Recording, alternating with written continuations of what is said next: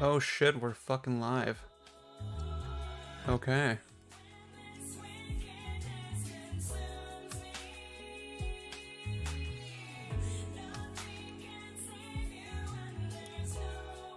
Mm-mm-mm-mm.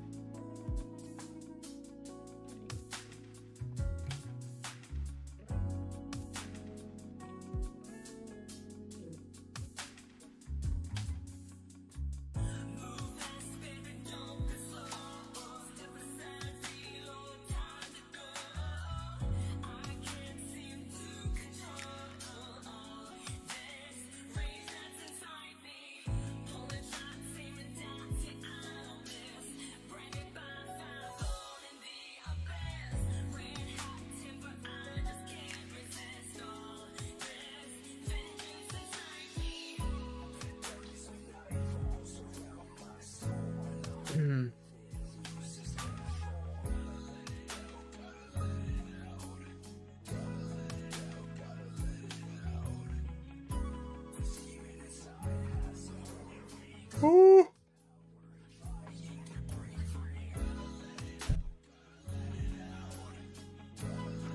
Oh shit, what's up, Alan? Fortnite. I see what you did there.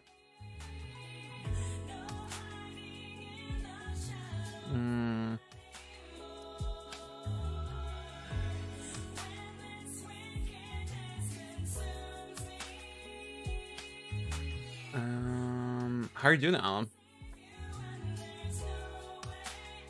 I'm still just waiting for people to show up. I guess I could show you. Yeah, there we are.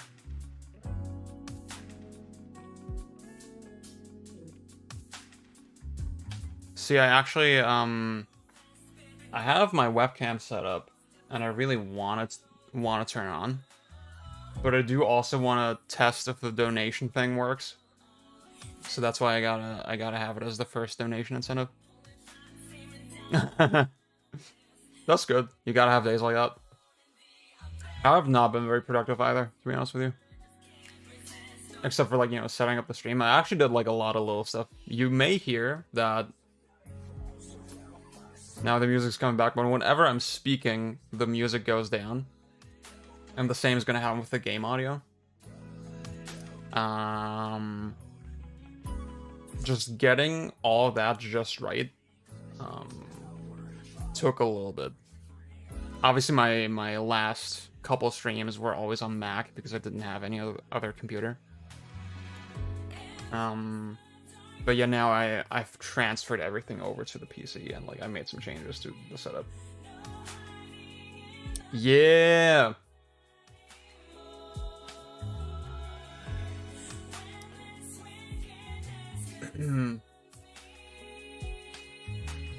Yeah, sidechaining is like, that's like something I always wanted to try, but like always kind of scary to me.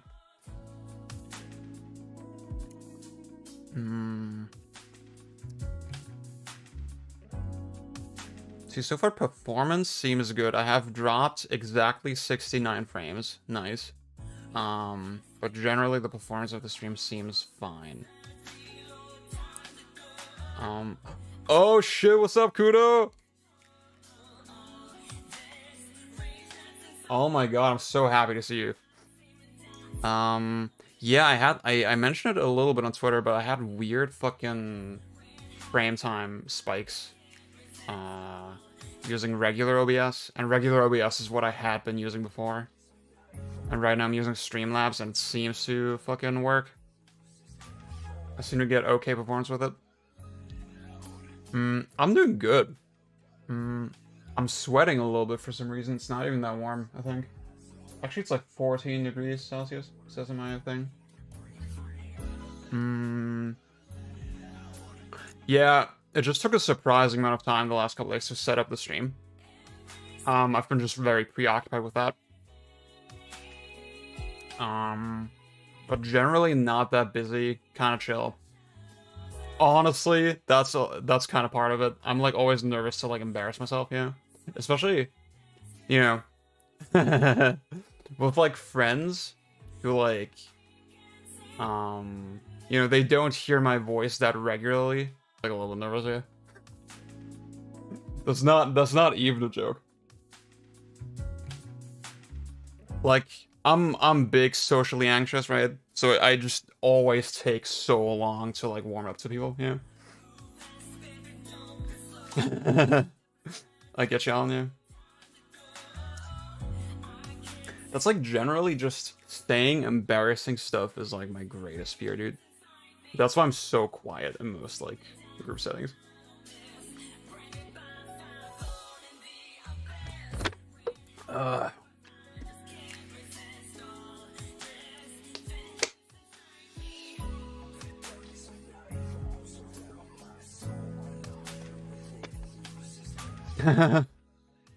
Oh my god. That's really flattering. What's up, Hot Pocket?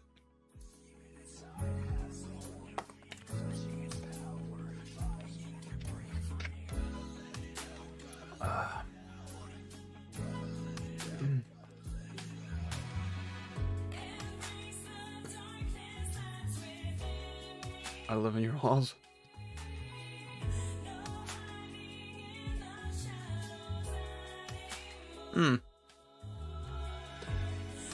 Yeah, like, you know, I often say to, I've been told, and I say sometimes to people, I have this impression that I sound like a cartoon character in real life, you know? Most of the time I talk. I think especially when I'm speaking English, you know? A lot of my day-to-day, I'm speaking German, obviously. But it's like pretty half and half, honestly, between German and English. And, yeah, I don't know. I guess, like, with English, it's just, I picked it up primarily from fucking, you know, TV and shit, and, like, and just YouTube. Yeah, dude, it's like, that's, like, my default stream music. Dude, I'm, like, honestly, lately, I've been kind of down on DMC5 whenever I think about it. I still think it's a good game, but, if nothing else, we got this one track, you know? Or we got, like, generally just good music in the game,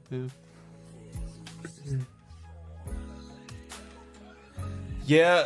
Yeah, Alan, I'm always told I sound like just, hard to place, sad, agnostic American. That's what people tell me.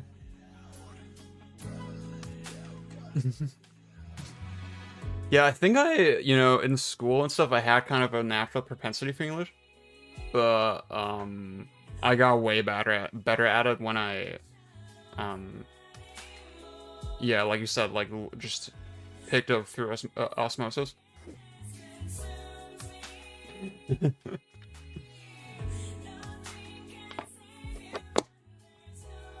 I remember I was on the phone with my ex one time, and then she got her sister on the phone, and then she asked, like, so what's he sound like? And then she said, so the sister said, he sounds like an American, but not a very happy one.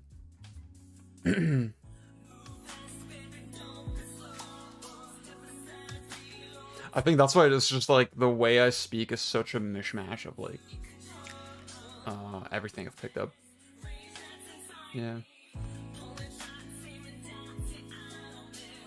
Okay, I'm thinking if, like, within the next 5 minutes, if there's no donations, I'll just turn on the webcam anyway. For those who just joined, like, I'll say, like, yeah, I wanted to turn on the webcam anyway, right? But I also wanted to test the donation bar if that even works. Implying that Americans would be happy. Yeah. You sound like you're from Seattle. What's up, Akadego? Okay. I don't, I would not really know what a Seattleian person sounds like, but I believe you. Yeah. Like, in 5 minutes, I'll just turn on the webcam and I'll come up with a different donation, but, like, yeah, I wanted to just test if this thing even works, you know? Yeah. What's up, Epsilon Eagle? How's V practice going? See, V in DMC5 just does not seem... Oops, sorry. Does not seem worth labbing. I just find him way too inconsistent. You could do cool stuff with V. Especially with, like, Royal Pork.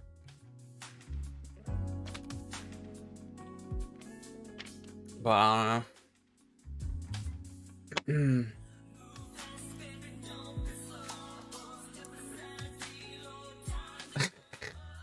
It's just like, dude. Oh shit, Alan, what's up? Oh, the thing works as well. Yeah, nice, cool. Okay. Okay, webcam goes on. Where the fuck is it? There I am. Hello. See, this is gonna be a little bit awkward when I look at the chat. I'm always gonna be looking to the right of the screen. But yeah, that's the thing. It seems like there is obviously there is a little bit of AI and a little bit of randomness with the pets. Wait, I need to come up with a different donation goal.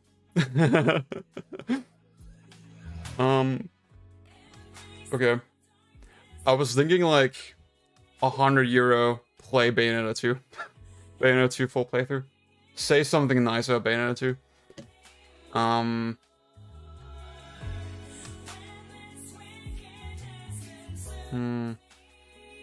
Let's say. So wait, I'm at €3 now. Yeah, I mean, I looked at like other streamers, like how do they set it up, and this seemed pretty, like a pretty good default that I went with.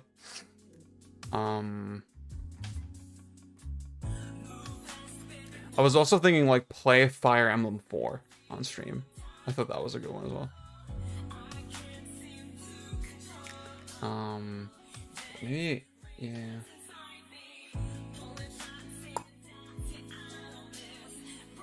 See, there's like another one I was thinking of as a donation goal, but I also think it's too embarrassing, so I don't feel confident right now. I'm not gonna set that one up.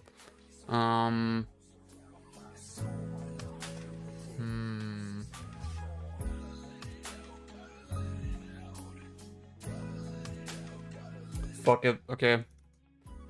I'll do.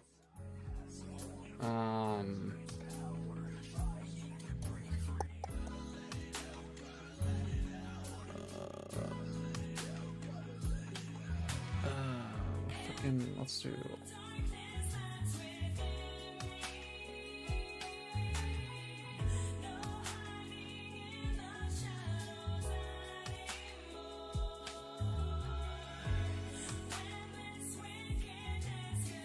There we go.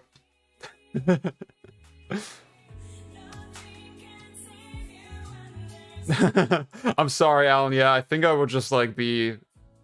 If I did a Fire Emblem 4 stream, I would be very unreasonable, probably. Okay.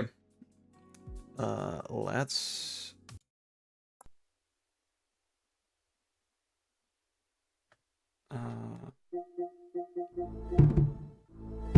So I hope you're hearing the game audio. That should work. And I hope it's not doing anything weird. Oh my god, what's up, Heather? Yes, there is a fucking camera. There's a webcam. I was just like, you know, I was thinking with YouTube in general, I want to be on camera more.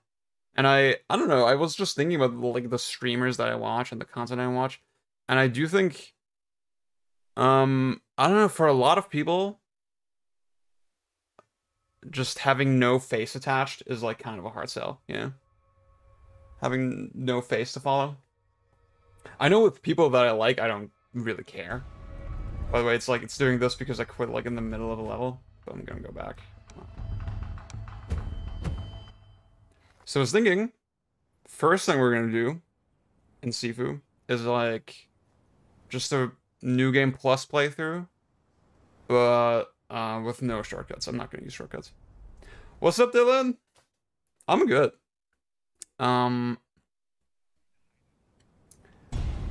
See, I did this kind of run like a couple days ago, sort of because I had time and like I just wanted to do it, and also to see how much I'm gonna embarrass myself on stream. And I finished the run at like age 34, which is kind of bad, honestly. That's not very good. So we'll see if and like I wasn't trying really hard, but like we'll see if I can do better today.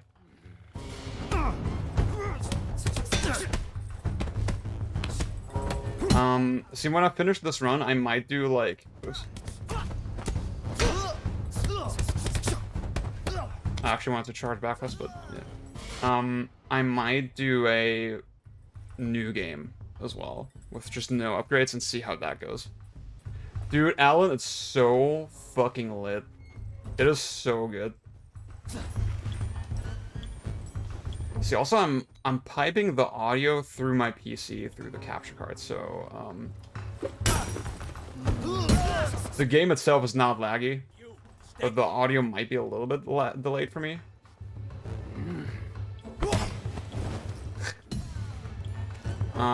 So I'm gonna blame all my mistakes on that. See, I love about this game that, I've said this a couple times, but, like, it has a true arcade sensibility, and what I mean by that is that in arcade games, it's generally common that you think about the entire game progression and, like, you think about all the situations sort of on an individual level. And in this game, more than other action games, you're actually interacting with the environment a lot. And I fucking love that. Come into our place. Dude, the grab is so good, yeah. Whoa.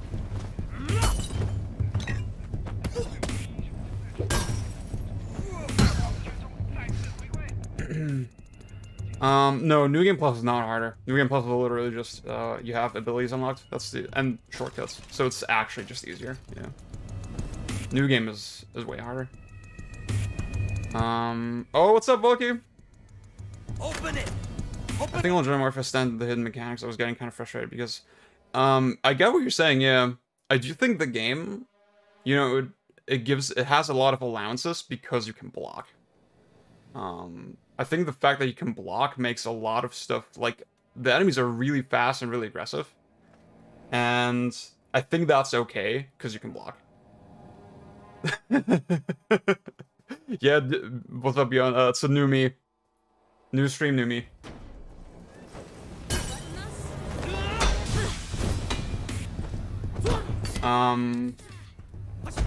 But yeah, like, I'm at a point now where I feel like I understand most of the hidden systems. Oh, I was hoping that the crowbar would come back my way. Oh my god, that was fucking nasty, dude. Oh man. Oh, dude. I'm fucking beast mode right now.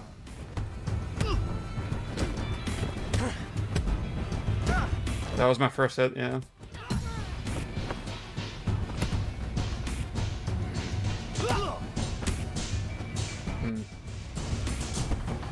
What can I do with this guy?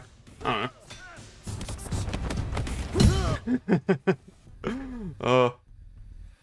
Oh, what's up, Yulia? Yeah, Hot Pocket, I see, like, there's a couple things that are not super intuitive, that are not entirely analogous to other action games, and that you just have to get used to. But I think once you're used to them, this game is so insanely fucking fun.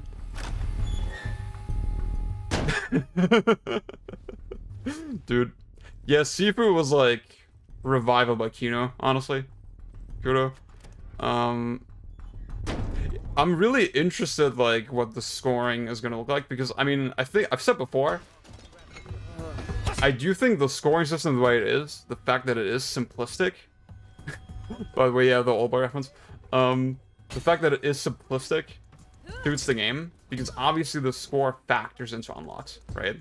So I think if the scoring system were more complicated, it would be really annoying and really hard to pay attention to during fights. But, like, as an optional thing, yeah, I'm like, okay.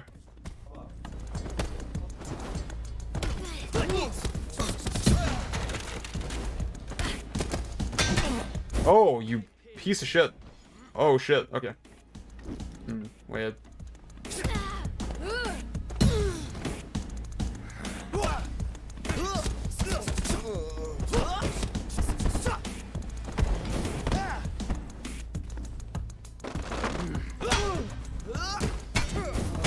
Oh, God. I'm having a little bit too much fun. Yeah.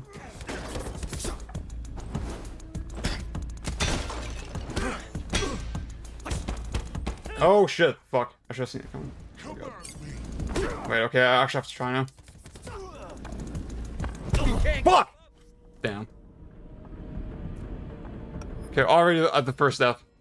So I hope you could tell I'm trying to have fun, you know, I'm not trying to be optimal.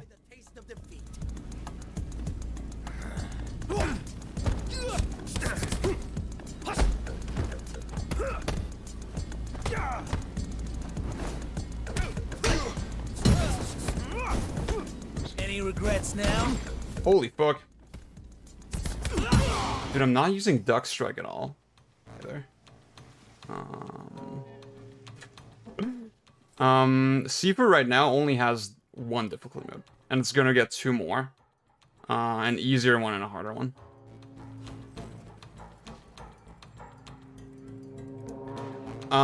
Honestly, Bjorn, yeah, I was thinking about this actually, like...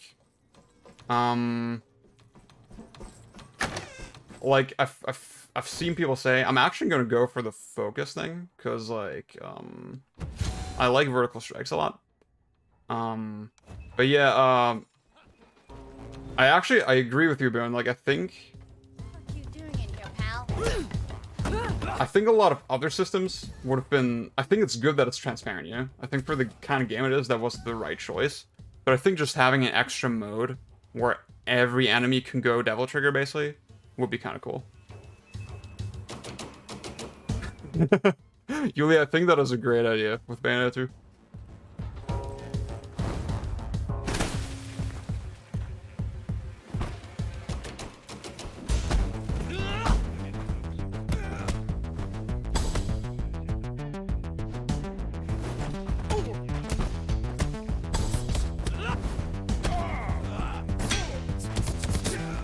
So one little nuance that I like is when you dodge the last hit of a combo and then attack, you do a counter hit. Thanks, Bjorn. When you attack, you do a counter hit, and then when you did the counter hit, that also opens the enemy up for a throw. So whether you parry or you dodge, you have ways to do the throw, and then throws are obviously a nice way to do longer combos.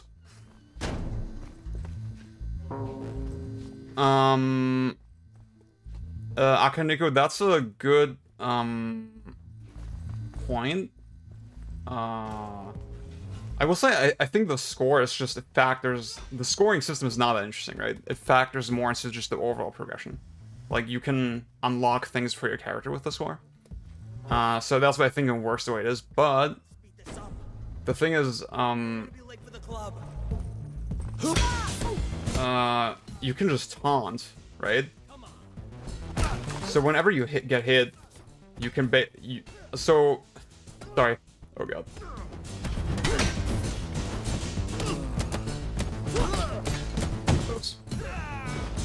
Scores, sorry, no, points are only dished out when you kill enemies, right?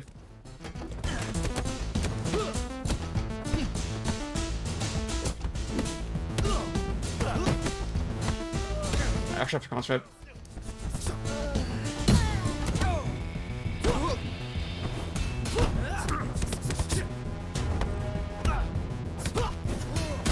Oh, fuck.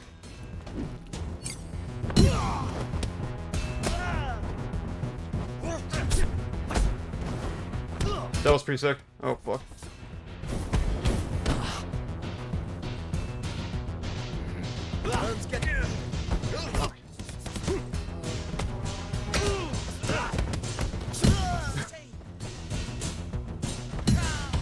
Okay, so points are only dished out when you kill enemies, right? That means before you kill enemies, you just have time to taunt, right? Come on. And the taunt always just increases your multiplier. So as long as you take the time to taunt, you can always get max score, right? Like, it doesn't matter how random the AI is, technically there's nothing stopping you from getting the max score. Now, it's still something you have to think about, and that is pretty difficult, but, yeah. You get in here. But it's your cost materials, that's a good idea. The arcade style of the game, my new realization is, honestly, I agree with you, Hot Pocket. That's like, literally, this game is so fucking fun to just pick up. I think that it has that over so many other action games right now for me. Sifu, what's up, Hylian?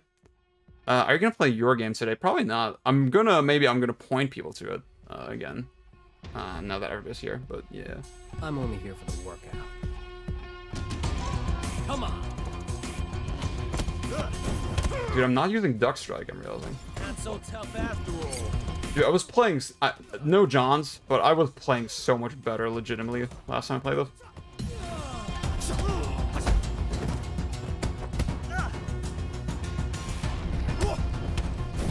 Oh my god, thank you, Dylan. About the Discord comment.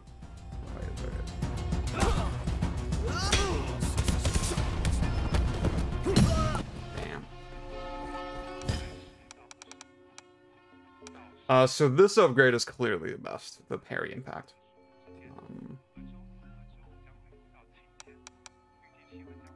But like, because I fucked up, because I didn't play very well, I can't get it yet.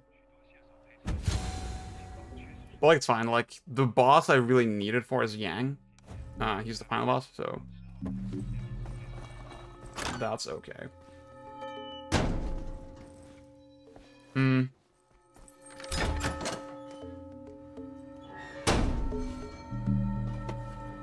I guess like Dylan, what you said with Disco, like honestly, I was really happy with that aspect of it too. Yeah, just the way it's presented, I think it has a lot of little advantages. Hey, this is private.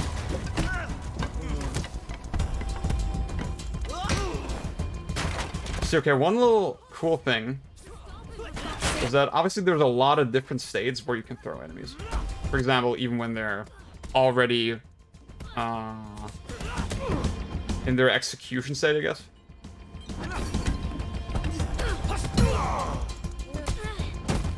And you have so many different incentives to throw enemies beyond just doing damage, right? Oops. Obviously, one of them is you want to knock enemies into each other. Like that. And then also, when you do a throw, you can do a follow-up, right? Where you just follow them.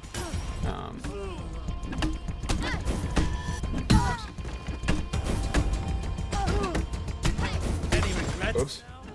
And that can be enough to like get out of danger a lot of the time.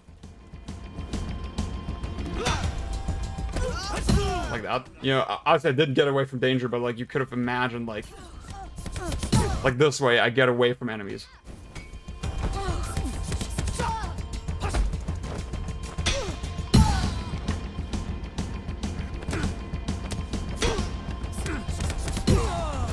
It's all these little things that you're very dynamically thinking about and stuff. Dev commentary. Honestly, I was actually thinking about that. But I don't wanna talk about the meaning of the game very much. Oh shit! Thank you, Bjorn.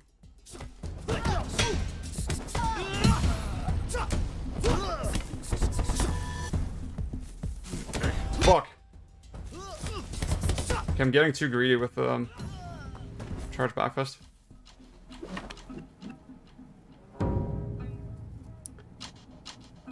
Huh, okay. See, I can't comment on the Sands of Time sequence at all. I only played Sands of Time, actually. But yeah. That is interesting. Yeah, like, Hot Pocket legitimately, I had... Fuck, I didn't... Oh, no, that's so stupid. That's really bad. I should have tried way harder.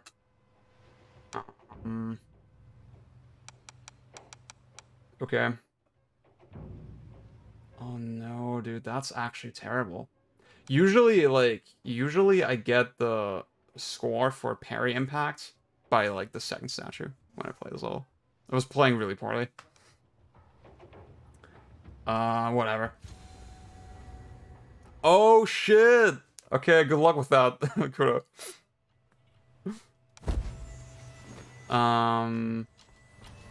But yeah. Like legitimately, the movement with the throw, I was doing that a lot. It's just so well done.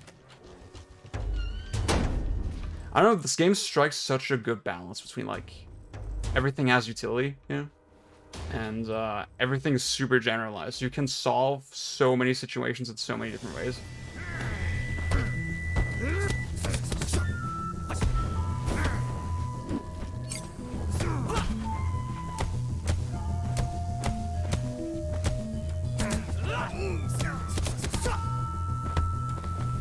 But yeah, you can combo bosses. You can do combos on bosses, by the way. It's completely impossible to combo bosses. Bosses are too rigid in this game.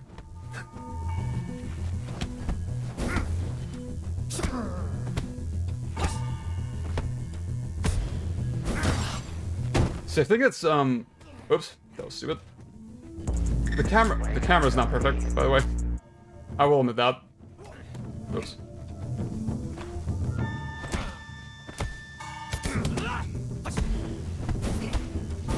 Fuck. Okay, I was gonna say, oh fuck.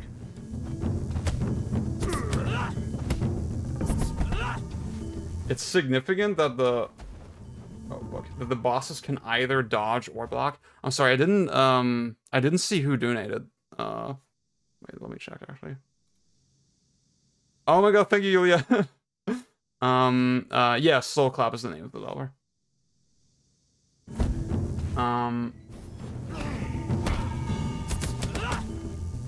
I should have thrown him. Oh, fuck. Oh my god, that was bad.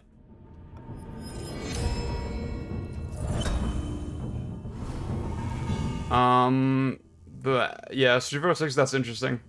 I don't know what it's like really hard to say, honestly, what that's gonna mean. Actually.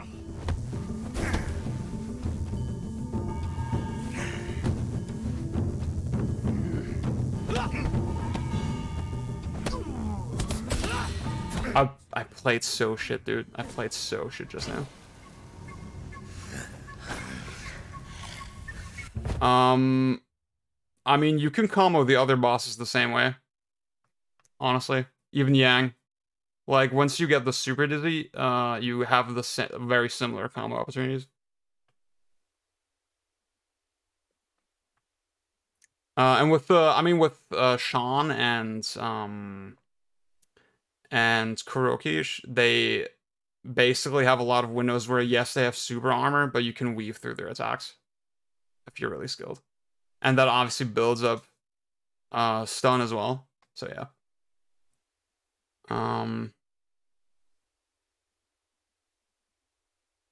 Yeah, see, in Sifu they do have a similar thing where like most enemies they have a 3-hit limit.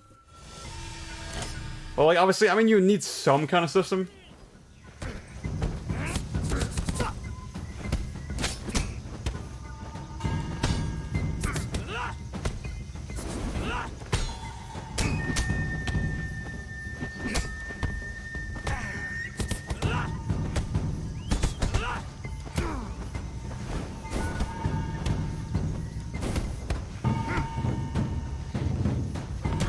Oh my god.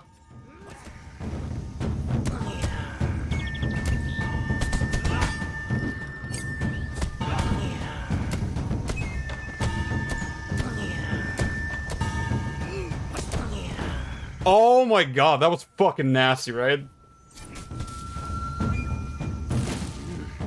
I'm realizing that I'm gonna kill him. So in this game you can actually, you can probably still get him actually. You can either spare bosses or kill them. I'm just gonna kill him. Fuck it. I have spent 8 long years preparing. But if you want to spare them, you can reduce their health, right? You have to basically get them a second time by reducing their stamina. And right now he had such a little health left that it would have been really hard to go for the spare.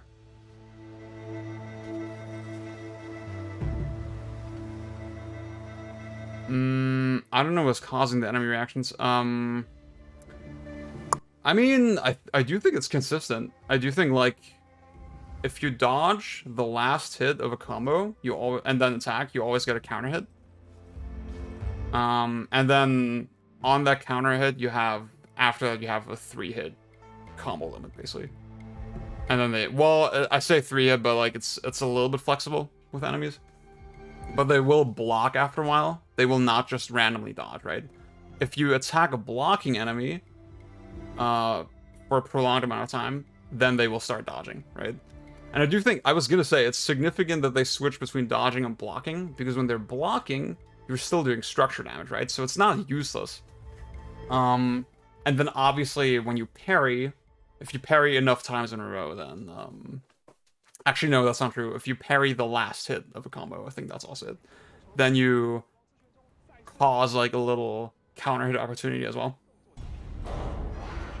or a throw opportunity. So yeah, I think it's real. Like, I get what you're saying. Like, you don't know what is causing it, but like it is consistent. There is like a logic to it. You're not getting private back.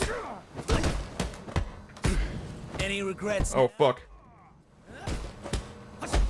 Okay, I actually have to go for score this time.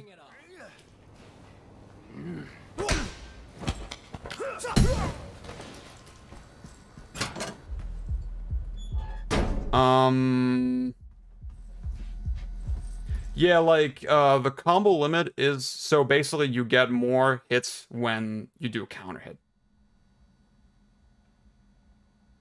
So basically there's like, I guess there's 3 states the enemy can be in, right? There's just neutral, where you can hit them a couple times. But then again, that's flexible depending on the enemy. Then there's a counter hit state, where if you hit then, you generally get more hits in than with the first. And then there's just super armor, where, you know, it's a lot kind of like Bayonetta, where if you land a hit during super armor, the game slows down a little bit to let you know, okay, like they're in super armor. But then if you land enough hits, you can actually break the super armor, or again, like charge back fist. What do you want? That move is so powerful that generally it breaks most super armor moves instantly.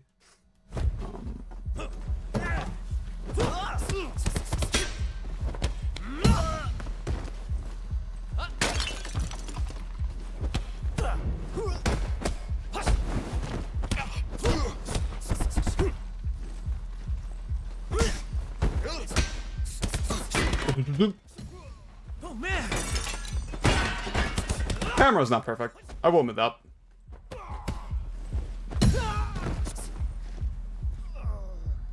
Okay, I get what you're saying, Habaka.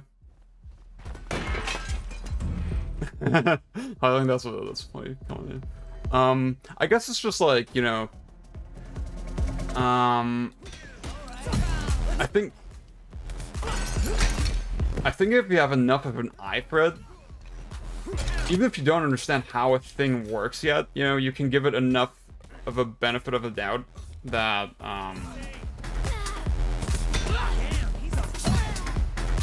that, like, I don't instantly assume, oh, it's just bullshit, you know?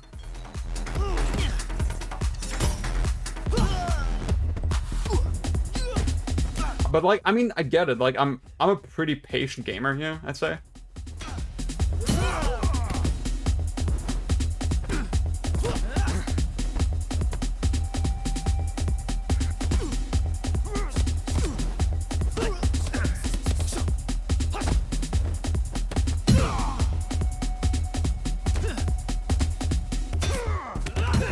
So, like, generally I'm okay with, like, not understanding a thing immediately, yeah. I do give it some time, yeah. Do you have to knock it? I think if I don't knock the guy behind the counter out immediately, he will just attack me later, yeah. So. Okay, wait. I'll try to show you something cool.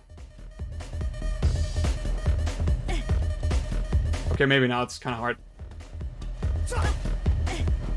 So that was a neutral hit, right? If I kept hitting her, she would have blocked really fast, right? If I hit after a counter hit, then I have a little bit more leniency with the combo window. And then obviously there's the super dizzy state as well, where if you break their invisible stun gauge, then you can just go to town on them.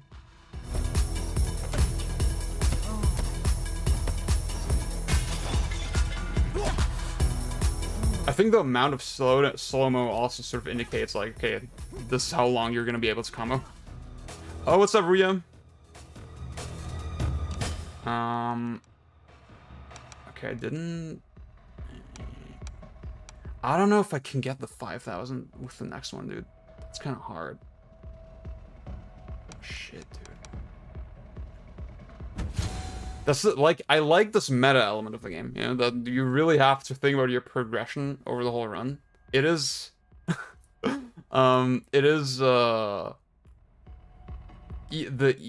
is easiest to get this fucking upgrade, the parry impact, in the first stage, right? It is fire. The fuck is this? So that's why if you get that first upgrade in the first stage, then you kind of have a reason to, like, use shortcuts instead in the later levels, right? Especially because the later levels are harder, right? So you have more of an incentive to just use the shortcuts. Okay, wait. I want a little more room. That's, I'm doing the coward move, but, like, okay, fuck it.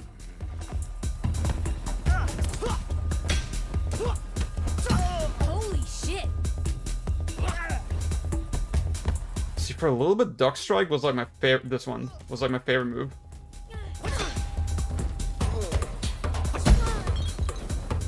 Oh, what?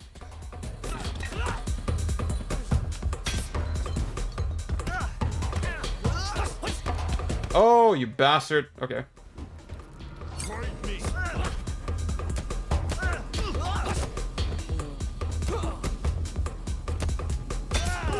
Got him.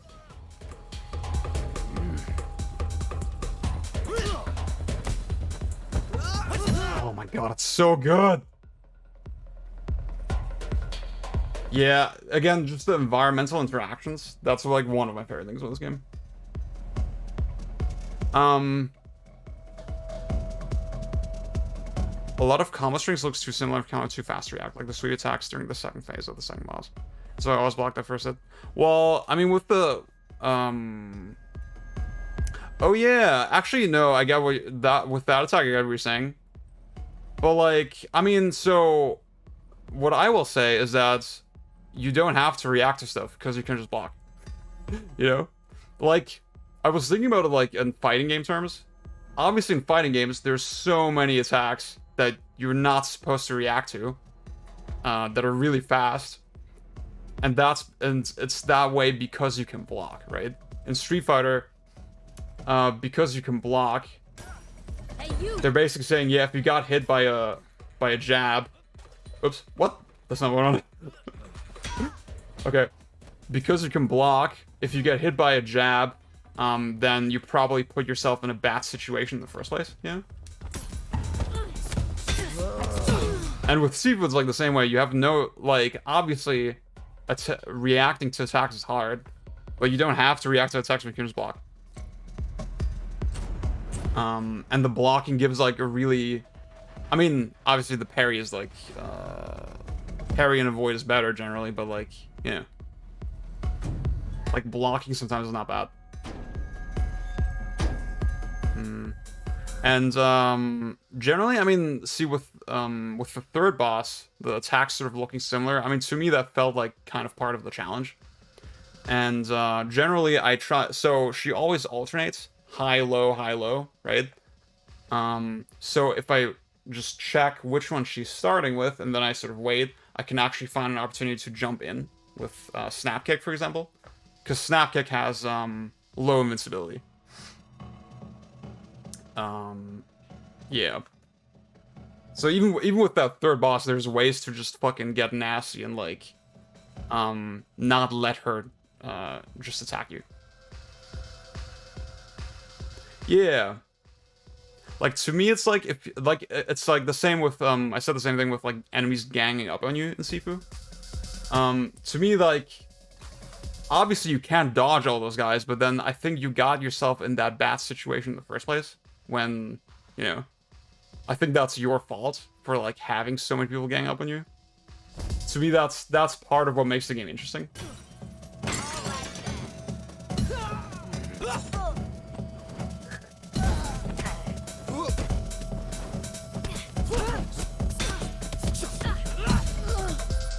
I feel that would have been better without her blades making so much.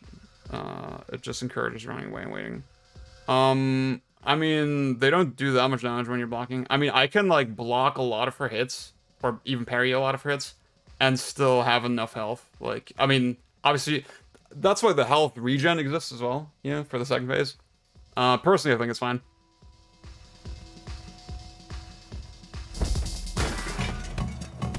It's just like, you can think of it almost as a soft time limit, you know? It's, like, easy to block her attacks, but then if you do it too much, then obviously you still die.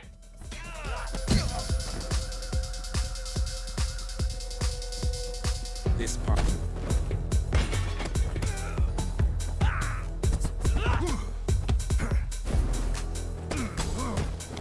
Oh, fuck, that was stupid.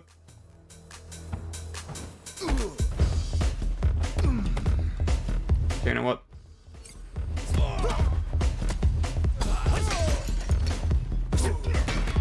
It's like you do so much structure damage just by knocking them into the environment, you know? Oh, so fucking good.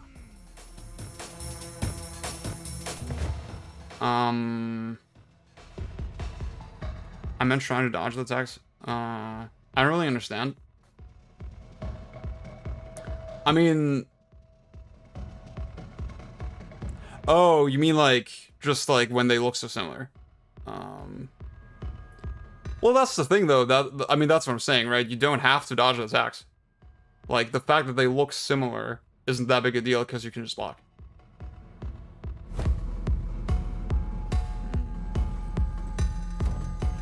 And like, for me, it's like, it's an interesting challenge for like a skilled player to say, okay, if they recognize where she's attacking fast enough, then they can actually jump into that, you know? I think that's what makes it cool.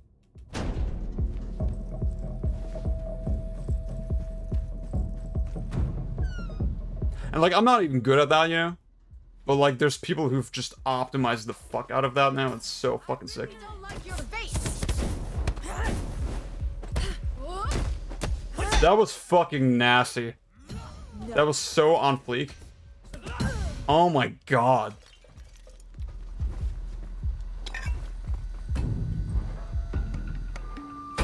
Dude, I can't believe I'm on stream and I'm good at video games.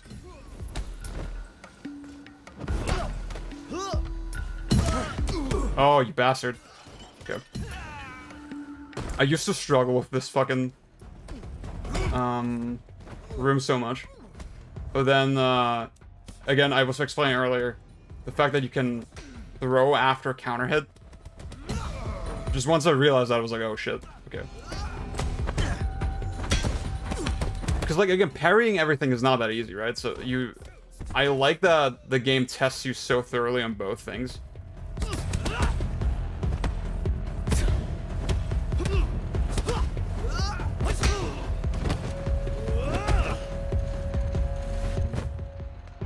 But blocking damages you when you don't have a weapon. Well, that's what I was saying with, like, you know, it's a time limit. Well, that's, I mean, I don't getting hit bad to most people. I mean, that's like a prescriptive argument.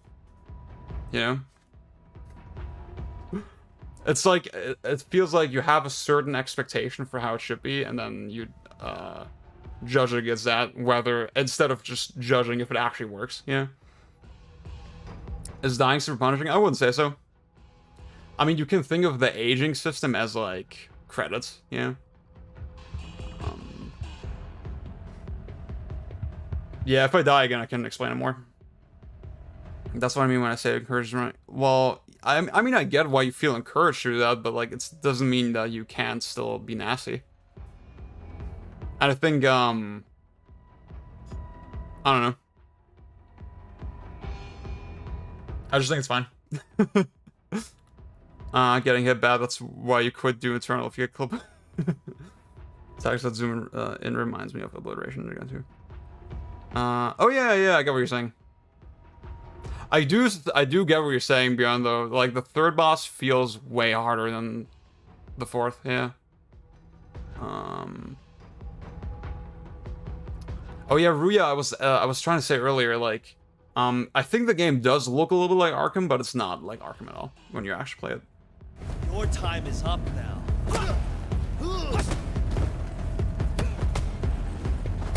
And I couldn't do more. I couldn't do better combos.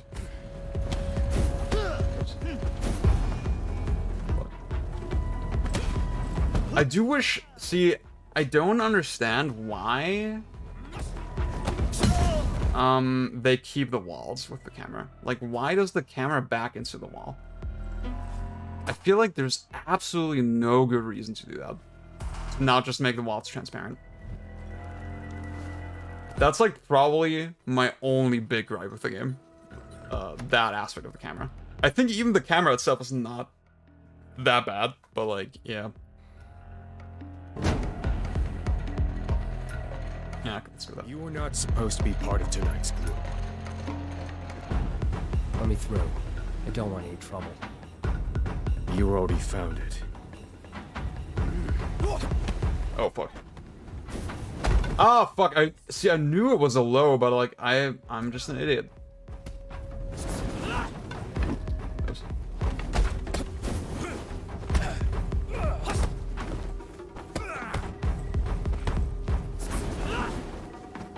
I've longed for a battle like this.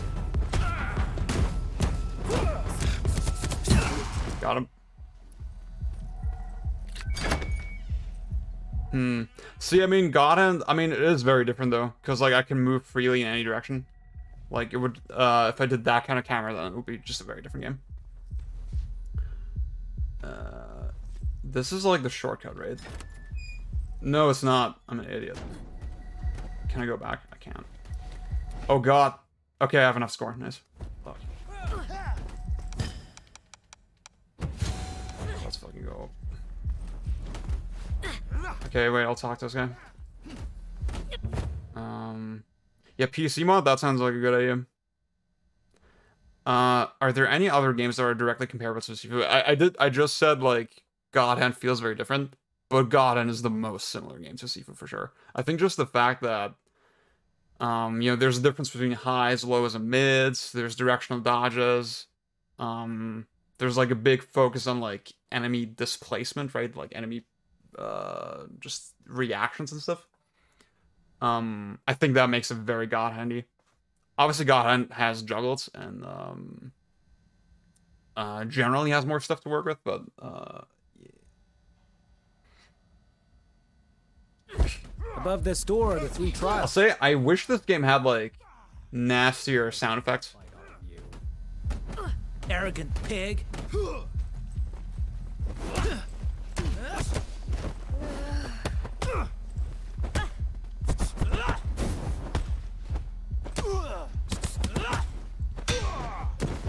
I feel like I'm doing the chasing trip thing too often. I Oops. pity you. That was kind of bad. Okay.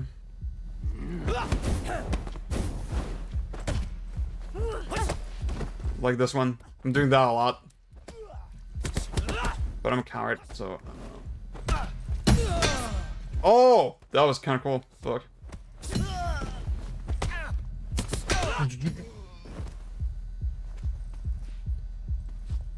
God Handy. Man, this God Hand is pretty God Handy, huh?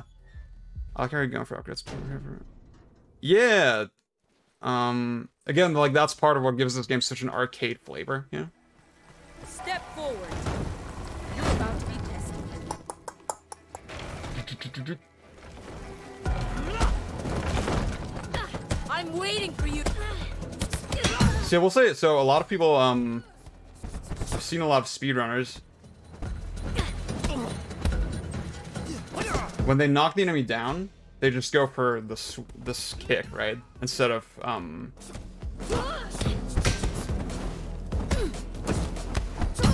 going down like I do sometimes. I do think the sweep, though, this input, feels a little bit spotty to execute sometimes when there's a lot of enemies around you.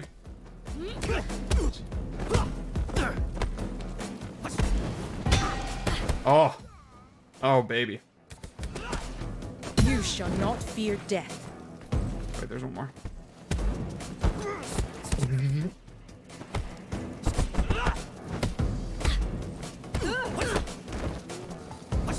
Oops.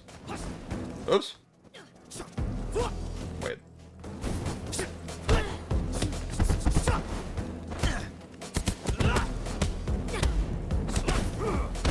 Oh, you bastard.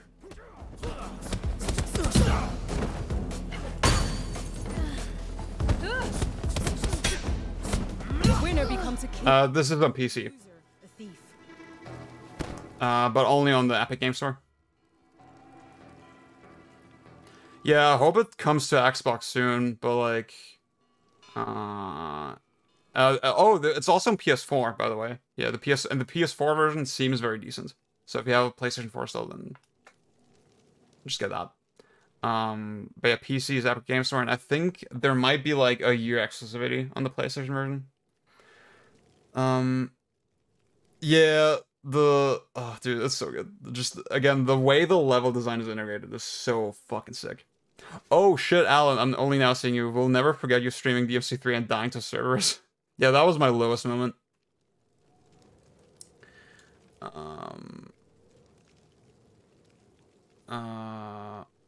Oh shit, what's up, Firmament? This doesn't seem like it would be a popular speed game. I mean, I guess with speed games, it's always like, you know, slippery slope. I do think the less RNG, the better. And obviously this game, it's not like roguelike RNG, but like the AI is pretty random, you know? So, but I do think there's interesting ways to be speedy in this game, more so than, I think this game is a better speed game than like Bayonetta or something. But yeah. Warner should just let them make Matrix. Dude, that would be so fucking lit. Yeah, Hylian, thank you for saying that. Because Cerberus is... Let's not talk about it. The sound effect. I can... Yeah, I mentioned it. What's up? Dude, what's up, John? Where does this rank on the action game tier list? Honestly, Sifu is like one of the new goats. Like, I'm like tempted to put it like an S tier or something. Yeah, like I said, the sound effects, that could be better. Or, I mean, I guess more pronounced. I wonder what their thought process was with it. Because, I mean, it's probably something they thought about, right? Like, maybe they felt like just super... I mean, maybe it was a ratings thing as well. You know, maybe they didn't want that age rating to be insane. I do think this is F tier for me, honestly. This battle isn't over yet.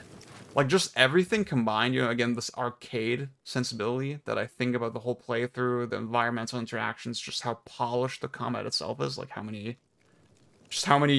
good fucking lessons and, like, things they paid attention to from other action games. And, like, has that nice balance of, like, it's challenging, but also you can flex. And it's really short and to the point, like, it's so fucking good. You're a fast learner. Wait.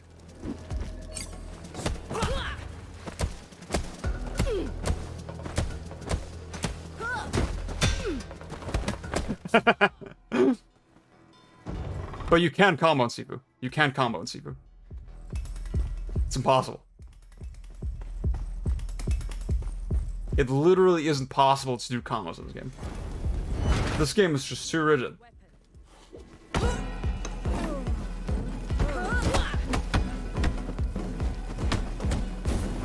Fuck, I want to do some cool weight.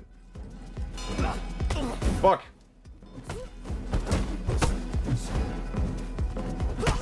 Oh, baby. Oh, yes.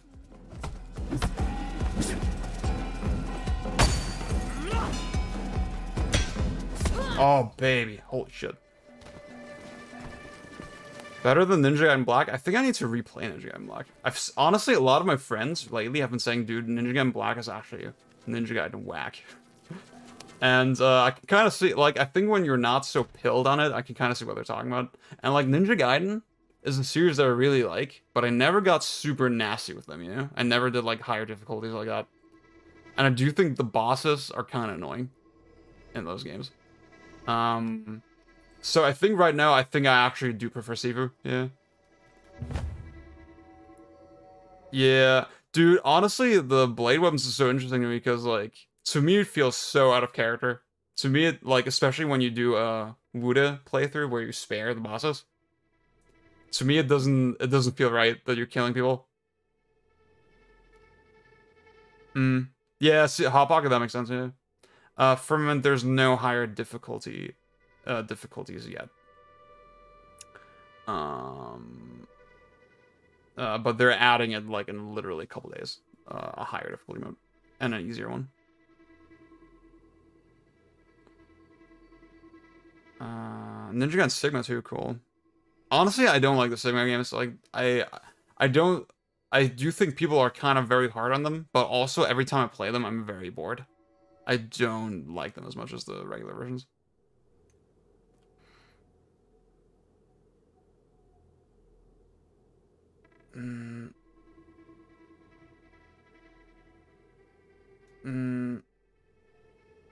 Yeah, I mean, like, there's so many, like, Sigma 1 even has so many weird, like, Sigma 1 is just worse black, right?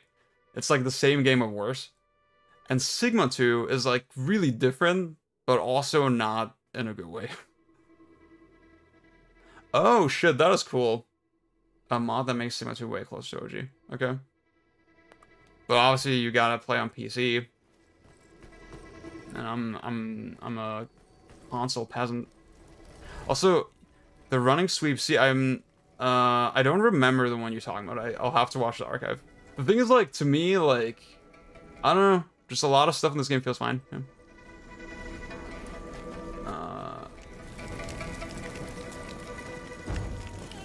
Yeah, I don't know, like, the enemies in Sigma 2 just feel so docile and boring. Oops. Oh! Oh my god, that was fucking sick, bro. Oh, should have thrown him. Oh. Wait.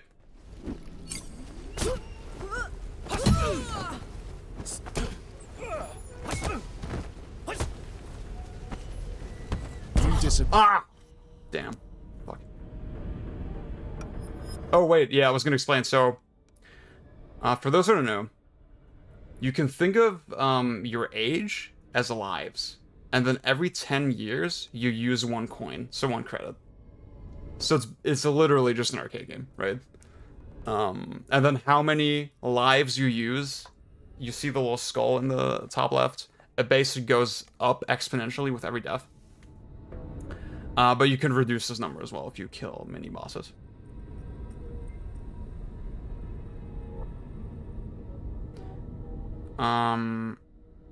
NGS2 black, nice.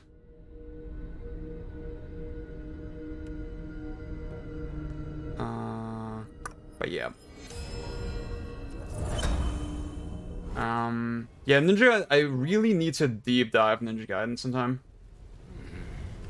Can I just... No, see, this guy does a lot of mids. So the Duck Strike... So Duck Strike is this move. And it goes below highs, right? It dodges highs. And it does a lot of stun as well.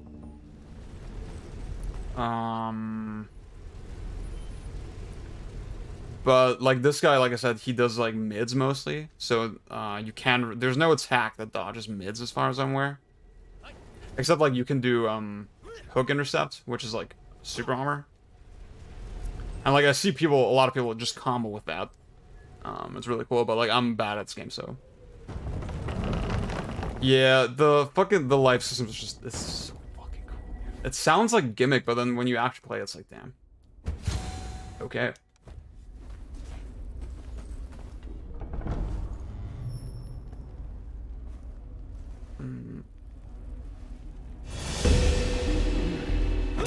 Oh!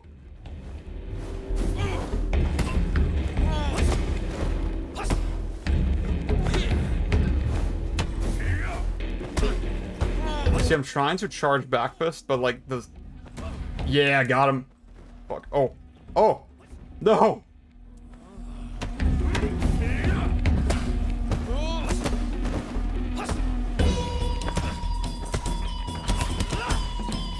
See, I know there's more you can do with Sean, but like he's like the boss I'm honestly least comfortable with right now. Oops.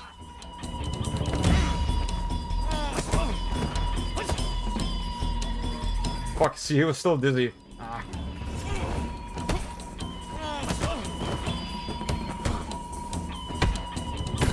The term roguelite has poisoned people's brain, yeah, that's accurate.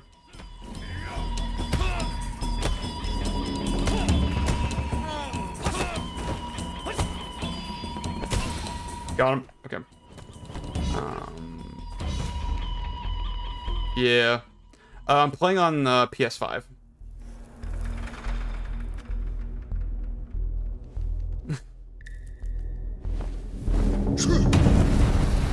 You're almost as good as Yang.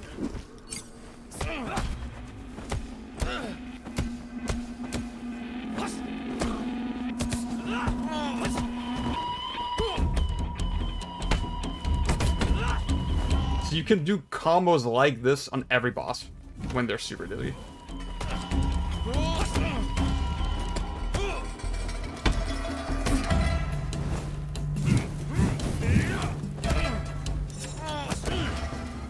And I know I can probably do more after I counter hit, but like I'm not going for it because like I'm just not comfortable yet.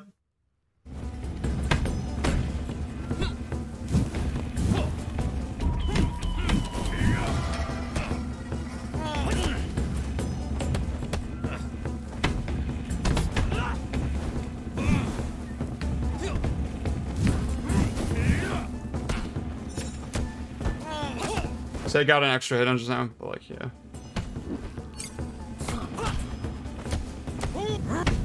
Oh, what?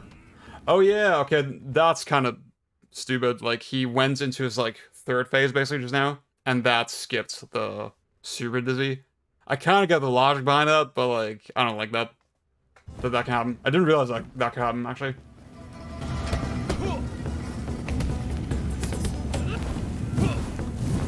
So, oh yeah, you saw just now, that was super armor. I was hitting him doing super armor, and the game slowed down a little bit. To let you know, okay, like, he's probably gonna deck you if you keep this up. Oops.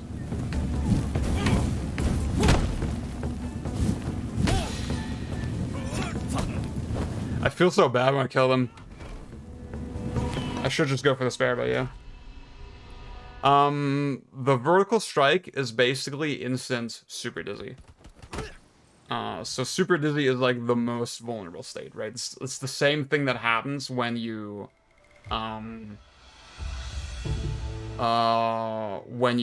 break their invisible stun gauge. So that's when you can combo the longest. And that's why I like going for the focus upgrade, actually. Because, like, you can only do the vertical strike when you have at least 2 focus, yeah.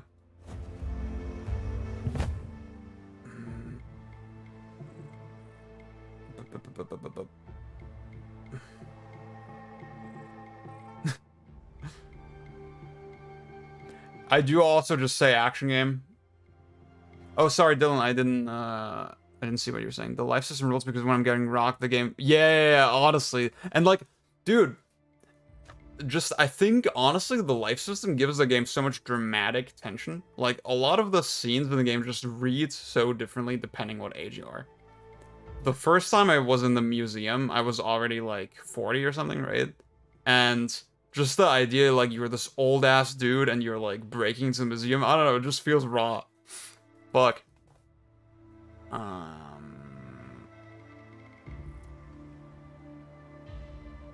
Yeah, I just say action game. I just say action game. I don't... The character action game is like... Action game is just, like... It's the most general, it's the most applicable, whatever.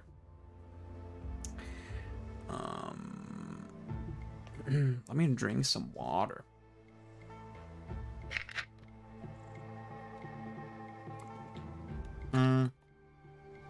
Yeah, the slowdown is just like Bayonetta. In Bayonetta, like, some enemies have super armor, and then when you're hitting them, it's like a hit freeze, kind of, yeah. It's very, very similar.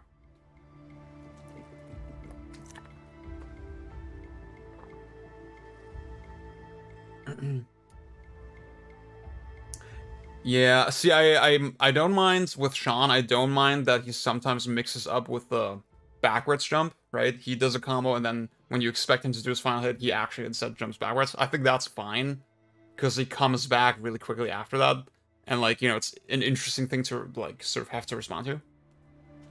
I didn't like that the super dizzy just ended when he went into his last phase, yeah.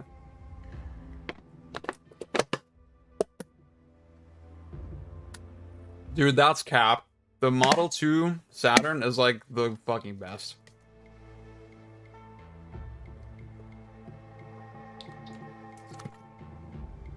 Yeah, Habaka, that's how I felt about it.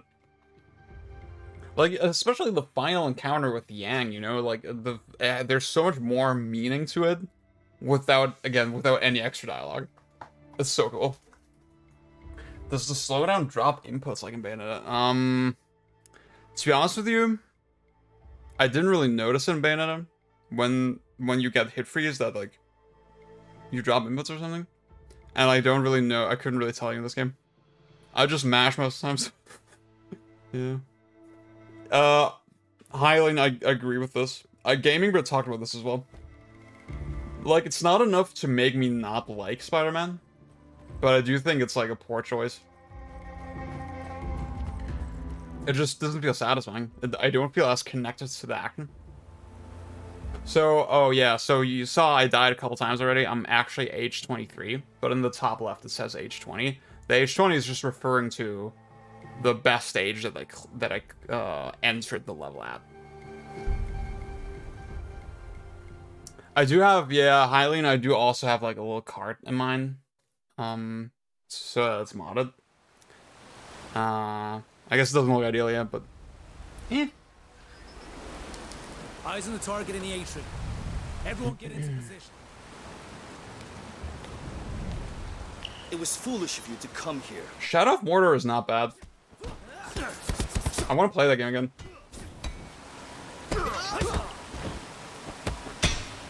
Or Shadow of War, maybe. Yeah, because I know I play Mordor, but I didn't play the other one.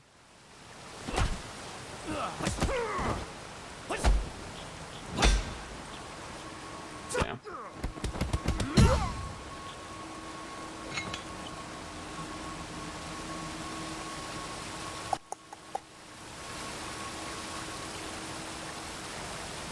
I could have taken the knife. See, I think the bat is like my least favorite weapon. Actually, I don't know. The staff just has so much cool extra stuff. I think the staff is like my favorite, but like, I think generally the weapons are so well implemented because they have, all of them have unique properties. But then even if you don't really want to fight with the weapons, because I do find it like confusing, right? Like I'm most comfortable with hand to hand, and then with the bat, it feels like you're playing different games only. Yeah. Like some moves just aren't available with the weapons, and then some are, and it's like they work differently and whatever, right? It's like something you have to get used to. It's not bad. I'm just saying like that's why I don't feel comfortable with the weapons sometimes. But then even when you're not fighting with them like that, they're still useful because they're, you know, they're on the ground. You can kick them toward enemies and stuff. I'll crush you. Like that, you know.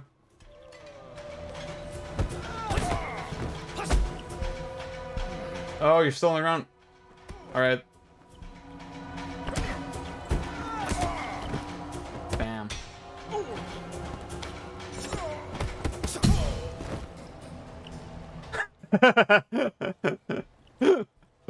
I have not once Soul Crasta. I have not gone back to it since I beat it.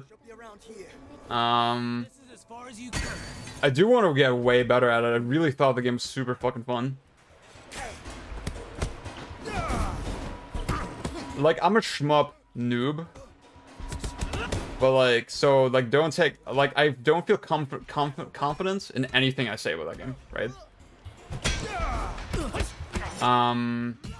But it had, like, a spontaneity to it that I haven't really experienced like that in shmups before. Oops. So I want to put more time to that, definitely. But, like, I guess it's just the fact that it's on PC. I'm always like, you know, just hate turning on PC. To play games. It's always like a hassle. I know that's stupid, but like I see all my PC friends, they're the opposite. Yeah, they're like they hate turning on consoles. So like yeah, I hope you can understand. Hot Pocket though. Actually, I bought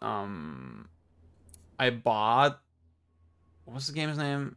The one that you really like, the shmup.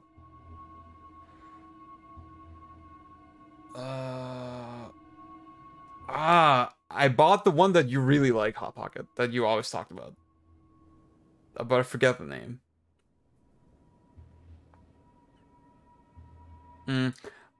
I wonder, didn't they like address some of those microtransaction stuff in the sequel, Mordor sequel?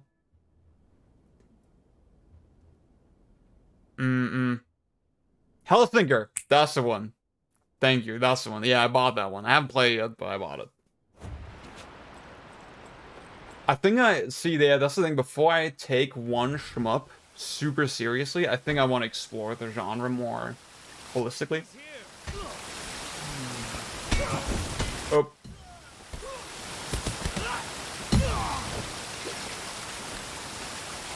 Do you want the knife? Yeah, whatever.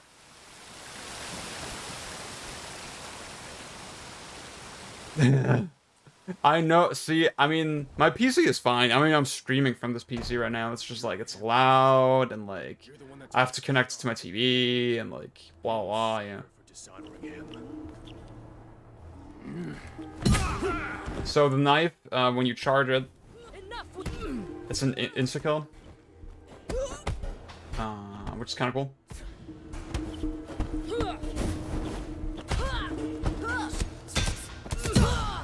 Bam. I bought Zero Ranger as well. So that's like those two and Battle Garaga and Radiant Silvergun, the Saturn version. I want to play that as well. And ESP Rade. That's another one. I think those are like my shmups for now that I want to look at. Yes, I did. I bought Hellsinker.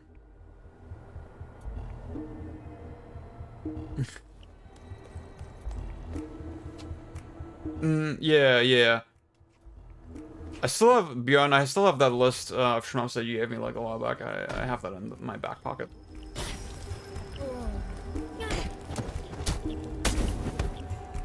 Oops. Sorry, I'm trying to read the chat. Like Cotton 2 on Saturn. Okay. Yeah. Everybody says Garaga is like, ooh, it's like the boomer ultimate shmup, yeah. Thoughts on Sin and Punishment based. Yeah, and Radiant Silvergun on Xbox, that's the version I played so far only. They removed the story mode. And I'm like, dude, I'm a noob. Well, no, there is a story mode, but you don't, like, level up and stuff. On Saturn, like, you get stuff sort of the longer you play, whatever, I don't remember, but, like, I feel like the Saturn version is more aimed at, like, noobs like me. I need to replay Sin and Punishment 2. I kind of told myself, yeah, I want to master the first game first, right? I know Dylan, I know you got, like, really nasty with it, and, like, it looks super cool with the turbo mode and all that. I don't know if that's achievable for me, though. It seems really fucking hard. Beautiful Joe is great.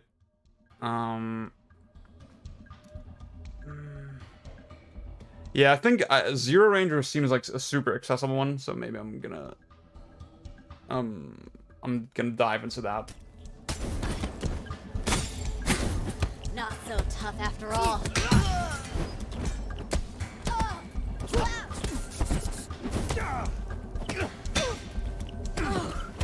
Holy shit! Okay. Let's actually try a little bit. Come on.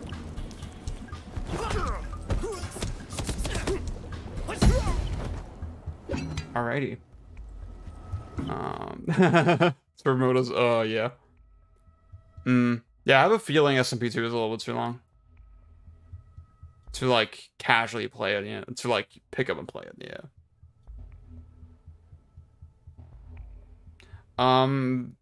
There's subtitles, Hylian. in the Xbox version. Fire Emblem Fates. Okay. I mean, Furman, you know me. I'm not an RPG guy. Oh my god, that's impossible. There's no fucking way I'll unlock that. Damn.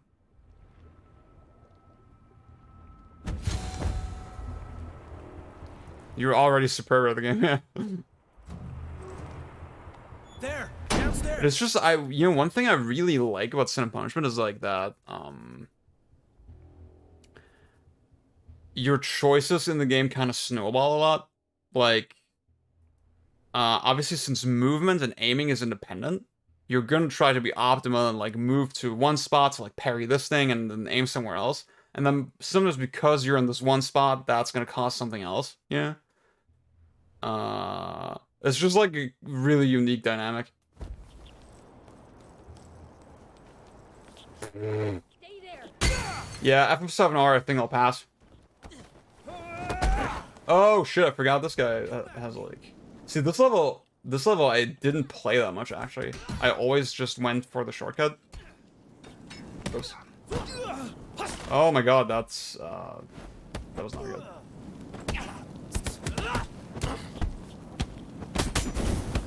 Oh my god. Okay, wait.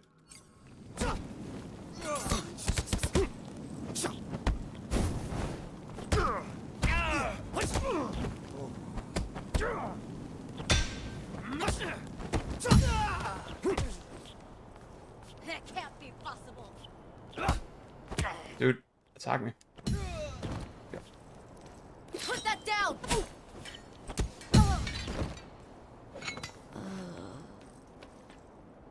Yeah, FF7R was like sort of a microcosm of like everything I don't like about games in general.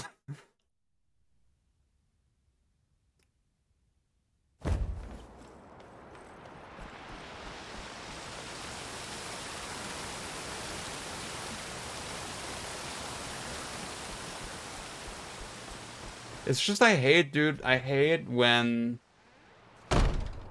the mechanics and the structure of a game feel like an afterthought, yeah. Look a little. When the whole game just feels like a vehicle for you to watch an anime instead, you know? Basically. Oh! Wow, okay. Again, like, throw as a movement tool.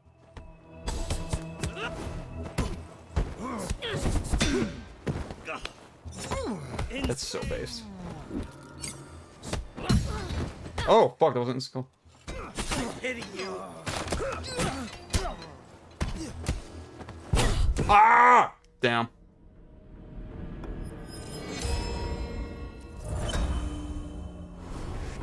Yeah, well... I don't know, dude. You know, I think a lot about how, Oops. I think a lot of people have a hard time admitting that they're really biased towards certain aesthetics, you know? Like, it's hilarious how much ridicule a game like Last of Us gets for being what it is, right? But then FF7R, being literally the same thing but way worse, is okay because it's anime. I know, it sounds like I'm cherry picking or like I'm simplifying it or like I'm being hyperbolic, but no, that's literally how it is, dude.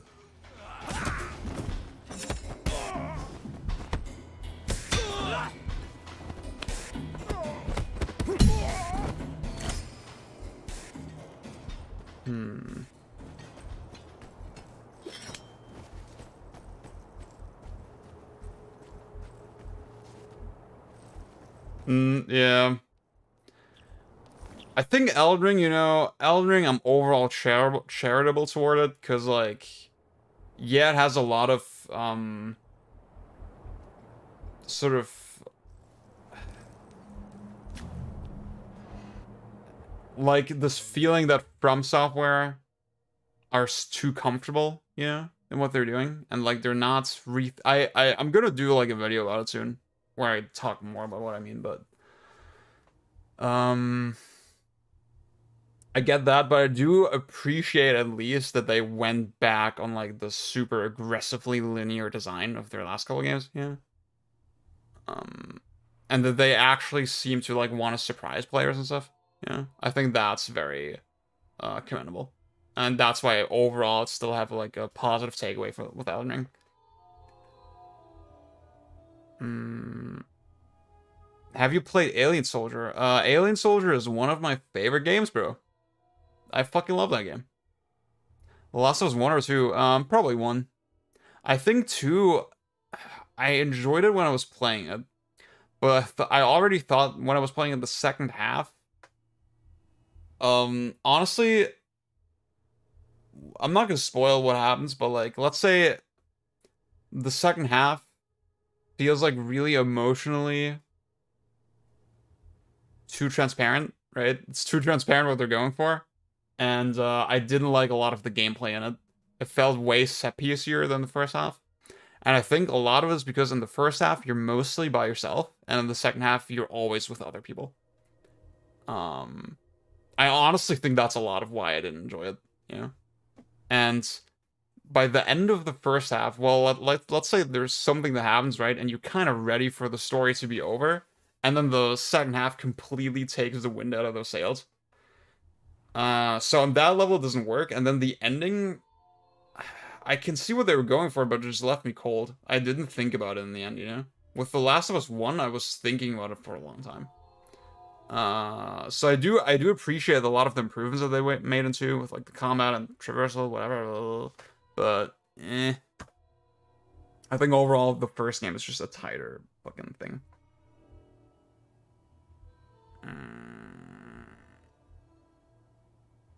Hot Pocket, I don't mind you going to Elden Ring. You can write a whole essay here if you want. I haven't been that bitter about a game in a while. Elden Ring's pretty fun since at the end of the day. Dude, you know what? I think the animation feels like too much like Sekiro. Yeah, I think Joseph Anderson made a good point. You know what? With Elden Ring, I'm feeling the itch to play it again. Yeah, I'm kind of surprised. I like think about, dude, I want to fucking use my busted ass swords on Margit. Like, that idea seems so fun to me. Somehow, and like just running through the game, like kind of crit pathing it, yeah. I kind of want like a New Game Plus. That seems kind of fun to me. But I haven't tried it yet, so maybe I'll sour on it again once I actually play it, but like, I'm probably not gonna try play it again anytime soon, because like, it was just like 70 hours of my life. The movement OG SMPs, yeah.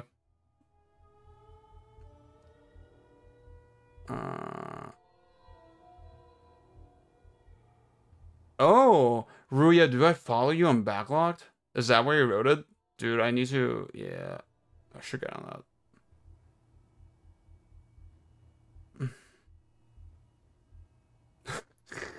that. What is Alien Soldier? Turn character a little bit.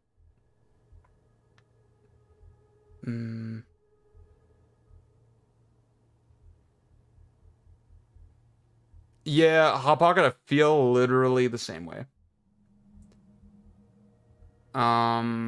Like, I do think there's, see, okay, you know what I was thinking about? In Demon Souls, you can play all the levels in any order, right? But then when you're in the level, you still need to play through linearly, right? So, in theory, Elden Ring has like a slight advantage of that you do have access to more things because you can approach them from different angles, right?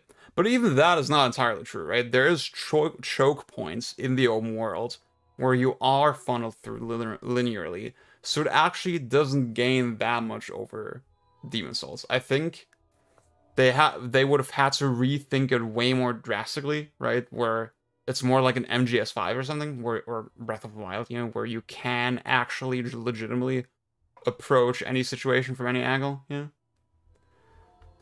And yeah, compared to Dark Souls 1, I think Dark Souls 1 is just like, obviously it doesn't have as much freedom as like Demons or Elden Ring. But like, it's so much tighter, and it's still, everywhere I'm going, it feels very motivated, you know, in Dark Souls. I'm replaying it right now as well with my girlfriend, and fuck, it's just so good. Okay. Yeah, dude, I'll look you up on backlog. I told you, Kuroki will not speak with you or anyone else. Dude, should I just stab him? For the last time, step aside. Nah, it's cheesy. Fuck, I'm not gonna do that.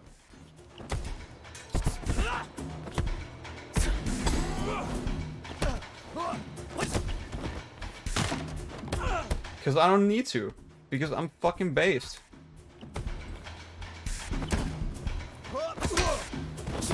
Bam.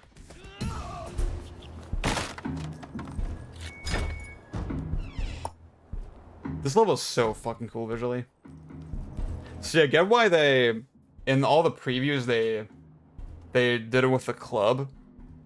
And the club feels like it conveys the idea of the game really well, you know? So I get why they went for that.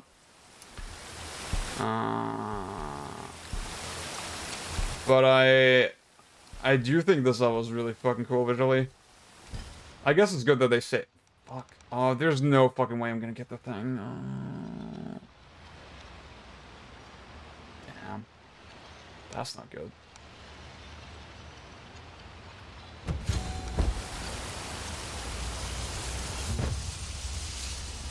Yeah, literally, Habaka, that gets to the heart of it.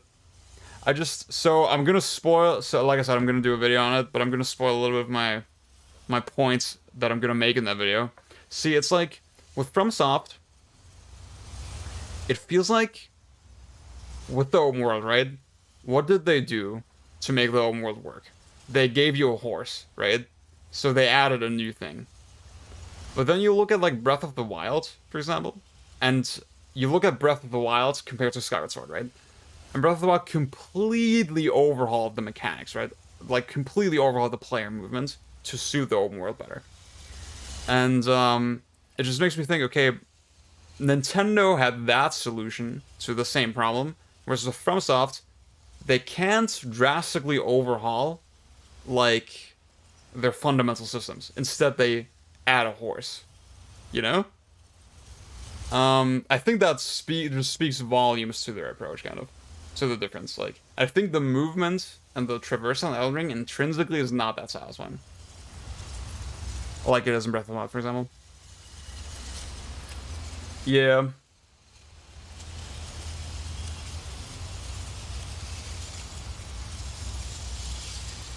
Like, I've seen some people say, oh, it adds atmosphere or whatever. I mean, I can't relate to that. That's not, like, a thing that I sort of... I don't know, just the idea, oh, I'm riding through, like, empty fucking space and then it's atmospheric or something. Like, it's just, I don't know. My brain doesn't work that way. Oops. ESP Rod is a very good beginner's move. Okay. Cool. I just see, Mutual on Twitter sent me, like, a translation guide for it. Which is very nice. But I'm still, like, the idea that the whole game is, like, in Japanese and stuff is like,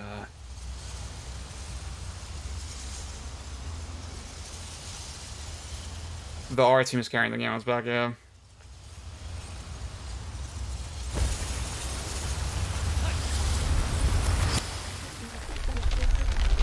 Oh, what's up, Couch? Yeah, I agree with that. Elden Ring has passed the honeymoon phase. It is kind of crazy how hard...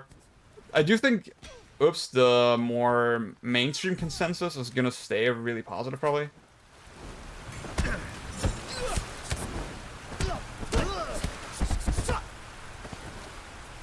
Come on.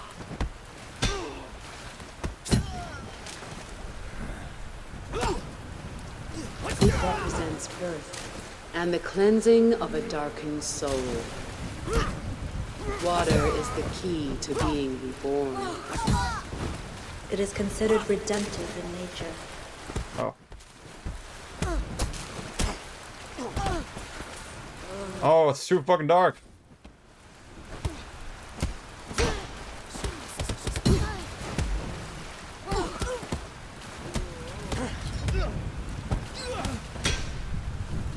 Oh god.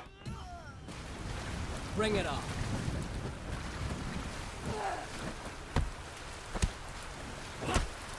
Oh, I wasn't aiming at the right guy. Fuck. Shit. Okay. Come on.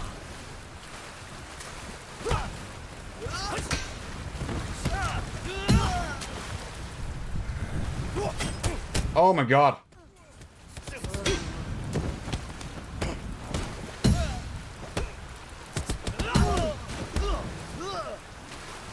Bring it on. Ah! Fuck. Damn. Yeah, Daedron so far has made the most comprehensive video on Bayonetta 2.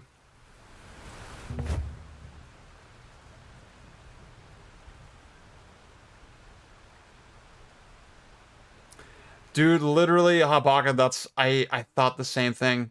And, like... It's like... With the fast travel, is what I meant. I think... The solution would have been so simple, you know? I think... Why didn't they just make it like all the other Souls games where you fast travel from the bonfire instead of from the map? I feel like that would have solved every fucking problem. Because I hate how inconsistent this game is, you know? I hate how, like, it just arbitrarily decides, okay, now you can't fast travel, now you can fast travel. It's like, it would have been so much better if you just fast travel from the bonfire.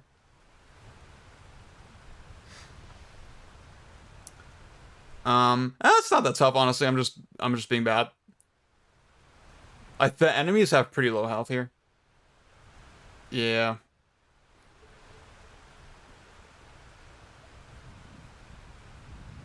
I wonder how Bayonetta 3 will turn out. I think it's gonna be a pretty different game than 1 or 2. It's gonna be hard to compare to the other two, I think. Darkness itself, we must first embrace it. For the shadows of the past consume us all.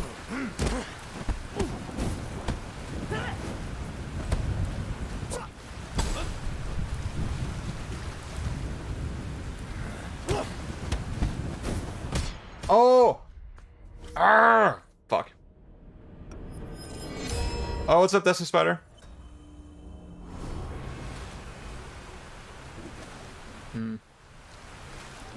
Okay, fuck it. That was actually fucking stupid that I did that. Oh my god, dude.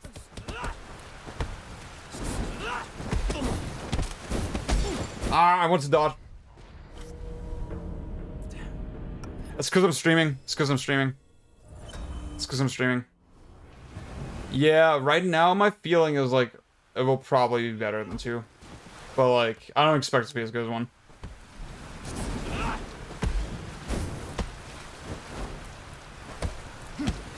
I fucking countered way too slowly. Oh my god, dude. I promise you I wasn't struggling with it this hard last time.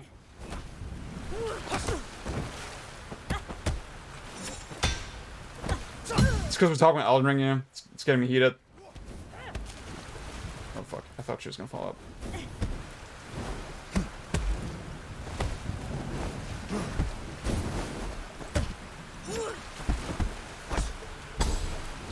Oh, you bastard.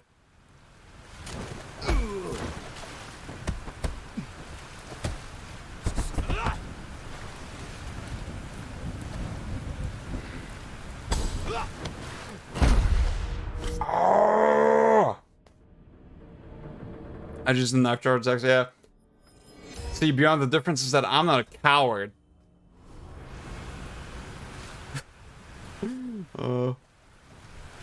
Dude, fuck off. Okay. See, I can do this without dying. Honestly. Honest to God.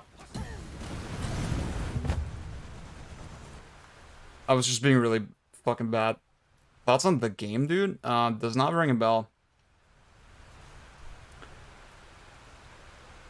See, I don't expect Kamiya to be significantly involved. That's not what I'm banking on.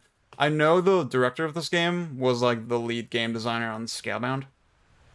or like the battle programmer or something, and that makes me like think, okay, yeah, maybe it's gonna be good, because like clearly it was something that Kamiya really trusted.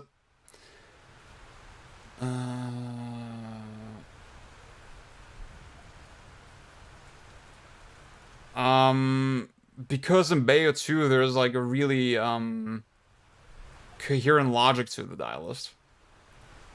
Cause like basically whenever you do pause, it's a launcher. And then whenever you punch after a kick, it's also a launcher. Except like for you know, like generally when you punch after a kick, it's like some kind of displacement effect, right? Obviously the PKP is like forward sort of push. But yeah, there's an intrinsic logic to the dials, how the attacks are follow each other in Bayonetta, and once you kind of get it, you realize, oh shit, this is the best dial system in any game. And then in Bayonetta 2, it feels like a lot of other games where it's just kind of random, you know?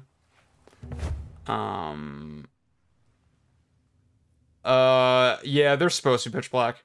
I mean, part of the challenge in this level, in this room, I guess, is like just staying in the center where you can actually see shit.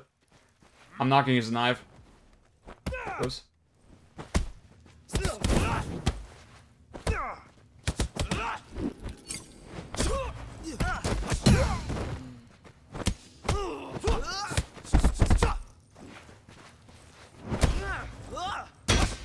Oh my god, nasty.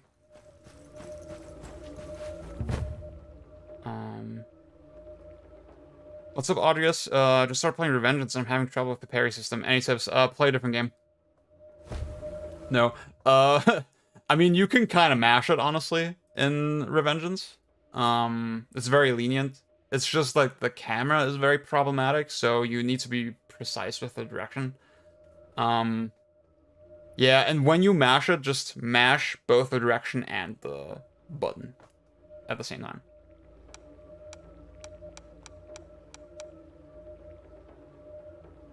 I really need to play Freedom Unite, dude.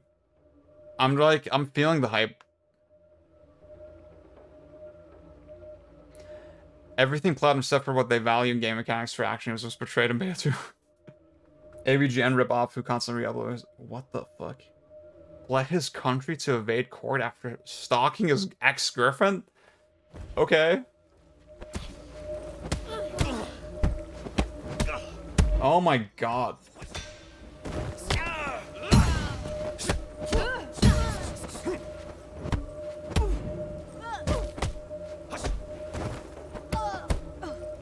See, it's like, when you know you're about to hit the enemy's, combo limit, it's always good to do a sweep or palm strike.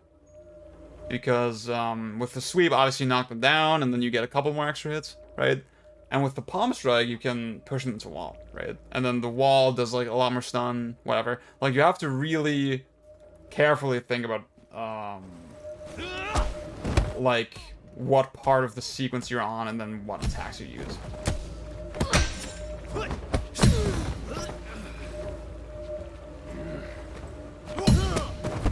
You bastard. Think you stand a chance? Oh. Wait. Ah, that's not what I wanted. Wait. What? Come at me.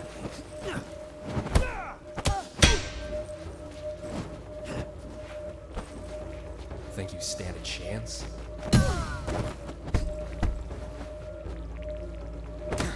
Oh, you bastard. Think you stand a chance? So flowing claw, this move, that's like the big me move. That's the one everybody's going hard on right now. Because it has full invincibility. But you do need to time it pretty carefully. And like, basically, when you turn around, you get different versions of the moves.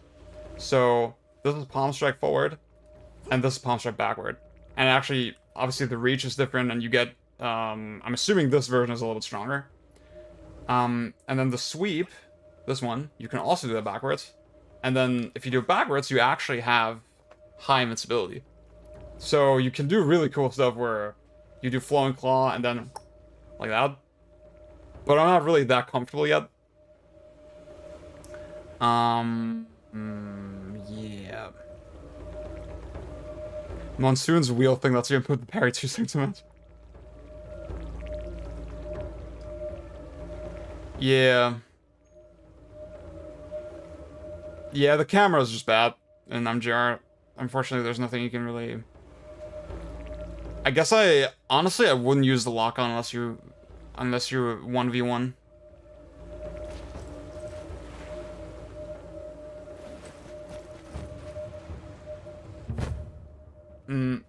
I do think MGR has, like, some cool aspects to it. Like, I'm not a fan of the game, but, like...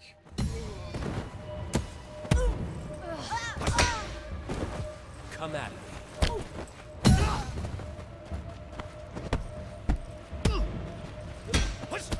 Okay, you know what? I'm gonna try to flowing claw. Fuck it. Wait. Like that. They're not like, I wouldn't say it's like it's not like stance at all, no. It's more just how the direction that you input the move basically is different. But then, so let's say, yeah, when I'm generally when I'm fighting enemies, my character is gonna try to face them at all times. So you kind of have to... Oops, wait. That's not what I want. Actually, wait. If I... So yeah, if I input the palm strike backwards, he still does it forwards. You know? Because, like... You know, the game tries to be smart. Okay, you're probably trying to hit this enemy, right? So we don't want you to just do this, right? But then, if you just manually turn around and then do the move, then it works. That's kind of how you have to manage it. There are mods for MGR's camera, okay. MGR is way better than Beta 2. You know what? I could see it. I appreciate your enthusiasm, bro. I think I'm gonna do... See, this is like the best goal I could think of right now. I think I'm gonna do like different goals that are lower tiered later. Once I think of them. Yeah, what's up, Germ? Yeah, I'm really curious about the higher difficulties. I do think a lot of the stuff that was in the roadmap for the updates sounded really ridiculous. Like one hit death and shit like that. It's like, okay. I don't know if I would enjoy that, but it's cool that they're adding it. At least in MGR you can strut your shit in. Yeah. Definitely, compared to Beta 2, like, it definitely has. You can be a little bit nasty, at least. Can the lower donation tiers be good games, please?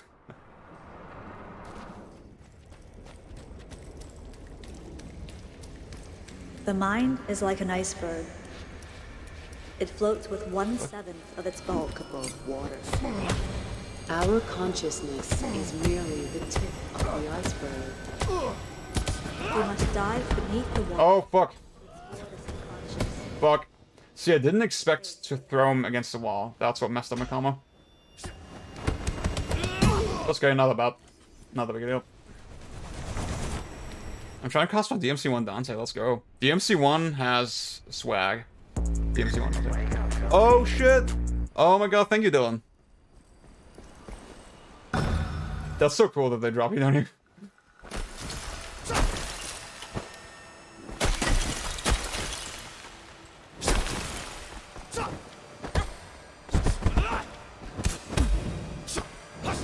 Oh shit. Wait, she's a flash pick girl. Fuck, I should have... I knew that was coming, and I... could have dodged that. Oh, fuck.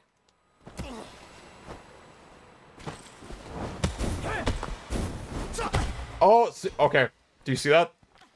So she was attacking low, and I did the snap kick to, like, dodge the attack and attack at the same time. That's based. Oh, fuck. And you can do the same thing with Kuroki. I'm gonna show that, hopefully, when I'm not sucking really hard. See, the thing is, I'm 34 right now, That's where I finished the game last time I played. It's like crazy how fast your mistakes can end up.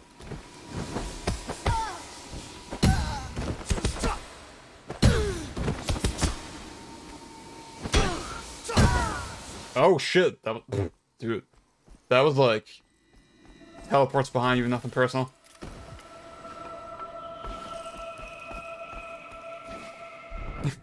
I do think the VR missions are kind of cool. I just hate the load times in the VR missions.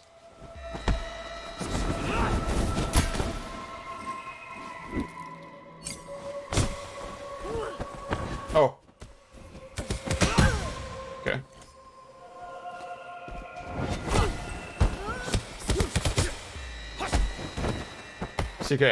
I knew I was about to hit her limit, so that's why I went for the sweep.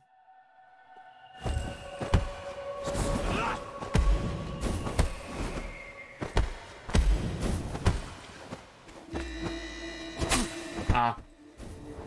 I want to do Flow and Claw. Okay, nice. We're back at 0. And we're at the boss. And I didn't get the thing. Okay. Well, I'm probably gonna have to do Yang without this one, which is like, and also, like, the 4th boss also really benefits from having this one. So it's kind of unfortunate, but, like, yeah, whatever. I think I'm gonna go for this one. Alright. Let's see how nasty we can get. Fuck. That was already a bad start.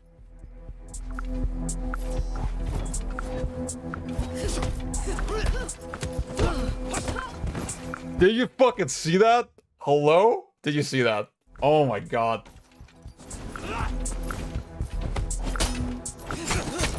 Oops.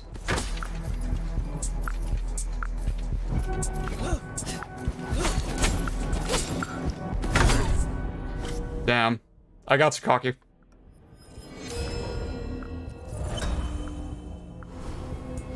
How did you survive my blades?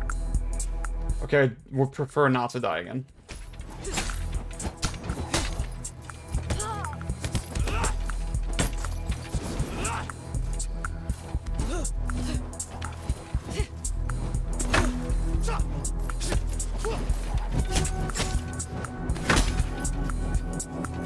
I'm being really bad right now, dude. Fuck.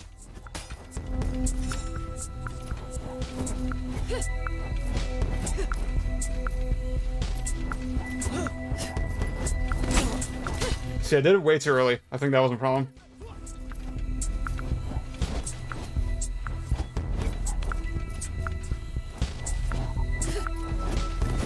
Now. There we go.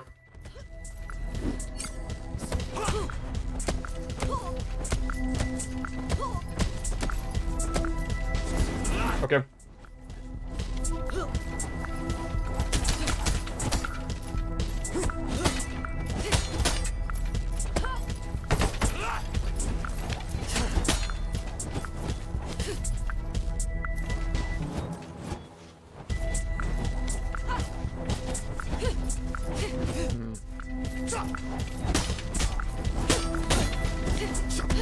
Oh!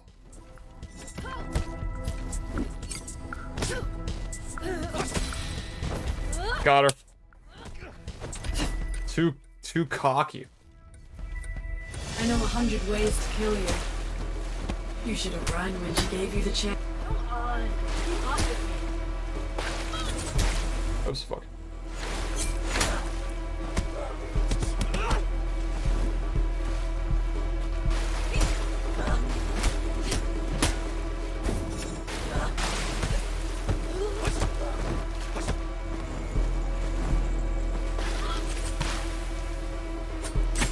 This is your end. Oh, I dropped my thing. Fuck.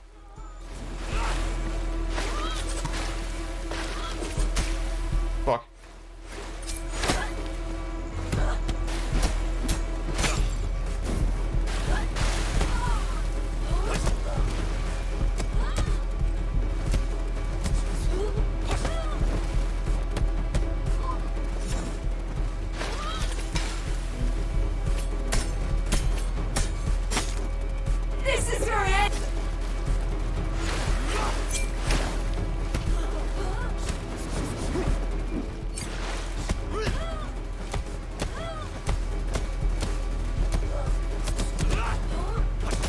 Got her. Ooh, okay. Holy shit, dude.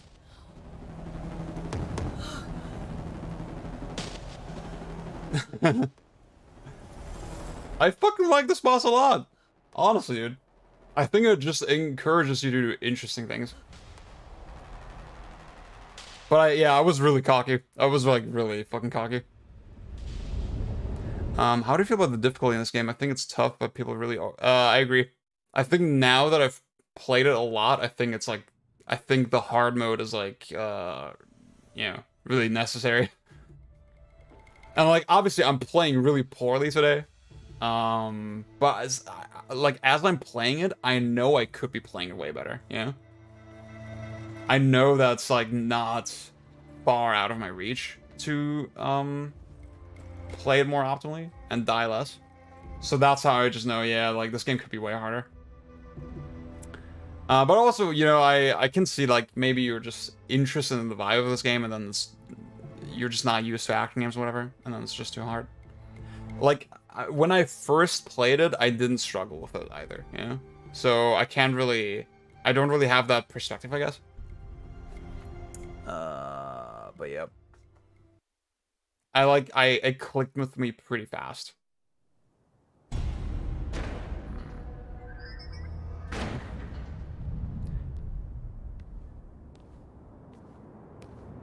Yeah, just reacting to highs sometimes, sorry, to lows is like, tough.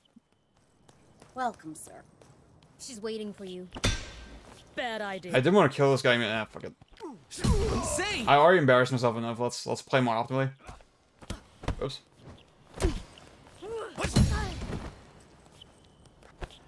Oops. I misjudged the distance there.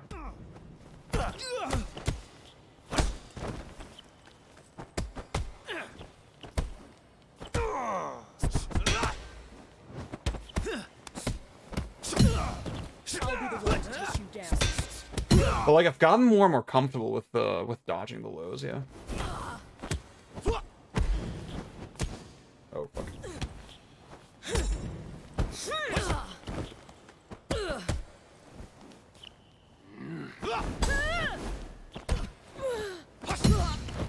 See, one thing that's really important to know, a misconception that I had about this game, is that dodging is not camera dependent. Which is the correct choice from a developer standpoint. I think that they made the right choice. But like, yeah, if I'm looking back, up is still dodging low, right? Dodging, well, you jump up, right? That's sort of the logical, yeah. You dodge a low attack by jumping up. But for some reason, my brain like assumed, oh, it's probably camera dependent, so I have to like, if I look like this, I have to tap right. But no, that's not the case. I'm playing Unsold. Okay. I've never heard of this game. I'm gonna remember that. I'm gonna keep that in mind.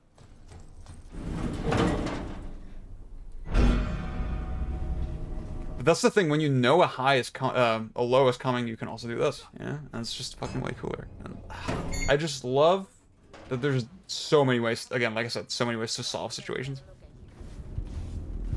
Look at your. Like in this situation, I'm dodging fast so I can end this cutscene earlier. Take him out. Don't move. Okay.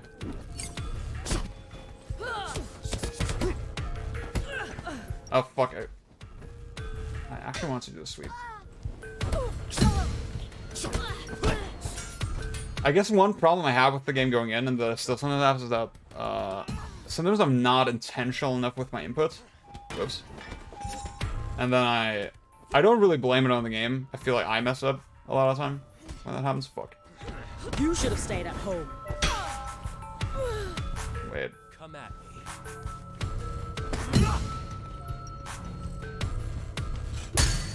Oops. Everyone into position. I didn't play Absolver very much. And I do think it looks interesting, but also, the deck building, to me, seems like something I would not enjoy. I feel like, I think the multiplayer aspect is really cool, but, I don't know, just like the fact that I have to grind to access the multiplayer is like super antithetical to what I like, kind of. So I feel like I'm getting what I would want out of Absolver out of this game already. So I'm like, you know, I think it looks really interesting and cool, and I like the community aspect of it. But like, yeah. It was a really cool game with some this a lot more polish, but yeah. Here's the thing, I respect Absolver, but like I don't know if I want to put time into it now, you know. South Korean obscure action game that Madison beat right now. Okay, cool. Shut down all entrances and exits. This level has a really cool vibe with the music as well. Again, I like this, like, the vibe of, like, infiltrating these, like, public places, you know?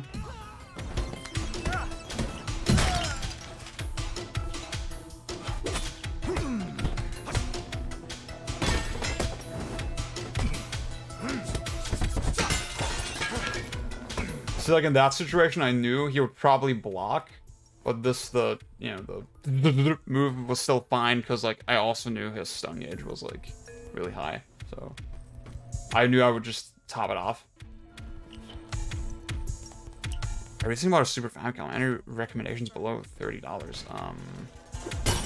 Maybe Super Metroid? I'm not like a game collector. No. So I couldn't really tell you. Fire!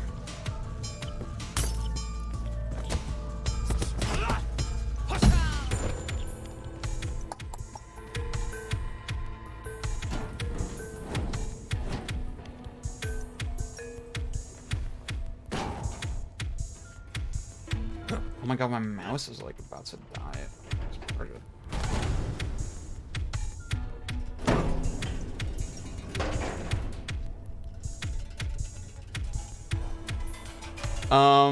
I mean, I was like thinking, dude, it's a first-party Nintendo game. It's pretty popular, so like, I'd be surprised if it's like super expensive, but like, maybe I'm super off base.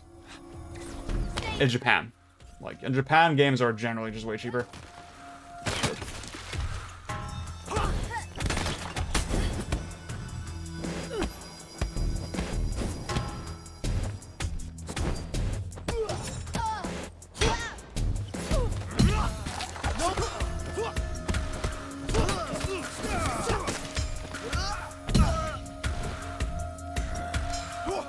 Fuck.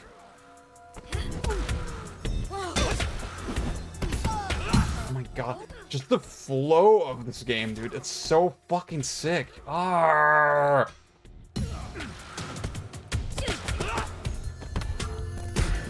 This is me when I'm having fun with a video game. It's a very rare occurrence, but like...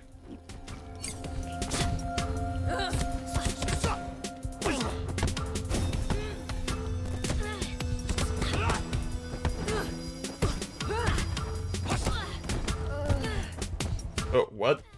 That was weird. Oh man. See, like, I like the...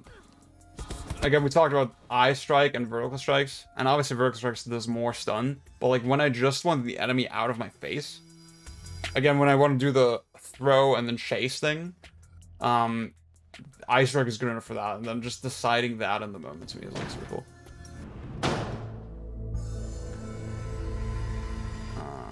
Playing as yeah, I agree with you, Hot Pocket. Strike hard and fast. We must be swift and just. God damn it! Oh, yeah. Come at me. You. Oh, why would you do that? Oh shit.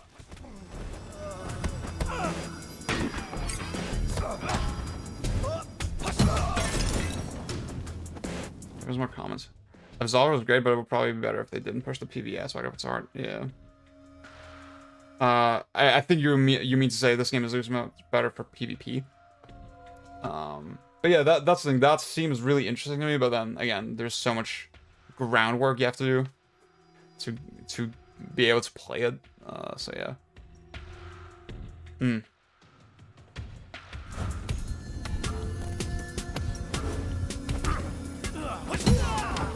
So yeah, Hylian, with me, it's like all my consoles are just modded, you know, and I just play fucking ROMs on them. It's so funny, like, one of the biggest arguments people always say for emulators is that, oh, I can just pirate the games, right? You can pirate the games on console. Yeah. Yeah, can have the best of both worlds. I think a lot of people legit don't realize that. Yeah. But yeah. And like MiSTer has just replaced so much stuff for me. Fuck, I don't think I have the score, dude. How much is the...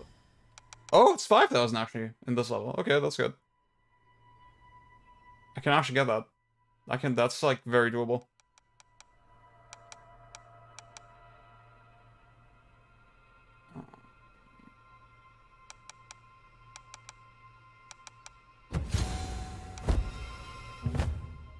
Super Mario 3. Dude, Switch modding is like a huge fucking hassle. Definitely Switch soft mod.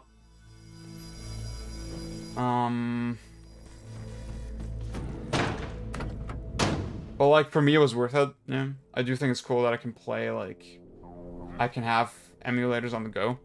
Yeah. There's a lot of games that I, like RPGs and stuff, you know, I'm more open to trying them on handheld. Squad 7 is in the elevator shaft. Repeat.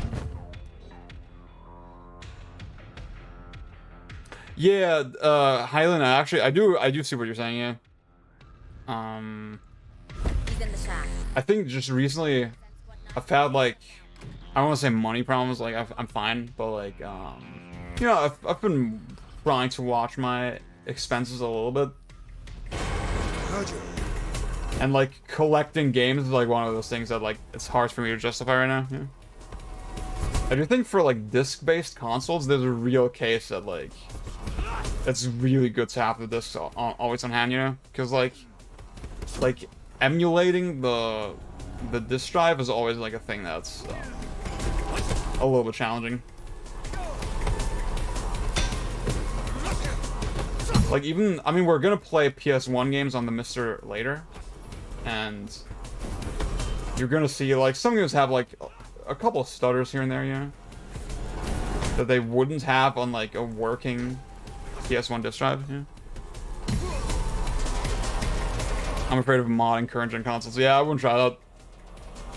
I mean, if I got like, I mean, I don't have a PS4 anymore. Yeah. If I had one, I would probably try it. Just to get PT again. Yeah, Hot Pocket, that does make sense. It's just like... So the PS2 software that you use to, like, run ROMs, it's called OPL. And it is pretty mature at this point, but, like, there are some games that it just has problems with, you know? Like, because the developers, they used the disk space in, like, very unexpected, esoteric ways. And OPL can't really emulate that super well. So, for some games, I am, like, in this position where, yeah, I'm glad I have the disc, because, like, it's just weird. I get, like, weird issues playing the ROM, yeah. Come at me. Oh, you bastard. Fuck, I didn't taunt. I don't know. Well, I'm still gonna make it.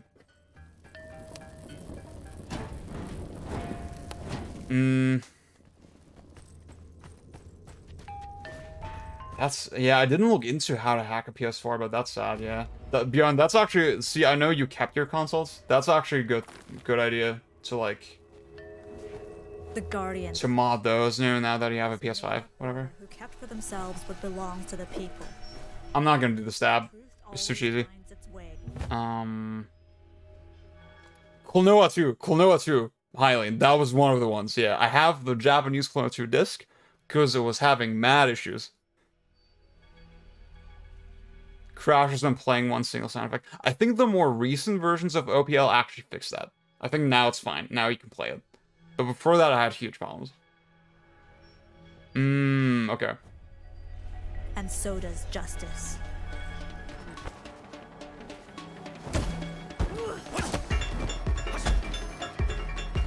Oh. See, sometimes I don't understand why. Sometimes they stay down way longer than usual. Come at. What's my multiplayer?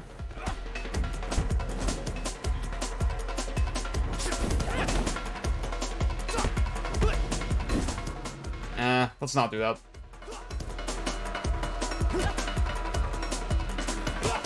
Oh, you bitch. Bitch, not gender neutral. Ungendered insult. Not referring to the fact that you're one. Come at. No way.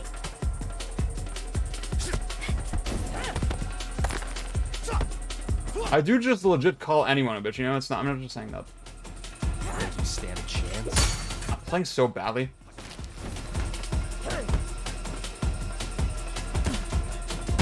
Got her.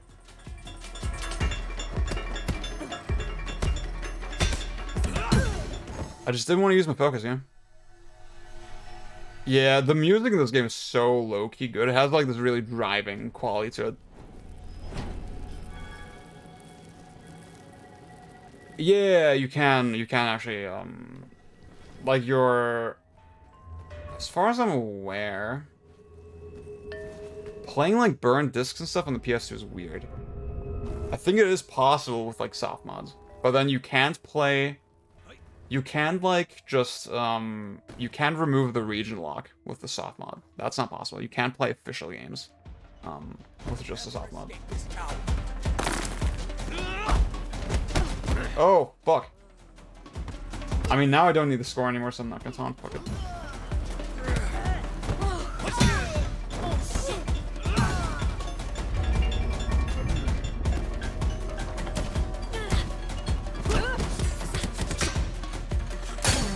Oh, baby. Oops.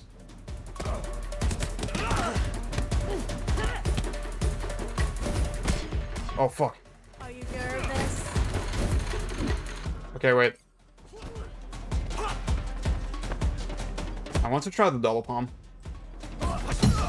But it doesn't seem that good, to be honest with you.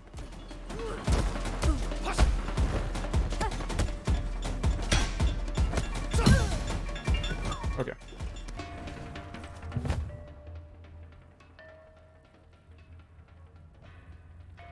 Oh, shit, okay. Clone 2 AM. Yeah, the collection, I'm very sad. I'm not gonna tell people to not buy it, because I'd rather people play it than not play it at all. But like, it's just sad.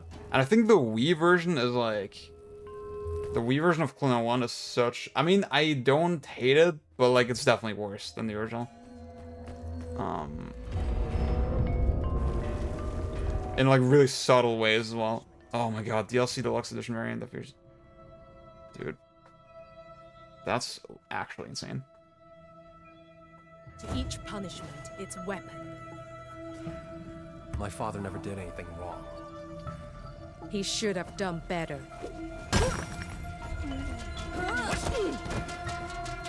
Okay, well, let me try the staff.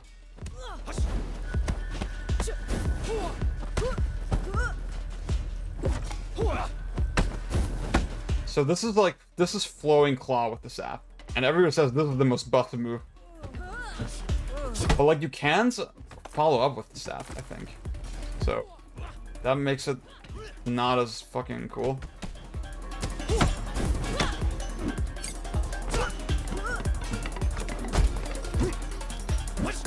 Ah!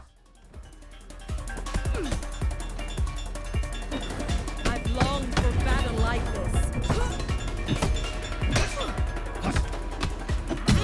Bam. See, this is what I mean, right? Like, there's certain things I just can't do with the weapons, and that throws me off a lot of the time, yeah. Because I do so much stuff on reaction. The state of ports not by M2 in 2022. Yeah. Like, you know, low-key, the fucking thing I hate the most with the Wii version of Klonoa 1 is that, in Klonoa 1, you can build momentum on slopes. It's just literally your character just like accelerates, right? But the movement stays the same. In Klonoa Wii, it's a canned fucking... When you hit a slope, they just play a canned animation that speeds you up, right? But in this canned animation, you're like, it's very rigid, you're kind of stuck in it. I fucking hate that, dude. I know it's like super petty and super nitpicky, but like, goddamn. Okay, we got it. Dude, Epsilon Eagle Klonoa is so good. The first one especially. I haven't played the second one that much. I only played third once, I think.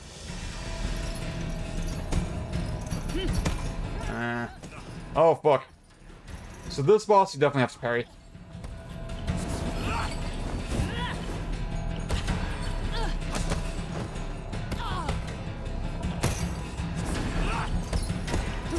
Like, parrying is super good against her.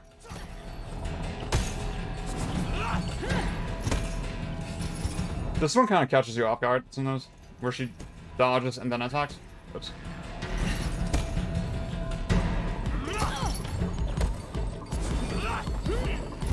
There. But like, I'm pretty used to it now.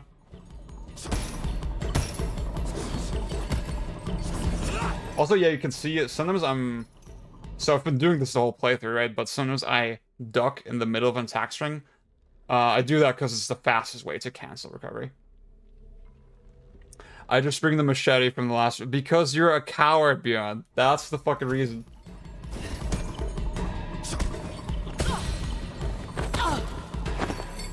Just destroys it.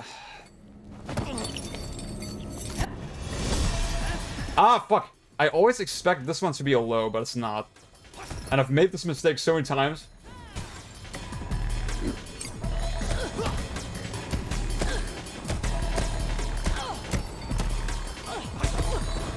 I think I could have gotten a couple more hits in, but I'm not sure. Dude, in that one combo, I got like three quarters of her bucket structure. Oh, fuck.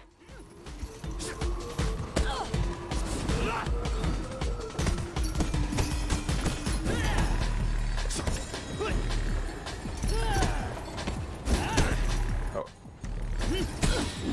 Oh, got her. Well, I could spare her. You should have finished him. Oh, fuck. So we see that at least once.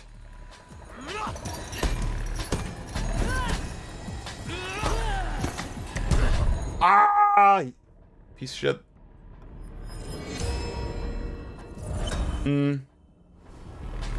I suspect your immortality will be quite the problem.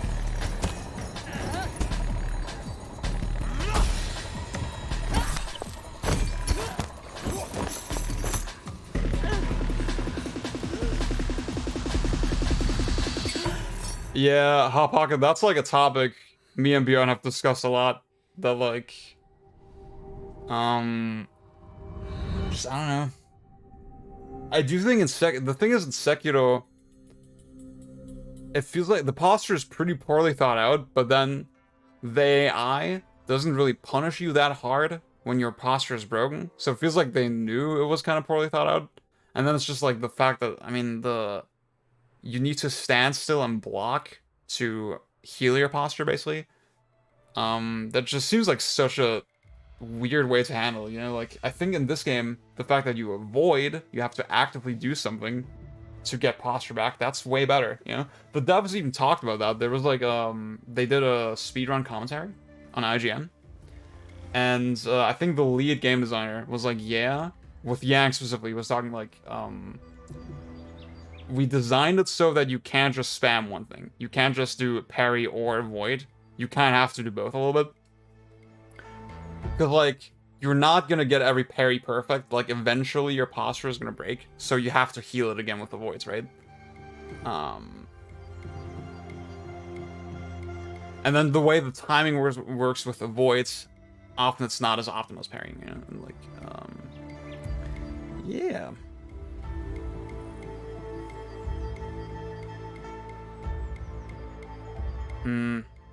I do think posture is a good idea in Bloodborne and Sekiro, but like, I don't know. The DDR melee combat.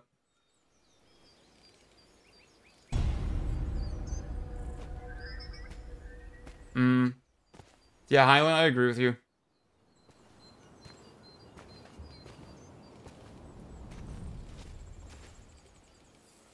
Akaneko, I have not been into that into Yakuza anymore. You know, I really used to like the series a lot, but like, yeah. Yeah, that commentary is like really good. There's a lot of nice little nuggets in there. Actually, yeah, see with this guy, the running slide is not my preferred option, but like sometimes I just do it out of habit. I was wiping my screen there.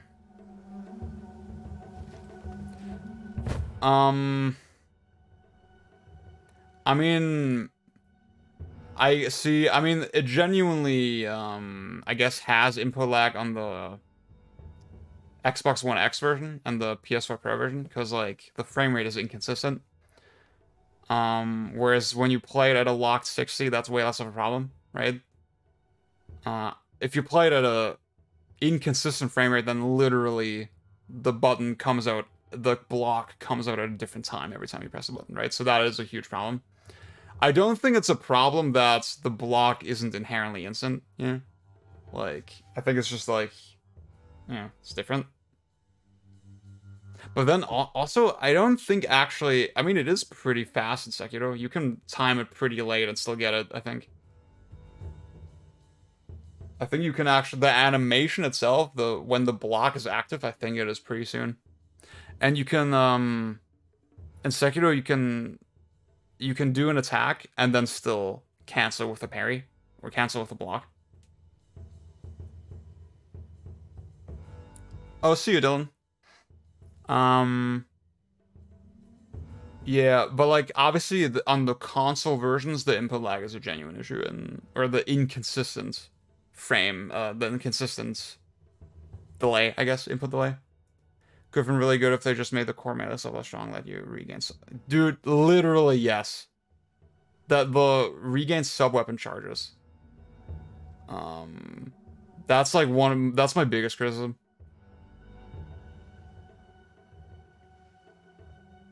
And I do think some of the sub-weapons, they just feel too specific to things, yeah. Well, I mean, Bjorn, I would encourage you to play it again, Sekiro, on the Series X or PS5.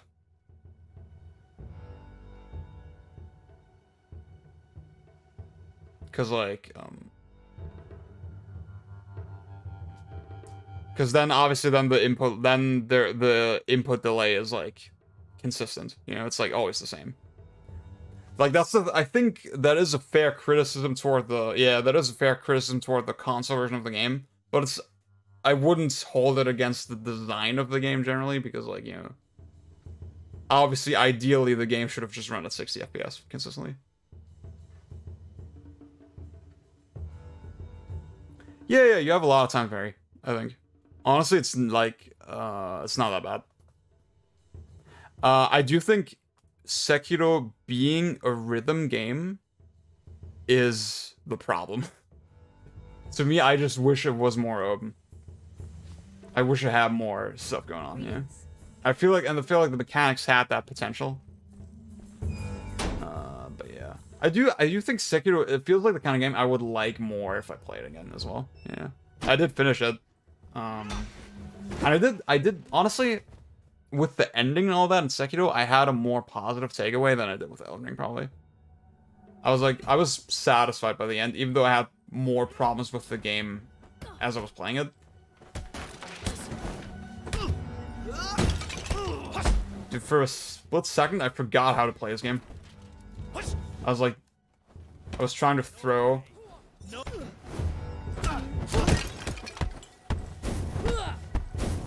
Dude, I'm dealing with this surprisingly well. Fuck. Armor.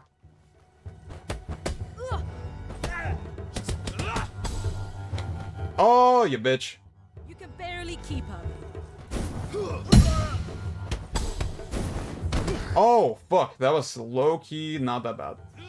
I still got hit, but... Oh my god. Okay. Oh. Holy shit. Dude, I wish you could wall run this game. That would be so lit.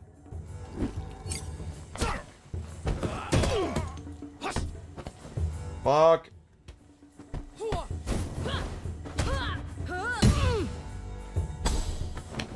Don't you forget how to I want it to be cool, too bad.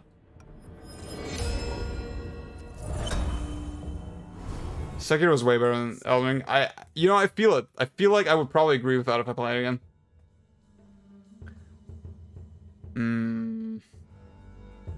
I respect Sekiro more than ER and DS3. Yeah. I see what you're saying. I think I'm about to hit the bad part. The thing is, I was memeing so hard on Elden Ring by the end, you know? I was memeing on the game.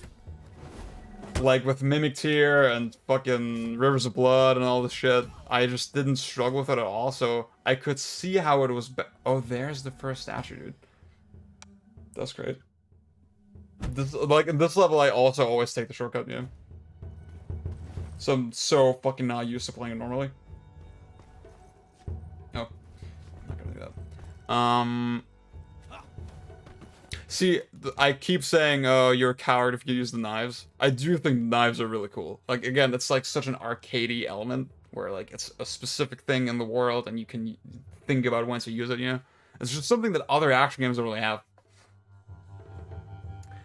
But yeah, Elden Ring, I could see that the bosses were bad, but, like, I didn't get that frustrated with it because my build was just so fucked up already, you know?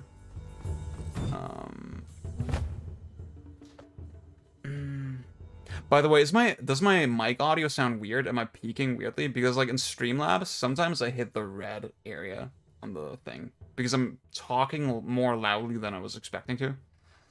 And now I'm, like, worried that it's peaking or it sounds bad, whatever. So let me know if my voice sounds distracting. The mic is fine. Okay.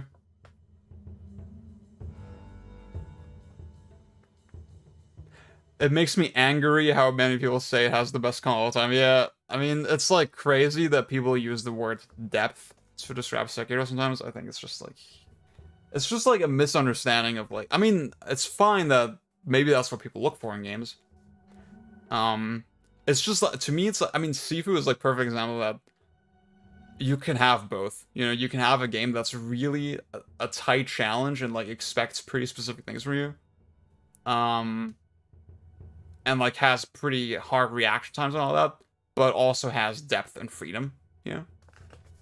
I don't see why you would make a game that's basically just a rhythm game, you know?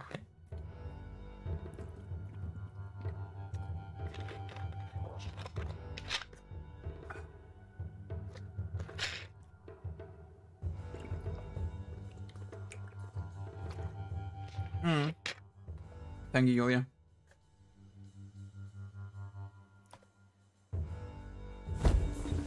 Dude, Puyo Puyo is literally, you have the fattest cock if you're good at Puyo.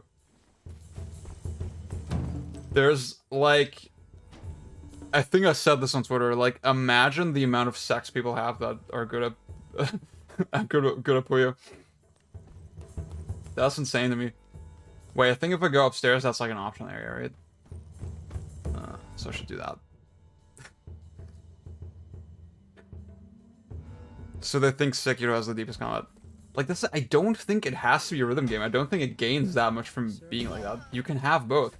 That's why I never agree with this argument. That, like, oh, it's good at what it's doing. It's good at what it's doing. Like, I guess it is, but, like, I think it could do more. I'll be with you in a moment.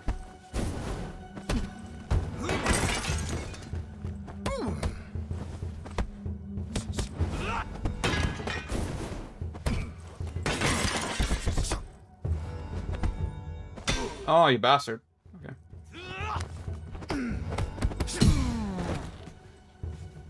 I'm gonna put you on a virgin. Women think... Dude.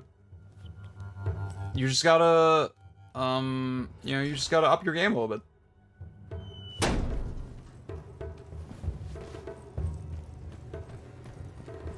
If you apply yourself, anything's possible. Where the fuck... What? Wait, where the fuck am I? What? What? Huh? What? What? What the fuck just happened? Wait, what? Did I just PT myself?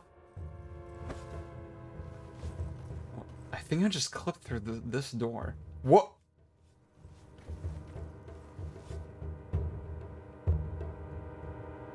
Slow clap? What is this? This seems like too weird of a bug.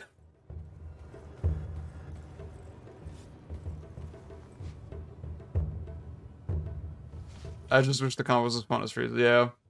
I want to stay at this term. Yeah, this game is a little bit buggy. This game is a little bit glitchy. But, like, I don't mind. It's like, it's not... I mean, I've had the game, like, sort of soft lock at points. Not on the latest patch. I think on the previous patch, I had some problems, but...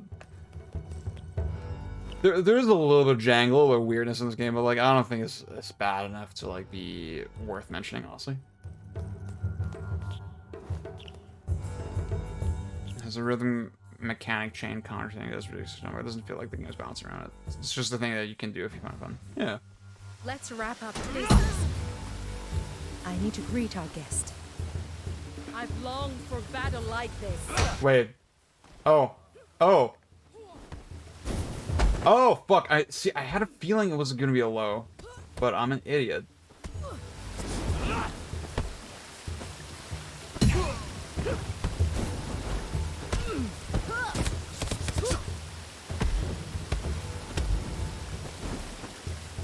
Okay. I'm playing so boring right now, dude. Oh my god. Yeah, Germ, that's a good point. So yeah, you still get health back when you kill the non-comic guys. And I'm a fucking pussy, so I'm gonna do that.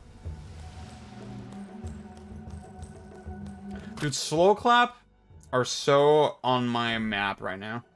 It is an because of this game. Like, this game was just way too good. Like, I don't know, just weirdly good. Oh, fuck. Yeah, fuck it.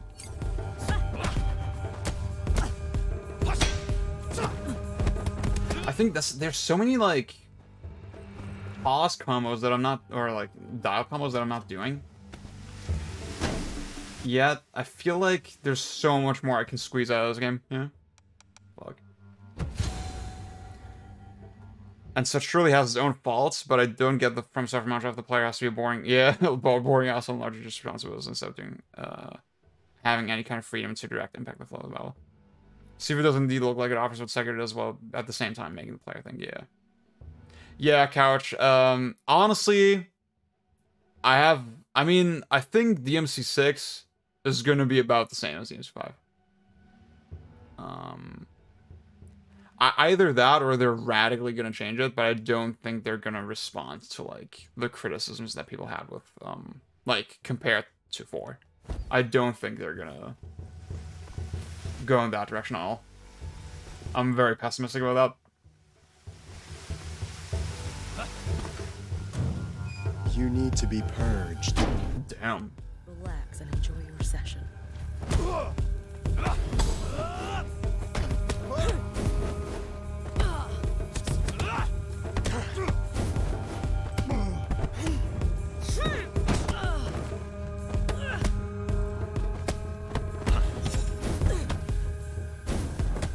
Oh, you bastard.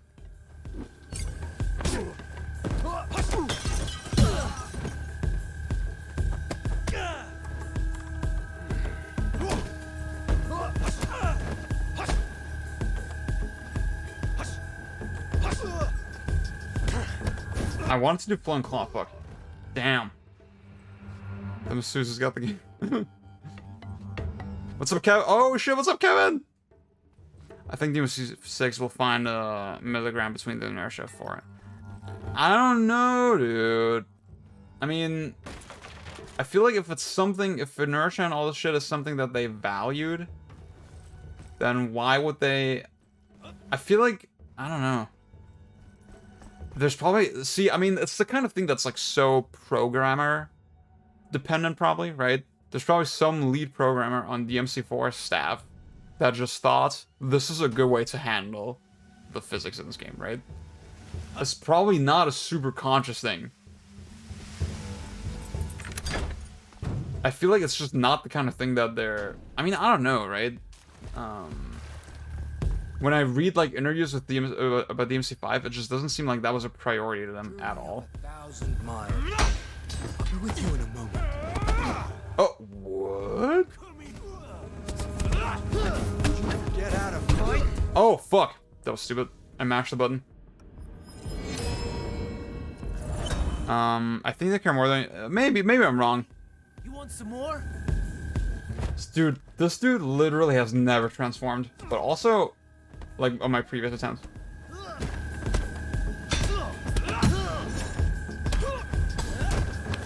Oh, you bitch.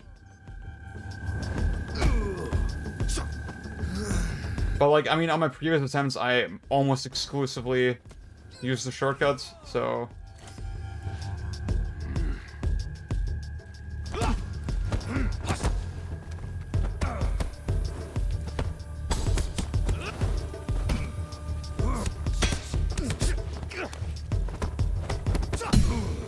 But that's weird. That he, like...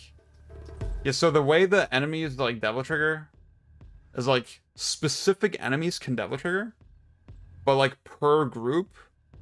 So, like, you have a group, right? And then let's say 3 of those enemies have the potential to Devil Trigger, but then only 1 of them will.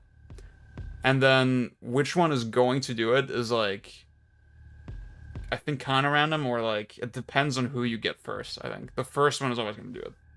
The first one that you do the execution move with. I think that's how I understand it. This is why we need games to just be, oh yeah, the Physics Team 4 will never be reproduced. That's like exactly it. Maybe they added him.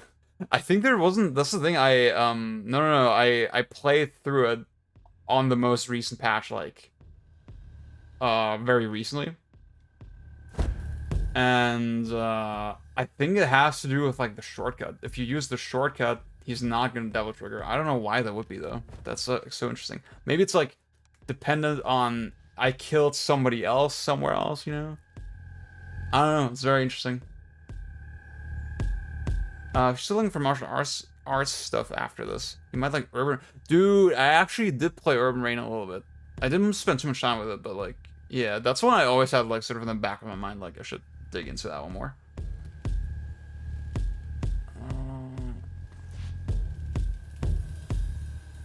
Yeah, that's. I think Couch, like, it just speaks to how a lot of this stuff probably isn't super conscious, like I said, you know?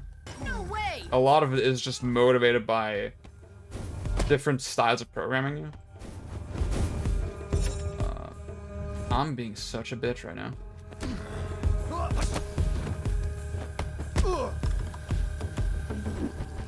So, you may know that with Yang, you can use focus. So, I have a reason to just spend it now, but like also I don't want to be a bitch, so... Wait.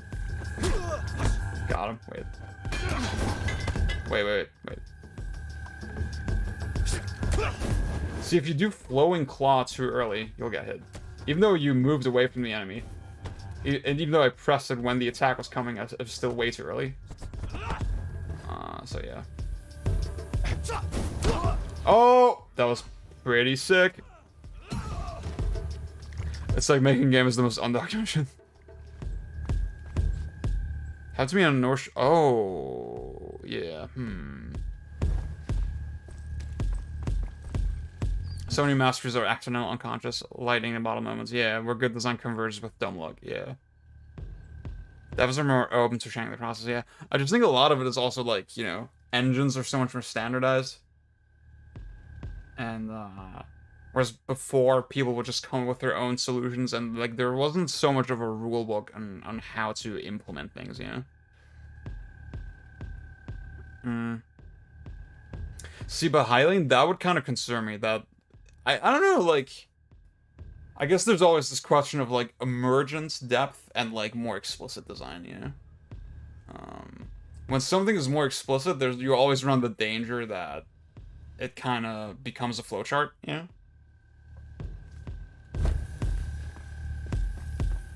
To reveal. I mean, I should focus this guy. I'll just fucking do it. Fuck it.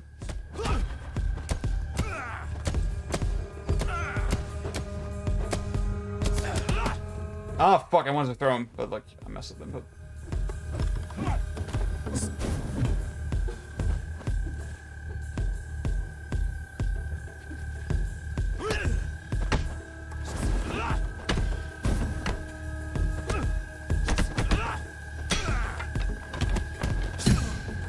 Okay.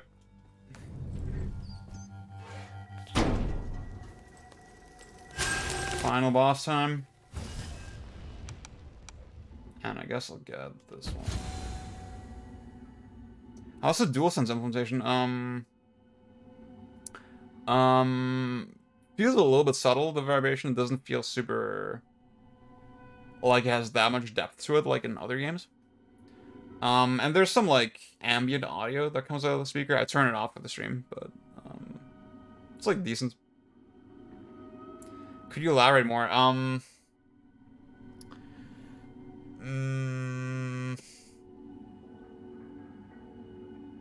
It's like I can't think of a good example. Let me get back to you on that once I think about it more.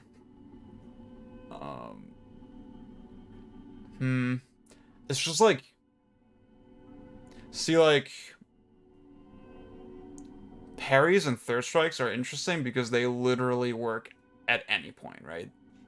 So that it's one thing that makes the skill ceiling of the game kind of infinite, right? And obviously it lets you wacky ass stuff. And then in a game like Street Fighter, let's say Street Fighter 4, right? I think they wanted to make it more explicit, so they added the focus attacks. And then obviously you could do cool things with focus as well, but I don't know. I would see. I mentioned Street Fighter 4, but the game I was actually thinking about was Street Fighter 5, because I remember in Street Fighter 5, Ryu has a parry when you just press the V skill button, or like you press medium and light, medium punch and medium kick, and that thing is like way more limited than the parry was in Third Strike. There's like way more lag on it, and it's like way easier to execute and blah.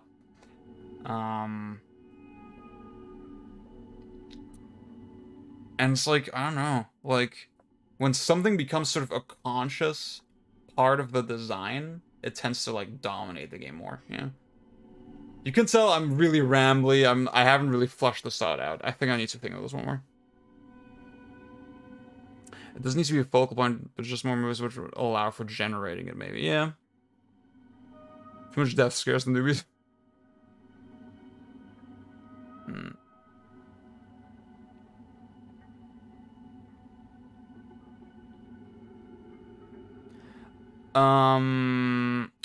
Yeah, Kevin, actually there is. So there is a super chat. But the problem with that, so I've turned super chat off because all the donations from that go to AdSense, to Google AdSense, right? So Google AdSense is the same thing that's, you know, where your ad money comes from videos and stuff. And the problem with that is that you only get the payout when you reach a certain amount, right? And to me, I would rather, if people are gonna donate, I would rather they donate so in a way that the money reaches me directly. Yeah. So that's why you can only do, like, on my stream, you can only donate with Streamlabs. But yeah. But like, I was thinking once I get more active on YouTube again and actually make videos and like, you know, I hopefully get ad revenue more regularly, then I would probably enable the super chat again, if people want to do that. Bullet magnetism is for being a cool thing to this as a happy accident, which would probably potentially get lost if we weren't. Yeah. Google lost takes a 30% cut. Yeah. It's,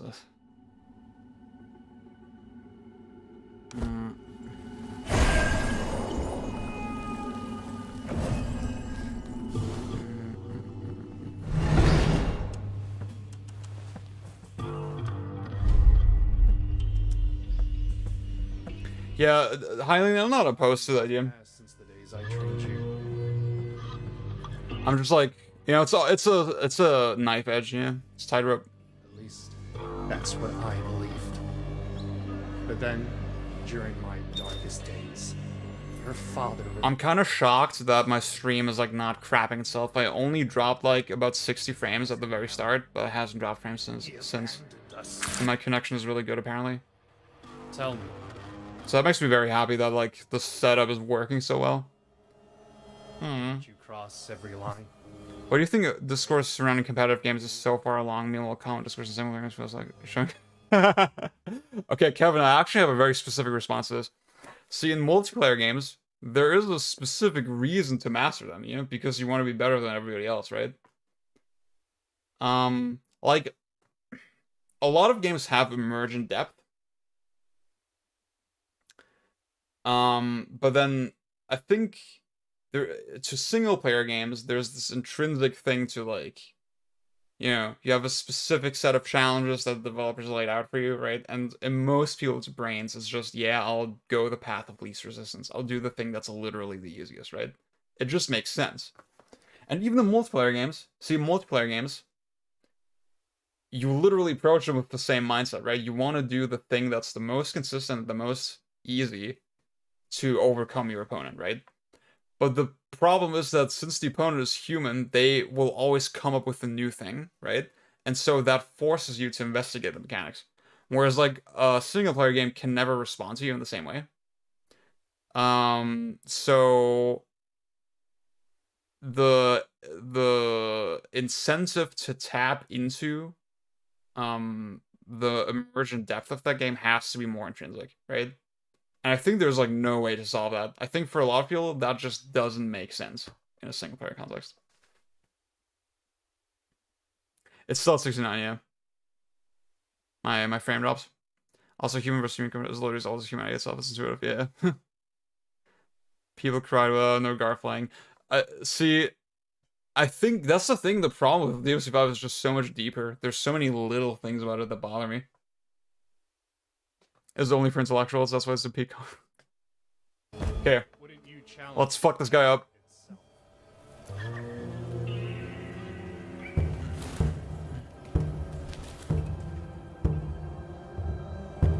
You want revenge, little brother?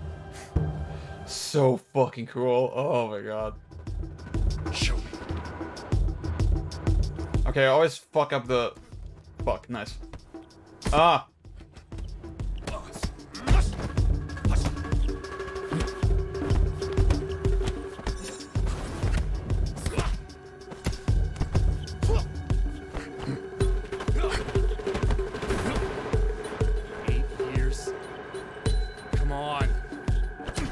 Oh!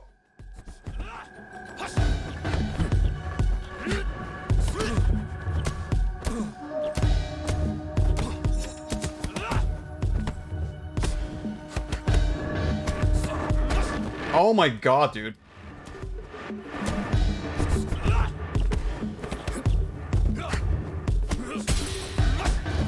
Dude, I don't know if I've ever had a better phase one against him. Oh my god, that was so clean.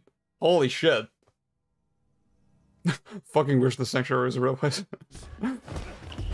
Oh my god, that was so clean, dude. Holy fuckaroli. Dude, I fucking love this cutscene and this transition. It's so cool. You're still that same child I knew. Helpless. Like the night I killed your father. You're here, in front of me, only because... I'm glad... See, I was playing so poorly the whole stream, so I'm glad I nailed that one, at least. Will you fear death once again? You sound like a frightened one to me.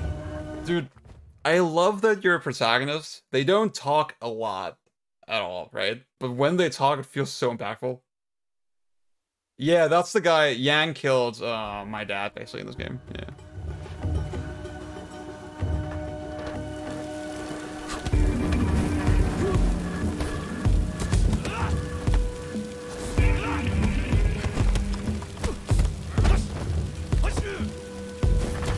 Oh!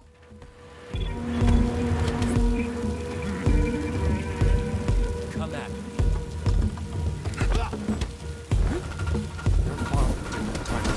Oh, fuck. I fucked that one. Ah! Dude.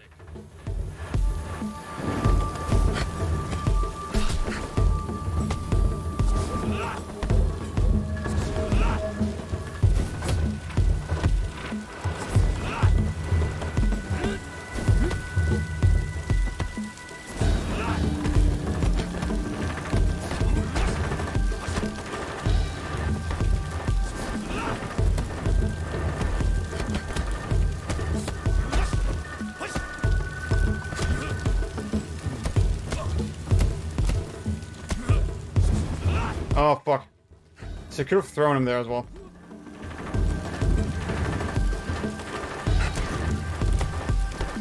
I'm surprised how much I'm nailing the charge back fist timing.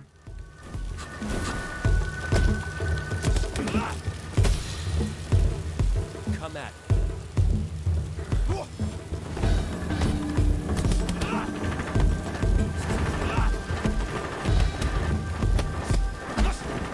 Okay, wait.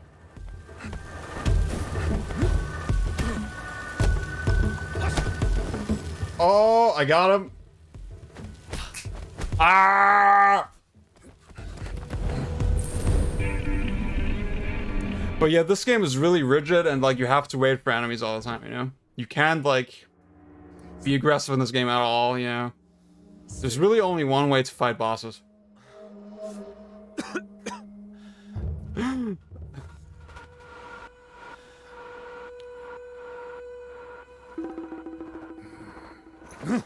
Oh, fuck. That was good. Here. With your death. I think that I love this. So this final phase, they removed the health bar, and I think that it both has like a lot of thematic sort of weight, but also it really tests like, did you actually learn how to parry? Yeah. Because the first time I did this, I was like, this took fucking forever. Because I couldn't parry very consistently.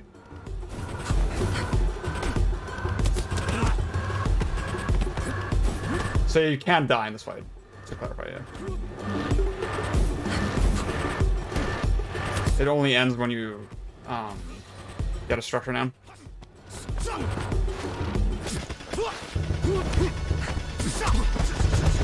And that's Sifu, that's the game.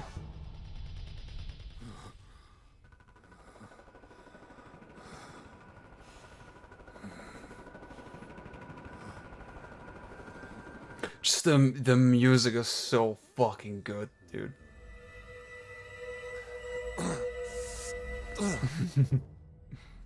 Yeah, I've done no Death Yang before, but like I think I got him really clean this time. I did do the so after the parry where you knock him down, I did that one a lot. And I would have liked to do more optimal punishes. And I didn't do like throw combos or anything like that, but like still it was pretty clean. So in that dev commentary that I mentioned earlier, like the devs were saying, yeah, Yang is like really fun to fight because it feels like such a continuous flow, you know, like between offense and defense.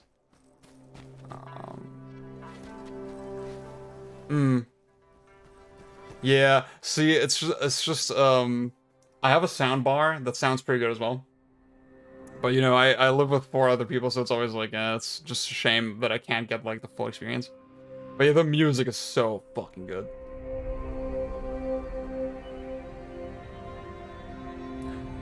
Oh, shit, what's up, Marcus? Wait, I can't see your comment yet. Just talking about to make sure I'm subscribed and... Alright, dude. That's the game.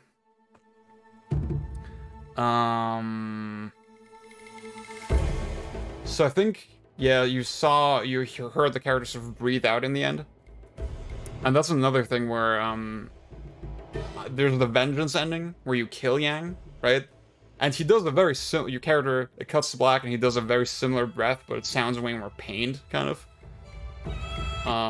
Because he knows he, like, disappointed his father, and, like, it's not the way he should have fought, right? He should have fought He should have spared everybody. And just this thematic callback to me, it's so simple, but it's so cool. Bjorn and Zero agree on music. Bjorn, I generally like the music that you like. I just wish you liked the music I like. I gotta buy this shit. Yeah. It's so good. Oh, what's up, Kudo? Dude. Fucking the Yang fight was so clean. That was like probably my cleanest attempt yet. And you missed it. Ah! Thanks, Marcus. Can we skip this? Oops, wait, that's the share button. Wait, why isn't it skipping it?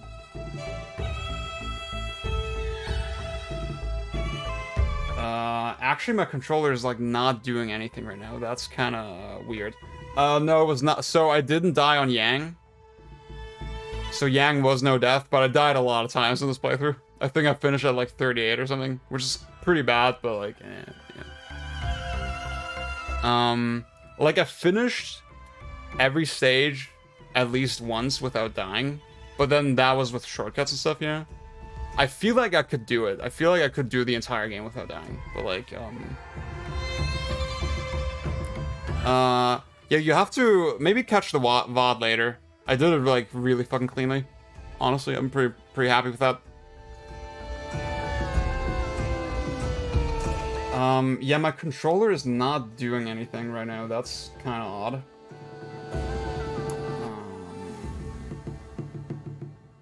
Wait.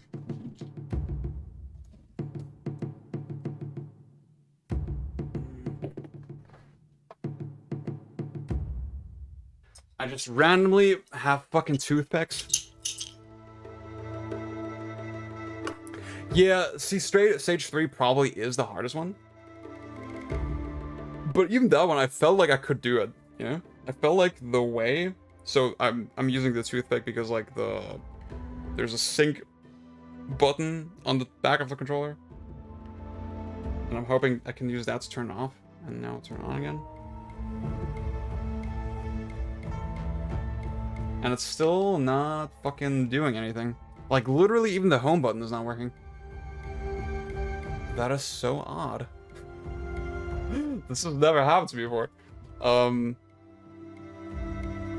But yeah, see, when I was doing Stage 3 today, I felt like I could do it. I felt like it was super doable without dying. Toothpick changes everything. Okay, you know what? This is probably a good time to fucking go to the bathroom for me. So I'll do that. Thanks, Jim. Guys, Bjorn used to work for Jim Ryan. Jim Ryan used to be Bjorn's boss. So he has, like, personal hatred toward him.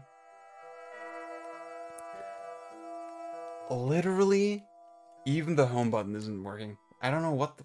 And now it's stuck. What the fuck is going on? What? Huh? Yeah, what's the most difficult stage for you? That's a good question. I think, Stage 3 is the one where I died the most. The thing is, like, Stage 3 and 5 are the ones where I have the least practice in. Because the shortcuts are so fast, you know? And, like, when I replay them, I always did them with the shortcuts. So... everybody who saw me just now play the 5th stage, like, there's so much shit that I forgot about, you know, that I didn't know. Because I just wasn't used to playing it that way.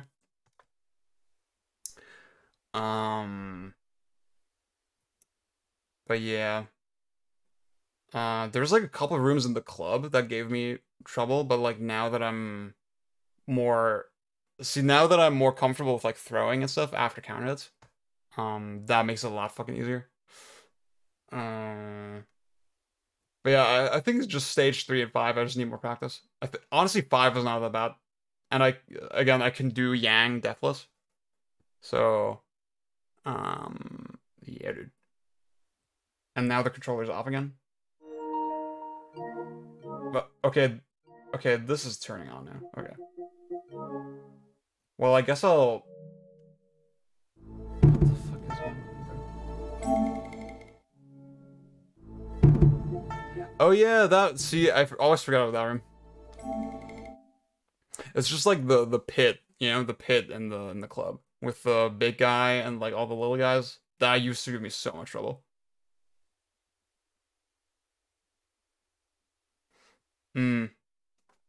Yeah, I think that's the one that Bjorn was talking about as well. Okay, wait.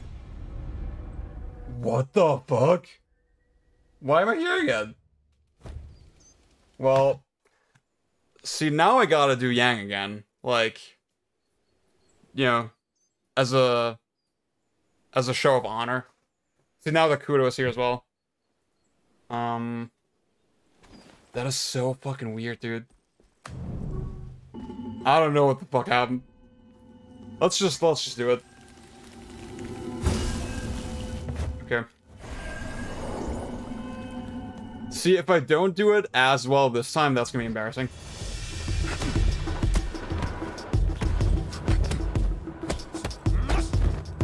Okay, so far so good.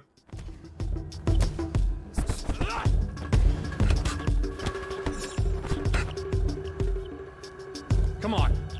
Try harder, you.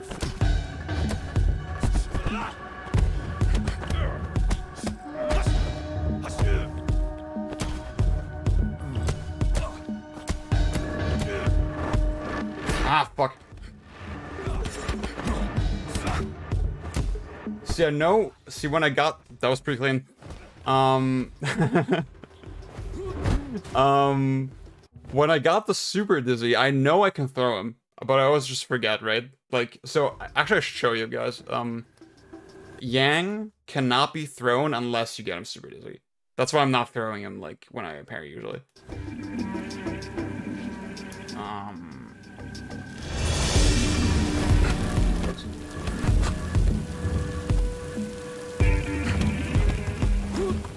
Your father didn't have time to teach you this.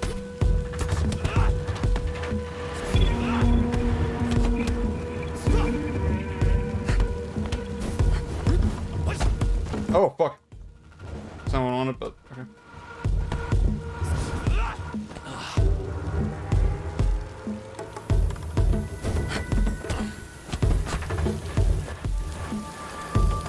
That Sifu didn't teach you. See, when I try to throw, he does this. And if you hit a wall during that, you also take damage, so, it looks like an actual play where you do it. Yeah, Kudo, there's like, I mentioned this a couple times, but like, there's a, developer video where they comment on a speedrun. Oops. Oops, fuck. Oh, shit! Okay.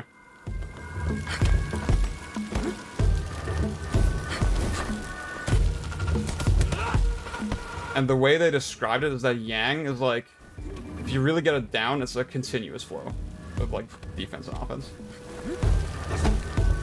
That's not what I want to. I just get too overzealous with the inputs sometimes. Come at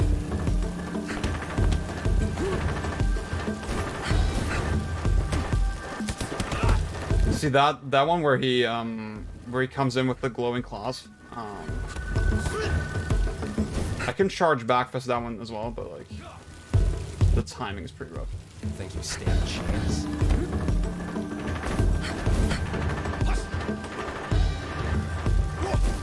Oh, fuck. Oh. Damn it. Okay.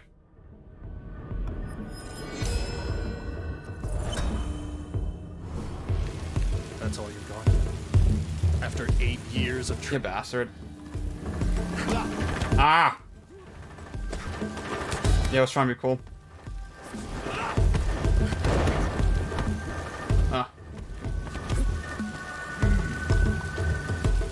Think you stand a chance?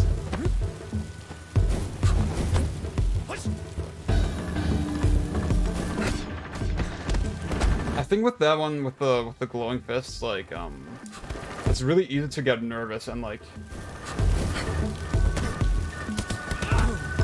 mash the stick when you're not supposed to. Come at me.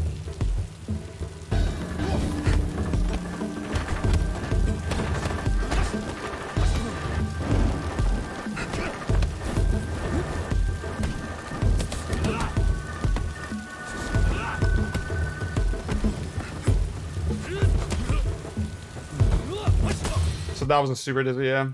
But like, you know, he was already done. You're trying to show off stuff, yeah. I'm glad you understand. But I did do a deathless last time. Stay with me.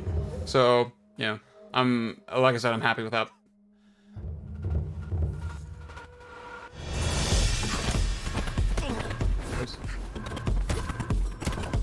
Oh, fuck. Oh, what? That's weird.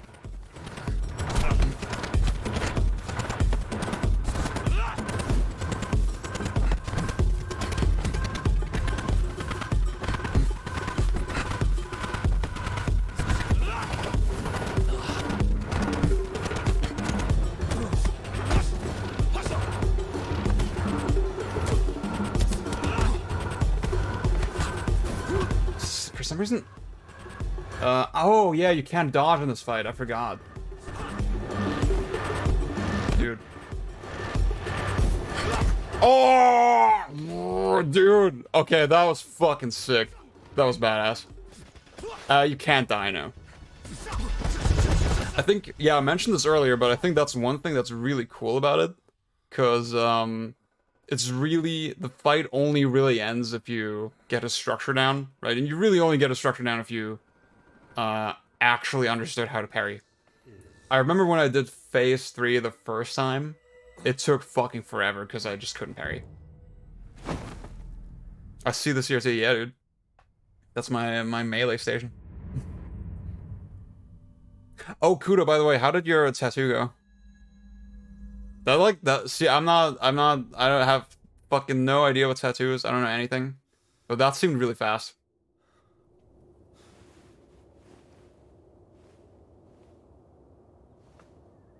So let's hope the game doesn't lock up this time.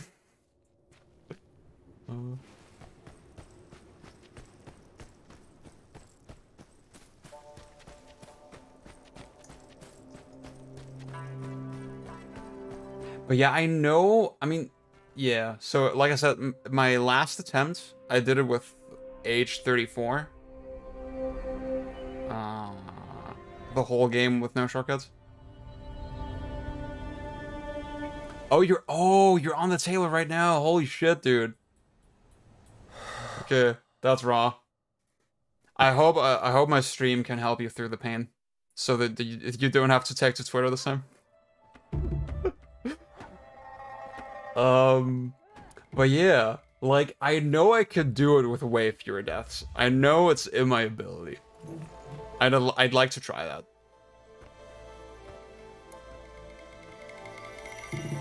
It's cool that it actually shows how many coins you use. Yeah, dude. Alright, that's Sifu. See, I was thinking I'll do another run, new game.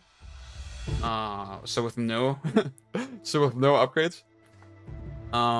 Right after. But like, this run took way longer than I thought because I was like just pausing and talking a lot. So I'm saving that for next time, for next stream, probably.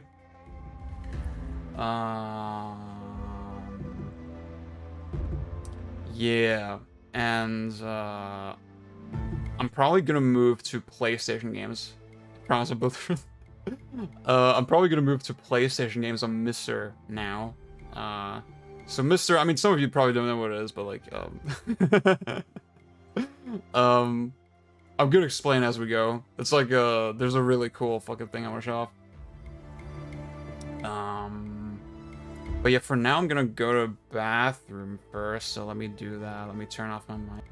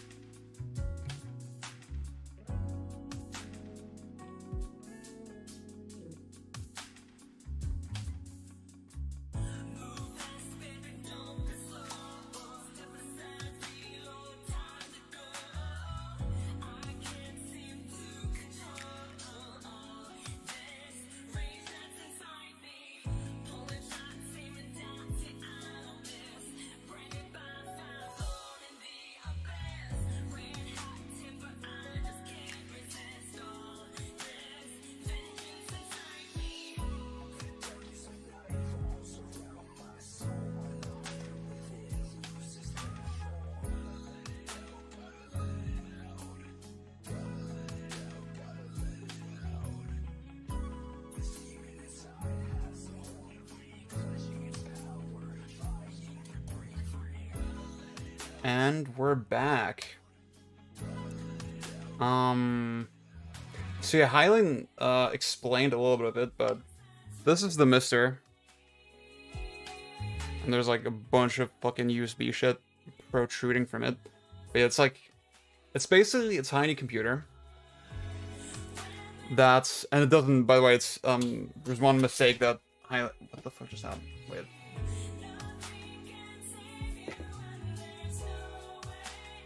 I dropped something, dude, and I don't know what it was. Oh my god, it's a screw. Well, okay. Wait.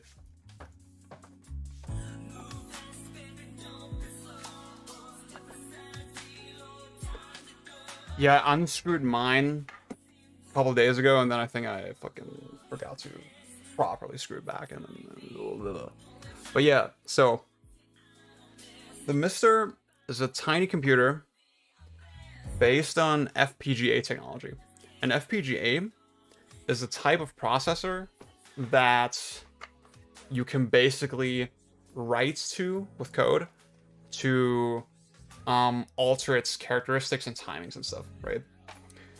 And there's like a bunch of sort of interesting development, fucking medicine, tech, whatever applications that you can use it for, right? But obviously, the CRTs in Europe go to 60 Hz or 50 Hz. Depends on the CRT. There is so 50 Hz is very common, but this is a 60 Hz CRT, and like it's at some point 60 Hz just became the standard here as well. So yeah. So the gamers, they looked at FPGA and were like, hey, we can use that to play video games. And not just play video games, but basically we can take this FPGA processor and tell it, because we can write to it and we can change the timing of it, we can basically tell it to mimic the characteristics of other systems. For example, a Super Nintendo, or a GBA, or a Mega Drive, or whatever. And what's cool, see, with an emulator,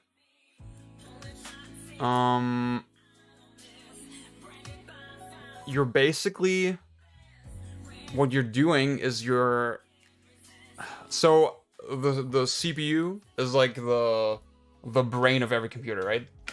The CPU tells everything else what to do. No, you can still, it's still upscaled. It's still upscaled to higher resolutions. But there's like, generally the idea with FPGA is that it runs as similar to the original console as possible, but then it can still access modern features. But then, sort of one limitation, for example, is that it runs at the original refresh rate of the console, right? Which often is not a clean 60 Hz, for example, right? That is a limitation of the MiSTer in the pursuit of accuracy, right? But yeah, CPU is the brain of the computer, and obviously you're sending instructions to the CPU to tell it to do stuff, right? To access different parts of the hardware. The thing is, obviously your fucking computer, as powerful as it is, it can't understand Super Nintendo instructions, right? And what the emulator does is translate the instructions into something your computer can understand, right? And then that takes a little bit of time. I should remove the text, by the way, because we're not on bathroom area anymore. That takes like at least one frame to translate the instructions and blah, blah, and like an emulator can't time all the components of the system like the way the original console can, right? It just takes, it's just not efficient, right? With the MiSTer, since you're replicating the console itself instead of translating instructions, you avoid a lot of those problems, right? And for me, it's like, it's both a combo of like, yeah, this is a truer experience to the original, right? It's, it doesn't lag. If the implementation of the code is well done, it's basically indistinguishable from the real console. But also that fact makes it so easy to use, right? I think that's really underrated, where with an emulator, you're always going to run into limitations and problems and stuff. And you're not going to with this thing. Like, it's so easy to, I mean, it is a homebrew project. It does take a little bit of sort of tech savvy, of course.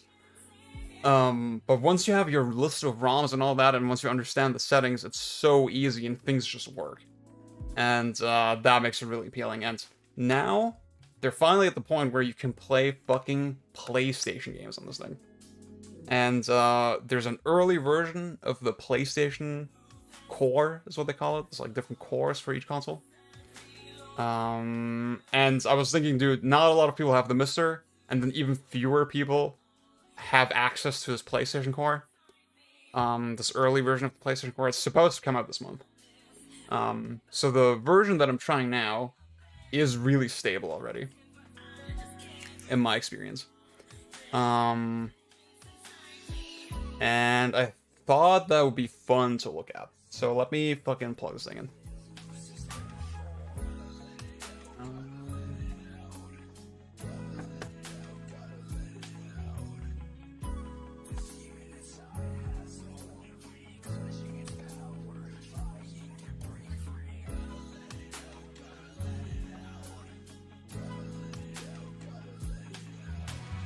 I gotta be honest with y'all, I'm getting fucking warm in this room.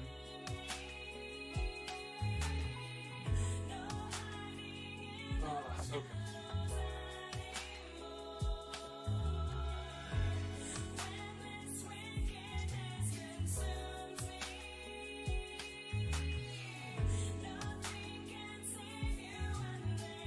Like a good one to start with.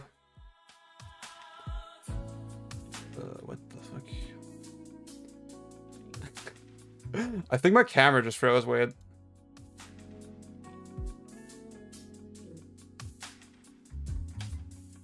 There we go.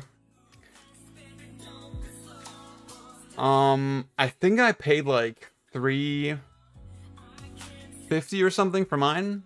Beyond, do you remember what we paid? Like, I think Beyond and we got ours at like very much the same time. And I'm gonna turn off the music now.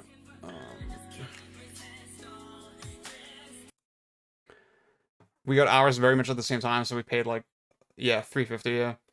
The problem is like because of the chip shortage and all that, it's like kind of hard to get your hands on one now. And like, I mean, it depends. So the heart of the MiSTer is a processor called the DE10 Nano. And if you have the DE10 Nano, you can basically run the MiSTer, right? But you saw mine was like a sandwich with like a bunch of other shit stacked on the top and bottom. There's like a lot of common parts that just make sense to use with it.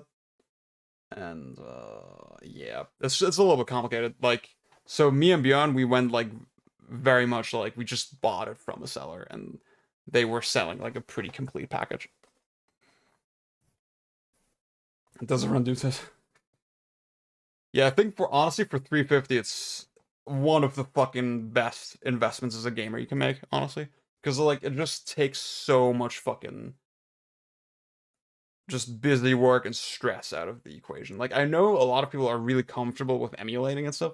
And like, I mean, I would consider myself pretty tech savvy, right? It's just with emulation, I'm really annoyed at the limitations of it, yeah. So yeah. Maybe miss the emulator center. I think emulators are important. I think it's good that they exist, but like, you know, it's like, yeah. I'm gonna say, so okay, I know, so, I have two friends, Bjorn and my friend Luke, I don't think he's here, who I know also own a MiSTer, but I feel like both of them, they haven't really explored the settings that much. So I'm gonna dig into that a little bit to like take the fear away slightly. Yeah, like things get added so spontaneously, and like it's such insane cool features. Yeah, so when you're on the screen, you press home, and there's a bunch of stuff, right? You go to scripts, and you have to make sure that your thing is oh, wait. I'm an idiot, dude. You can't even see my MiSTer. I've had the thing running for like 5 hours, and you can see it. Wait. How the fuck? There we go. Oh, wait.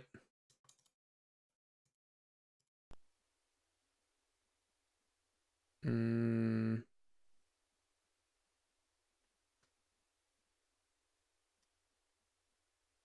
my god. I can't see the fucking MiSTer on the screen. That's bad. You can't even see it. I'm gonna plug the capture card out and in.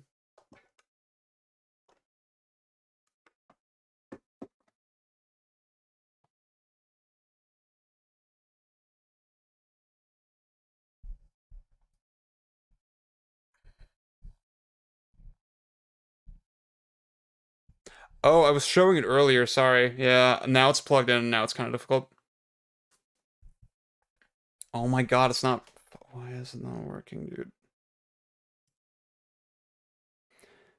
It's showing on my monitor, but it's not... Ah, oh, there we go. Fuck, I was getting worried. Okay, there we go. So this is the... Oh, what's up, Dylan? Have you tried the Dodonpachi 1 core? I think I messed with it a little bit. But I didn't play it seriously.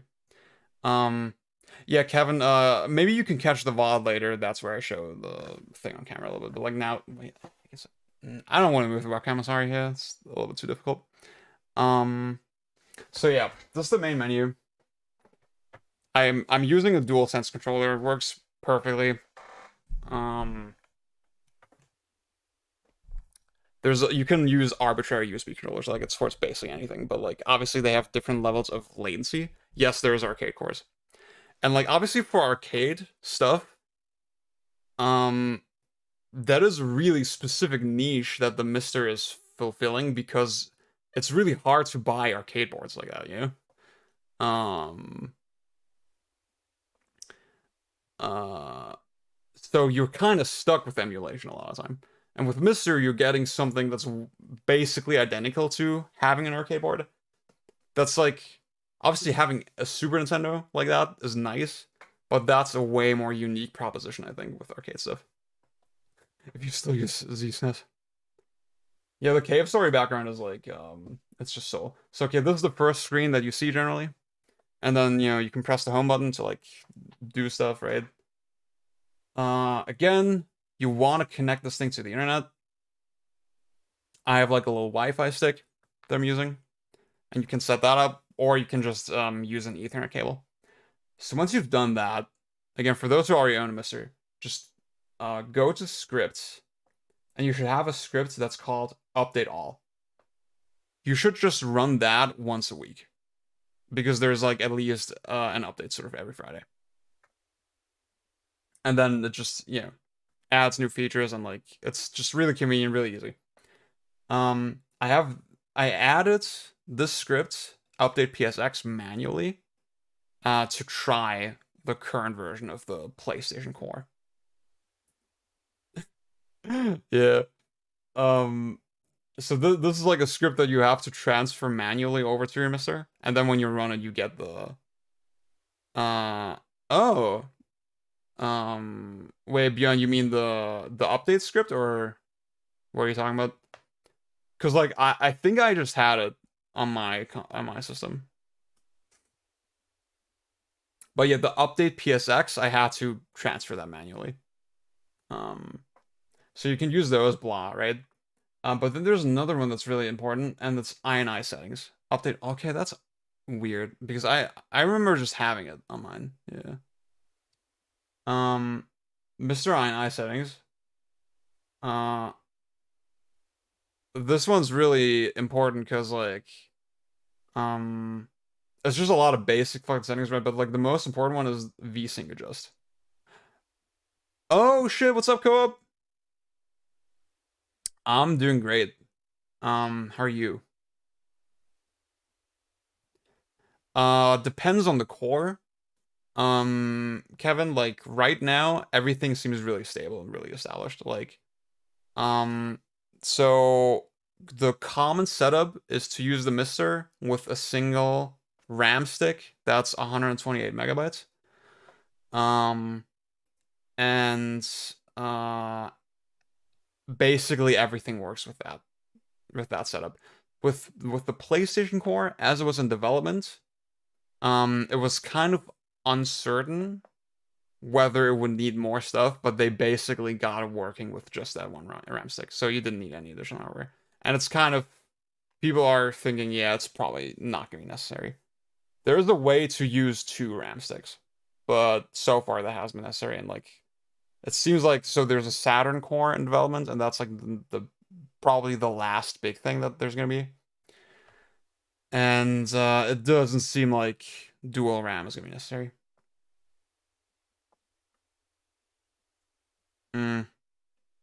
Oh yeah, Bjorn, I can send you the one that I have. But yeah, see, you want to go to this setting, VSync adjust. And then usually I have it set to low lag, because it's the lowest lag, right? The problem with the low lag is that it doesn't work with every screen, and also, when games change resolutions, you get a sync dropout. And obviously when I'm recording and streaming, that's bad, so that's why I set it to this instead. But yeah, usually I would set it to this, right? This is like, when you get a MiSTer, do this. Definitely do this. So I'm gonna cancel.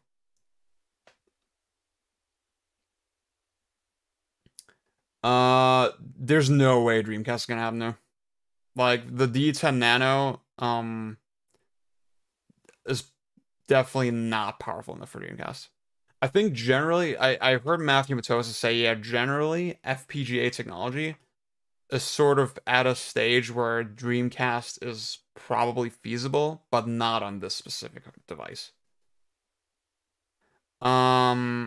So the D10 Nano has, by default, just only has a HDMI out.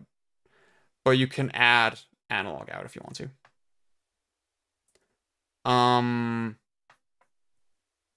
So I'm not sure. So Hot Pocket, that's actually a good question. So like I said, all these systems, they run at their original refresh rate, and a lot of those refresh rates are really esoteric and kind of weird, right? The zero mode match display frequency. Basically, you know, does what it says. It matches the display frequency, which is probably 60 hertz, right? And it basically does a really blunt frame rate not even, I don't know if it's frame rate conversion, but like, it basically displays the original frame rate in a 60 hertz container. And because it does that, there's stuttering, right? Because it doesn't match up evenly with the 60 hertz.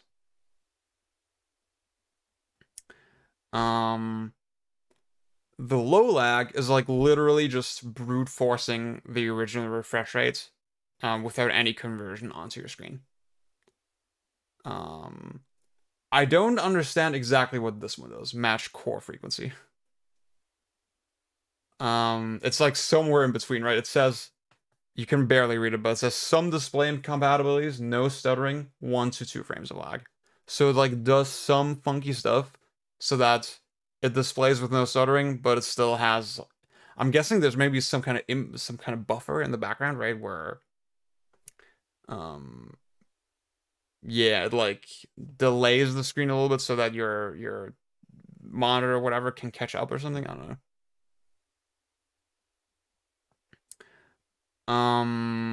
See, Hot Pocket, the MiSTer doesn't take advantage of adaptive sync or anything like that. It can't really access that. But generally, when your monitor has that feature, that probably indicates that it's really flexible with refresh rates anyway. That's how you should sort of look at it, I think. Every monitor, every screen I have can accept the low lag mode. Like, I've had no problems with it. But yeah, so, on that note, I will say all my monitors, they have VRR support though. Yeah. So I think generally the newer your monitor is, the more likely it is that it can do low lag.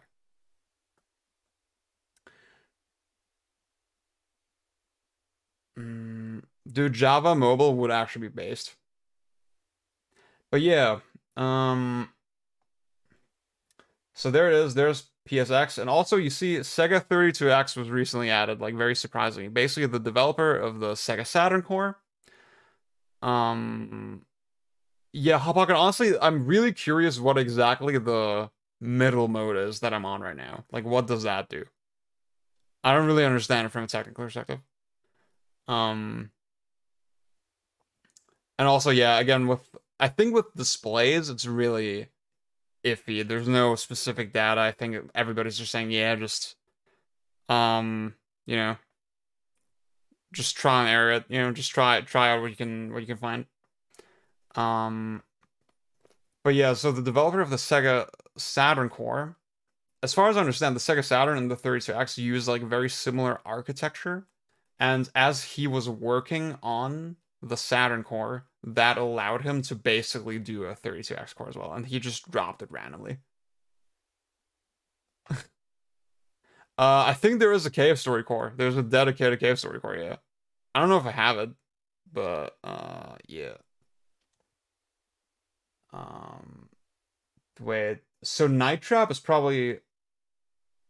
Actually, I don't know if I have that. Wait, is Night Trap 32X plus Sega CD, or is it just Sega CD? I don't remember.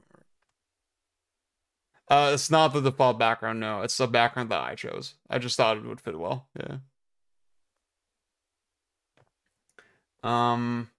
Dude, Knuckles Chaotix seems low-key kind of lit.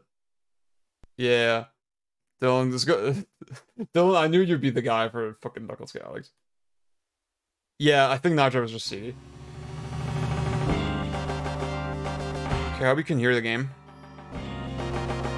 So, one other thing I would like to show you guys is that, so if you have a MiSTer, obviously you want to explore the options, right? But one option that was added recently that I really like is, this looks like a really scary menu, but basically, there's this option called vertical crop, where, there's this idea of integer scaling in games. If you're not familiar with that, I'm not gonna go into it, but like basically, you always want to enlarge the size of the screen in even increments, right?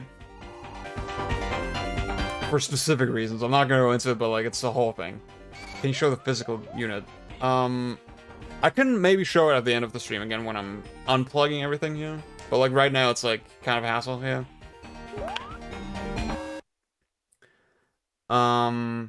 So you see if I'm scaling everything evenly, there's like black around the screen, right?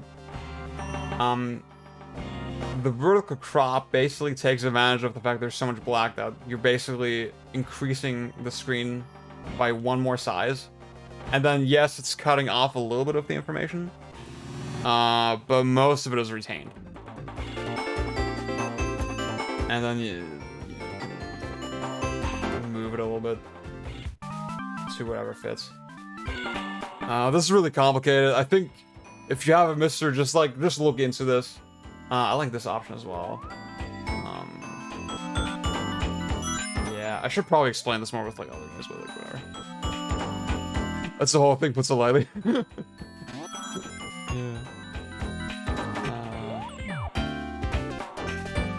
Yeah, you can also you can do scan lines and shit.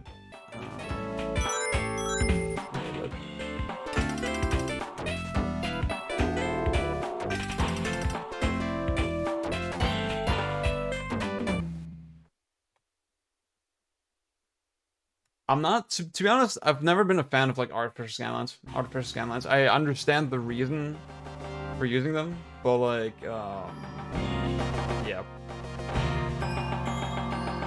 Where's the Soul? That's a super homebrew, like, open source thing, so you have to like, just Google MiSTer FPGA, and there's like a lot of homebrew sellers that will sell you one. The problem is that the current situation is like very,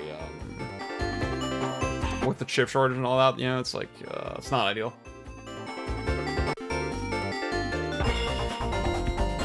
It might have been, honestly, co-op. Actually, I think the first Genesis game I booted was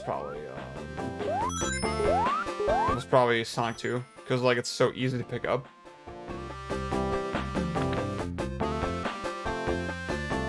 Yes I do, Bjorn. Yeah, I was talking about that at the start of the stream, but, like, yeah, I set up, audio sidechaining in OBS. That was like one thing that was really important to me, honestly. with this new stream setup.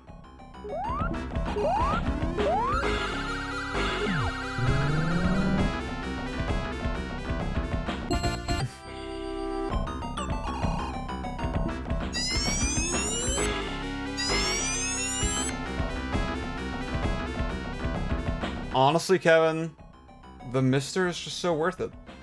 I guess, like, that's the thing. If you're comfortable with your emulation setup or whatever, then I get why some people don't see the necessity for it. Yeah, Kevin, that's what I was saying. Like, I paid $350 for mine, but now with the shortage, it's like it's very hard to recommend it. Yeah, I would just wait for things to calm down a little bit. Yeah, beyond that's definitely true. Yeah, I love this fucking mechanic. It's just so interesting, dude. I don't know. I have a feeling like Knuckles Chaotix is a low key like a hidden gem.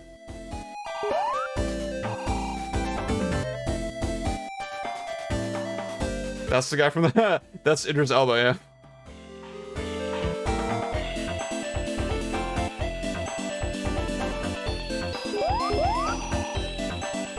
Dude, I had like the most embarrassing nerd pop off at the post-credit scene in Sonic 2. I was watching it with Yulia and like, yeah, it was funny. This is Astro. This is a 32x game, yeah. Dude, and this game, it looks fucking beautiful. It's like insane. I mean, the 32x obviously probably not a good idea, right? But like the capabilities of it in the right hands, there's definitely a solid argument to be made that yeah, there should have been more 2D games on the 32x.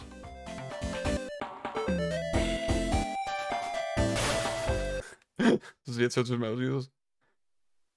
The Emily video seems like, yeah, I hate watching Metal Jesus. Dude, Metal Jesus seems like a nice dude, but like his content is like very pointless. Yeah, it's like I mean, just very, yeah, very middle of the road. Oops.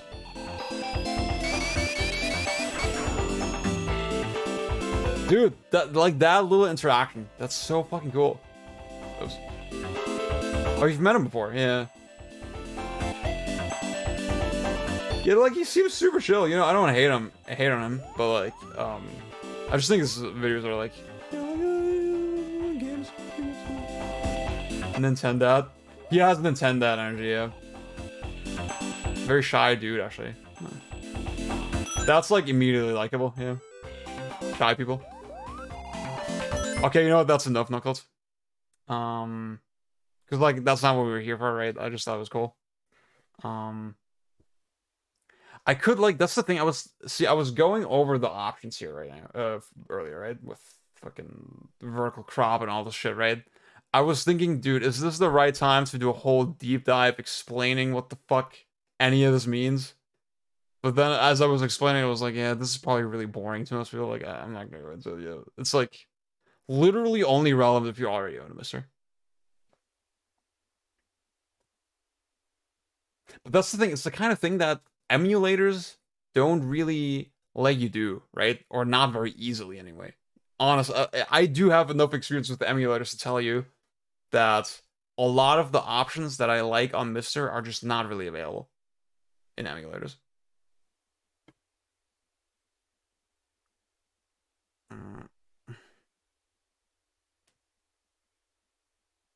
Physics was just yeah.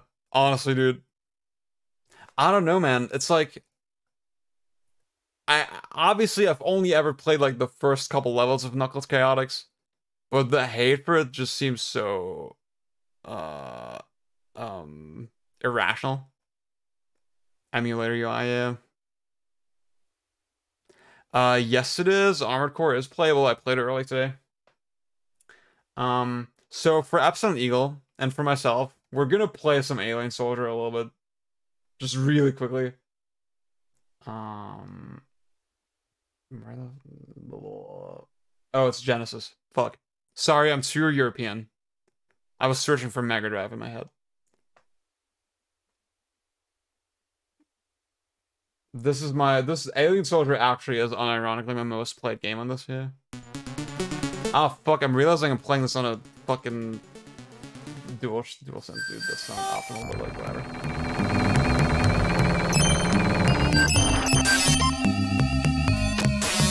Okay. Oh god, what the what? Oh no. Oh, wait, no, I don't like the split layout. Fuck. Shit. See, right now, DualSense pad is great.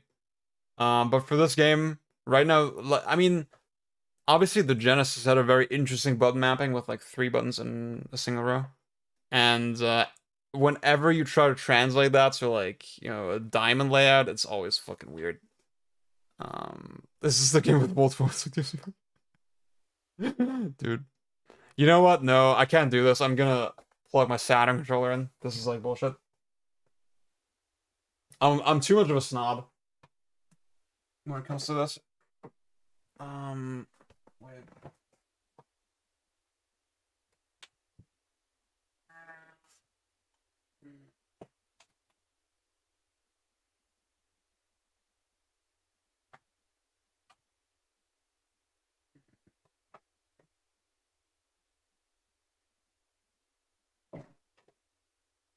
Original Saturn pad with USB adapter.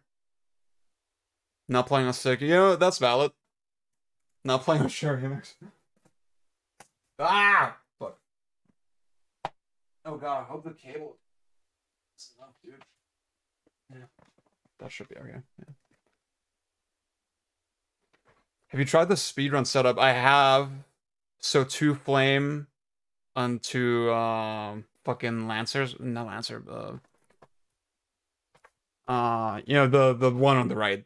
The rightmost fucking weapon I'm using. I've tried it and I'm so just not used to it, you know? I feel like it's way riskier to play the way. Obviously it's way faster, but like when you fuck up, you really fuck up.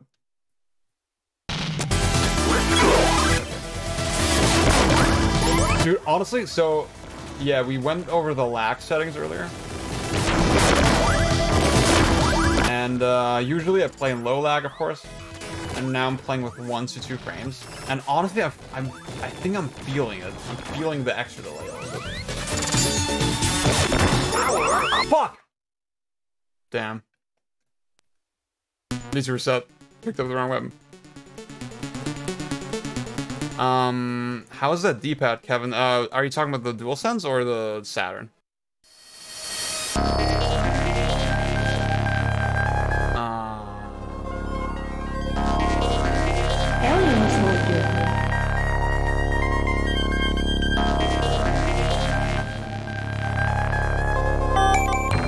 But yeah, generally I like the DualSense D-pad. I think it's good.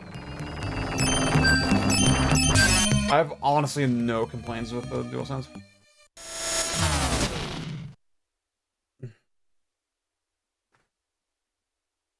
Yeah, let's start with analog.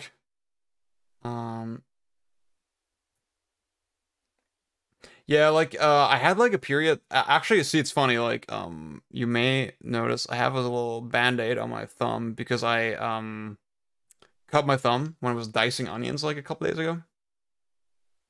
Playing on an analog stick is fine, but like playing on D-pad is fucking hell right now. And I had the same thing happen like a couple months ago, and then I was like, okay, I was really into Alien Soldier and Mega Man X at the time, and was playing them with arcade stick because like obviously I'm not using my thumb then, and just like the movement in a platformer feels very weird at first. You definitely have to get used to it. Oh, game too loud. Sorry, wait. Oh fuck, I'm gonna turn it down.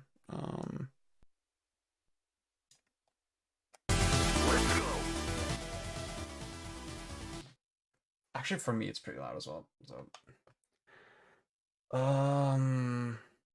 Alien Soldier and Guitar Controller.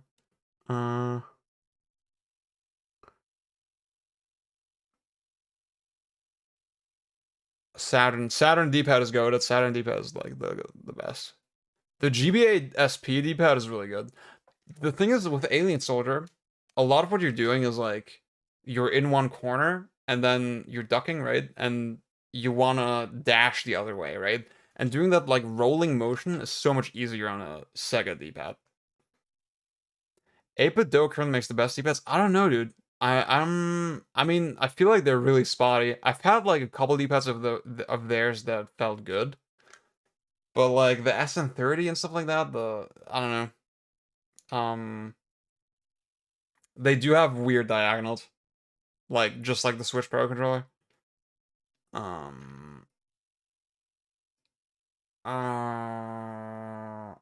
I modded my DualSense to have back buttons. That's pretty insane. Dude, yeah, Returnal, I have a huge hate boner for the button layout in Returnal. And like there's just not enough buttons on the controller to play that game correctly. Yeah, and 8-bit Do, I mean the bigger thing is even the controllers are laggy. Are really, really laggy. Especially like on the Switch and stuff. Okay, wait, let me actually... Oh, wait, now I can't hear anything.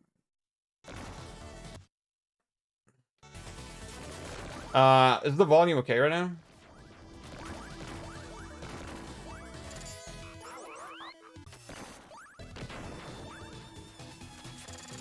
It's like the Raycon controllers.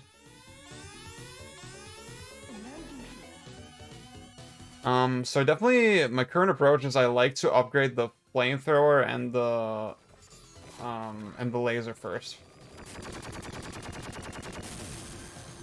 As much as possible. It's fine, you can make it a bit louder, okay.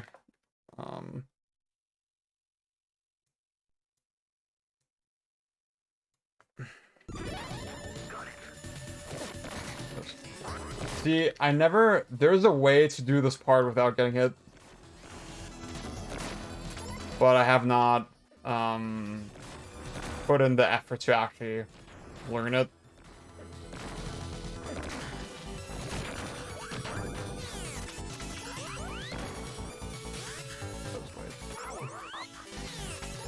I gotta be honest, like, playing with my thumb right now is really hard. I know no Johns and all that, but like, yeah.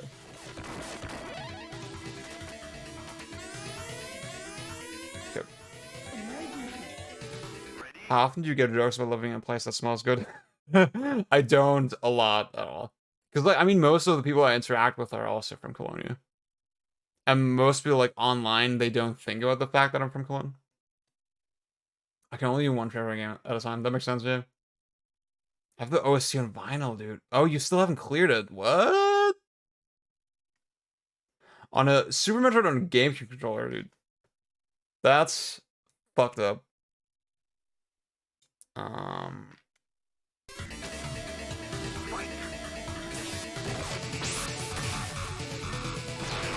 Shit, I like to wait with the dash until he does that one, because obviously when you do the Phoenix dash, it also clears the bullets and turns them to health, so you can do like consecutively. That's so sick. Okay, I'm gonna play until Prince Philip. Oops. I was greedy.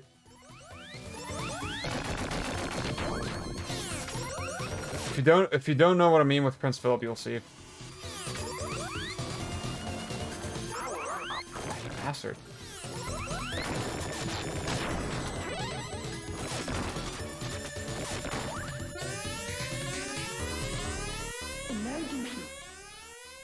You're in Digital Foundry country then. Yeah. Yeah, Alex and John both live in Germany. There's a way to do this guy super fucking cool. But I can't do it consistently. It's just like, dude, like learning all the fucking strats and like perfectly executing them seems like not fun to me. I like just playing the game sort of spontaneously. But I would like to get better at it, you know? Like, I feel like I'm not putting in the effort to actually get better, and that kind of bothers me. What other game was like this in 1995? Dude, honestly, Alien Soldier is just low-key huge. Like, I think people don't understand just how fucking well thought out and well designed and all this shit is.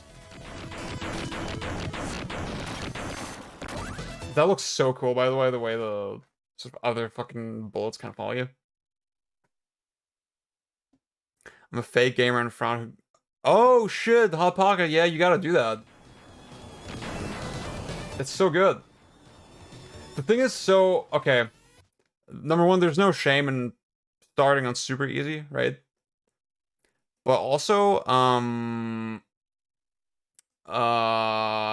when you're playing on hard, yes, fight answers are dude, Cuphead is low-key really cool. I haven't played it since launch, but I feel like I would like it even more if I played it now. I feel like I didn't appreciate it enough. But yeah, the thing is, when you're playing on super hard and you die, just start again from the beginning. It's not worth... Like, when you use the credits, you lose all your upgrades. And, I'm thinking you should just restart at that point. Okay, there he is. Prince Philip. Doesn't he look like Prince Philip? A little bit. That one image of Prince Philip in the car, yeah.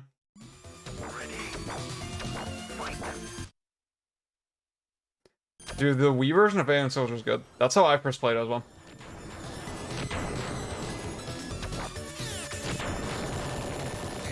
Actually, I'm gonna play a little more. Yeah.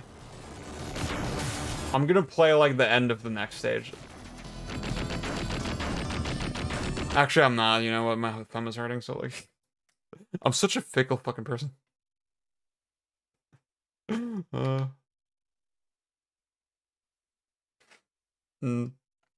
Okay. Yeah, let's do fucking PlayStation. Because that's what we're here for. The thing is, like, I was testing the PlayStation Core earlier, and, like, my thumb was fucking dying, bro. It was not fun.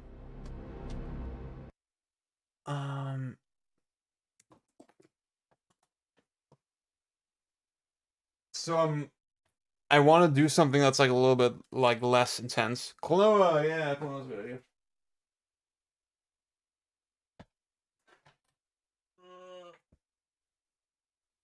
Oh.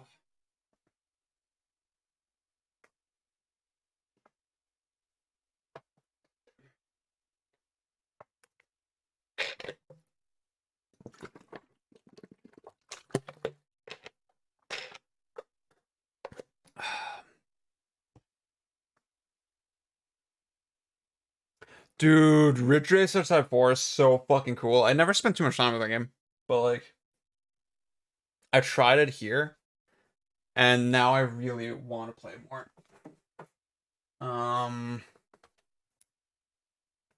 That is just cool.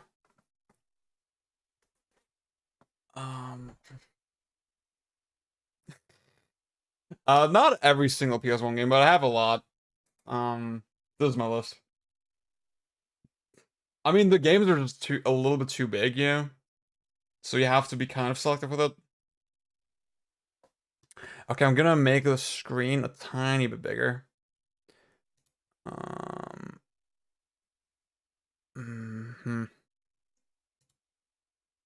Cause, like, I mean, we have all this beautiful black space, like, might as well use it.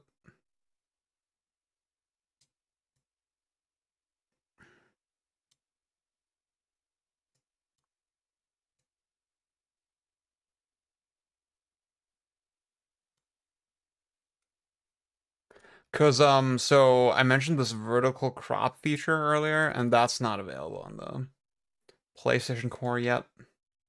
Umihara Kawase, I think I have that one, actually. Is that a JRPG? I did download a couple of JRPGs, yeah. Cause, like, you know, you gotta stay open-minded. You know what? Yeah, let's start with that one, and then we'll do Ridge Racer, and then we'll do Klonoa. Revelations. Dude. So yeah, PlayStation is a console where all the games, they change resolutions fucking constantly. So that's one where it makes sense to not use the low lag mode. It's kind of annoying. Like, depending on your display, it can, like, it drops out a lot.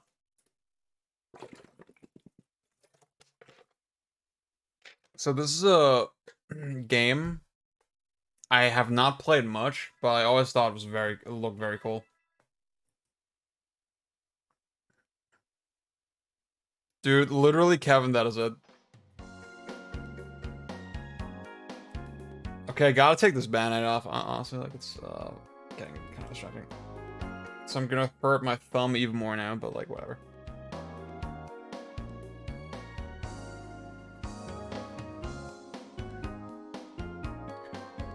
Yeah, there's no PSP that's really ideal, unfortunately. I like the Go the best, honestly, these days. Wait. Does this game have? I don't know. But yeah, like it's crazy. The PSP processor is just a newer generation of the PlayStation 1 processor. So like it just runs those instructions natively. And it's basically the best PlayStation emulator. And the Vita, yeah, the Vita has the same thing. The Vita has the same chip inside it.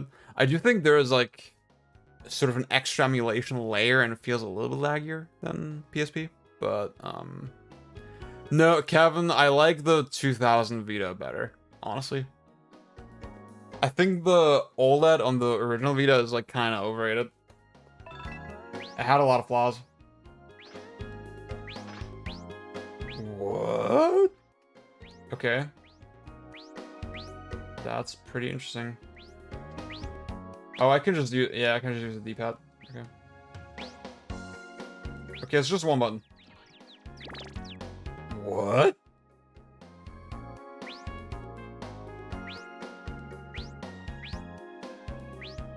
I do like the way this jump feels. Oh shit. Oh my god. That feels so fucking cool.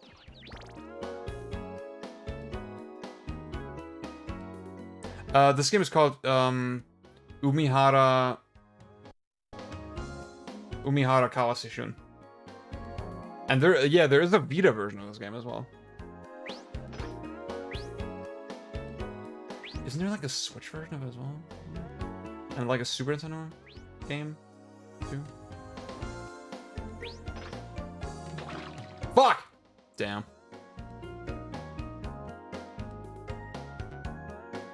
Shmoving, honestly, yeah, this is a Shmoving game. Dylan, that seems right. I haven't double checked that, but that seems right that it's made by the Cotton guys.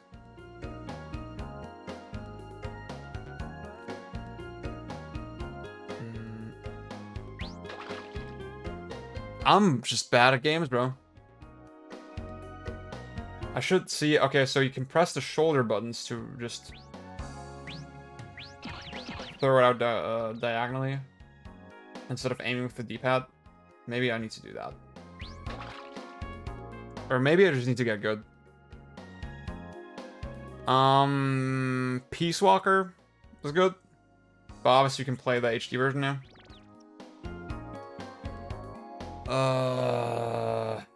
Dude, I was so into the PSP, but I could not. I remember. Why am I so bad?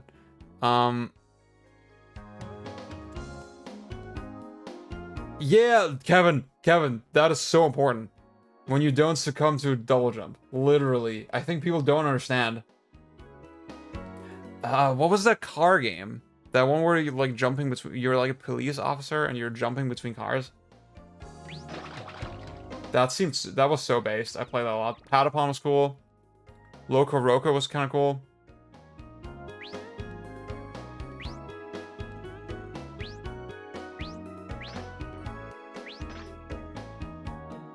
Yeah, Epsilon Eagle, this is like kind of a hidden gem. But like, it's like one that people kind of meme up a lot. Dude, it's like Knuckles Chaotix. There's a theme to the stream.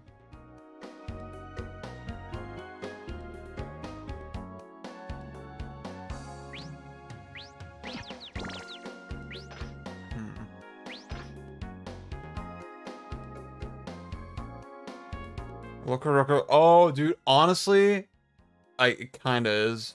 See, I totally forgot. Obviously, I wasn't fucking sort of receptive to that shit at the time, but like, yeah, I remember what you mean. Dude. Oh no, see, oh, that has tanked my mood now, just remembering that. Like Plague Knight and Shovel, yes, dude. I mean, I could just be lame and do this, yeah. No, six-pack co-op. Driver San Francisco was not the game I was thinking about. There was like a PSP game.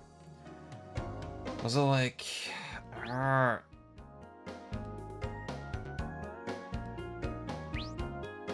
don't know. I forget what it was called. Dude, the Resistance game on the PSP was like surprisingly really good. Oh, what's up, Snake SRK? Yeah, I hope to be... Whoa. That's pretty cool. Wait. What the fuck am I doing? Wait, what? So if I press down, I pull... Okay, interesting. That's kind of counterintuitive, but okay.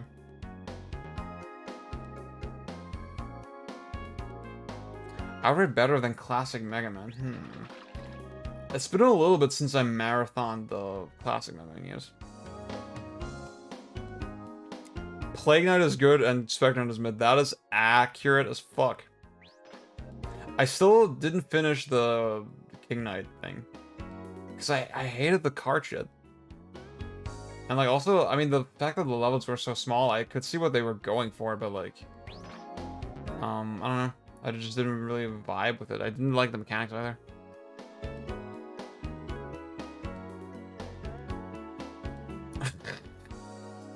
Accidentally called Connor. Yeah, I mean, I like Shovel Knight, but I never got this. Yeah, like I said, like, I never got as deep into. I do think, I guess it's another case of like Shovel Knight feels more explicitly designed and kind of tighter for it, you know. Whereas Mega Man has a lot of weird jank in it. This game is called Umihara Kawase. This is how you spell it. Kawase. Umihara Kawase Shun.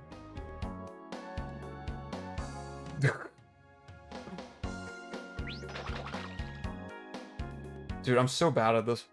That's like insane. I think I need to replay Mega Man 11. I haven't played that one in a little bit, but oh my god, I'm only now realizing there's a time limit, dude. Oh my god. My feeling is Mega Man 11 is like just the best one. See, I was here before and I didn't realize that this was a door. Okay, we got it.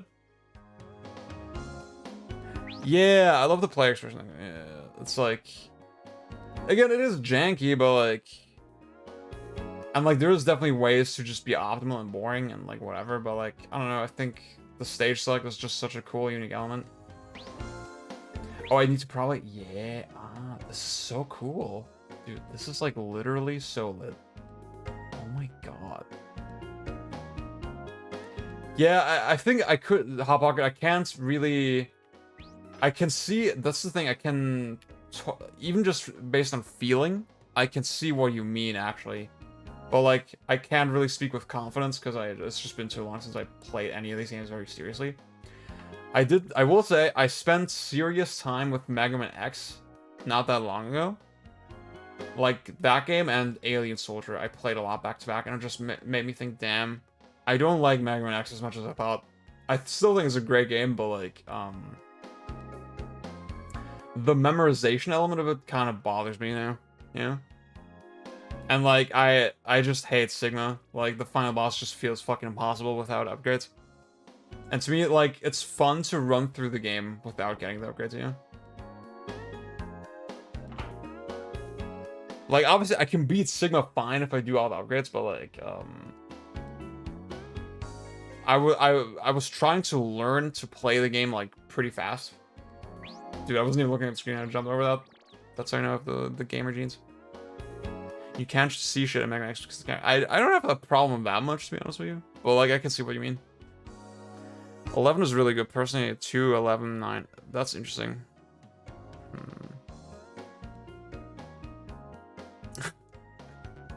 Snake, I've known about this game for a little bit. I never seriously play it. Yeah. Any good Sigma things again.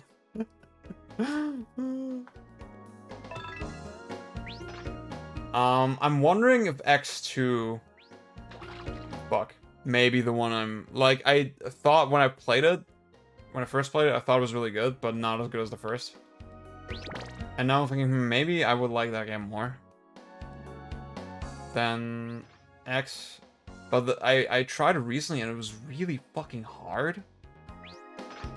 Again, like, I just think the memorization element of the Mega Man games is, like... It's something I like less now.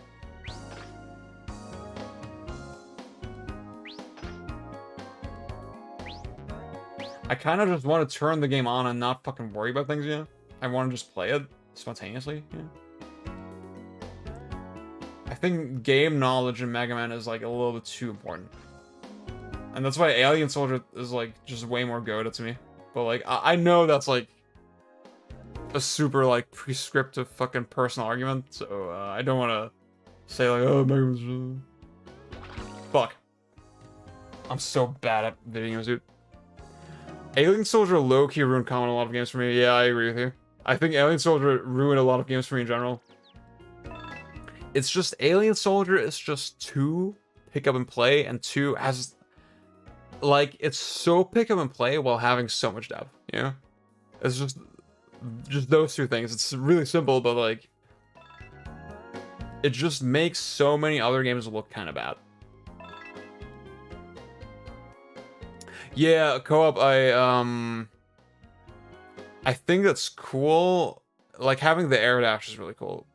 And having the dash at the start already is really cool in X2. I just don't like...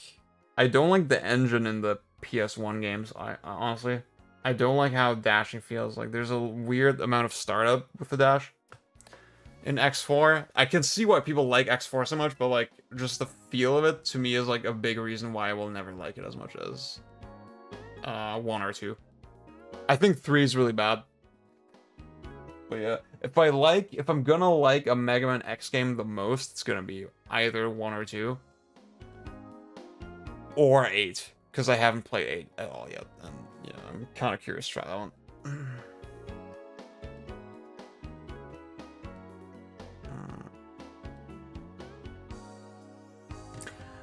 I'm fine with game knowledge, but it has to feel like I'm actually learning / solving something, not just raw memorization. Yes, exactly.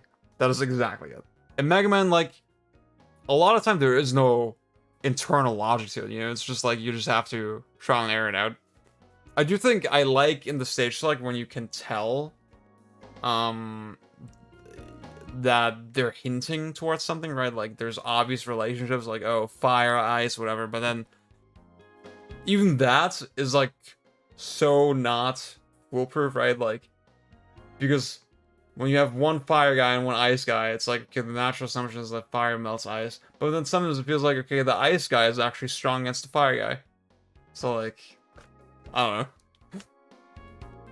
I played the demo for New Kirby, and I thought it was kind of cool, but, like, also, I don't know. I don't know if, I think I'm more interested in it than the 3DS Kirby's, because, like, or Star Allies or whatever, because, a lot of those more recent Kirby games, they feel a little bit set-piecey, whereas I kind of like in this new one that it feels a little bit more open, and, like, there's a little bit more, just player-directed pacing, kind of, but, like, also, I mean, the game is really easy, and, like, I get that it's Kirby, right? But, like, it didn't really grab me in that way. X3 has some... Like, X3 just has... the levels just feel so empty and bland. It's really hard to describe, but yeah. I think dashing X4 is jank, but in a way that feels really good to experiment with. Yo, you know what, Dylan? Like, I was more charitable toward the dashing in X4. Once I realized I can just hold the dash button and then jump, and then just do long jumps constantly, yeah. Okay, there's a way to manipulate this, to, like, finagle this. Ah! Wait. Oh my, oh. Did you see that? That was so cool. Obviously it didn't work out, but like.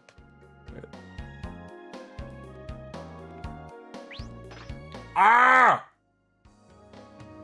That's so cool that you keep so much momentum after the thing. What? This game is so based. Ah! Fuck. I can't say you'd like the new curry. Yeah, I doubt it.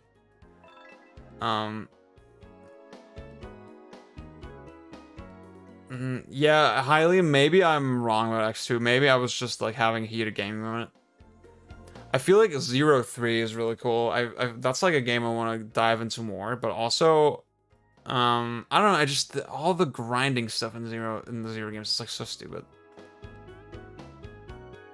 And when Ice actually gets beaten by Electric. You know what? Like Snake. Maybe I should try the other Kirby games. Like everybody says, Robobot is so cool, but I like the set pieces. It's just a 10 out of 10 IMO from presentation summit. I get what you're saying. I do just wish it was 60 FPS. Yeah, a co-op with the Zero games, the screen is just so cramped, yeah. So that's, I think, yeah, you're right. Inherently incentivizes like knowledge more, and also, I mean, all the nasty shit that people do with like the bosses where they combo them and stuff is really cool, but like also it does feel like, yeah, you just have to know it. It's just a very specific sequence that you have to learn, and like it's not. I want interesting stuff to emerge and like emerge spontaneously in games, you know? I don't want it to just be, I need to memorize a fucking sequence. It's pushing the Switch hard. Okay, I got what you're saying. Yeah, I know it's like really petty, it's stupid to say. I get it.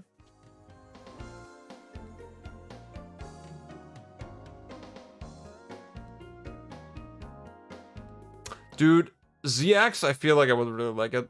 I still need to play it. I haven't played it all.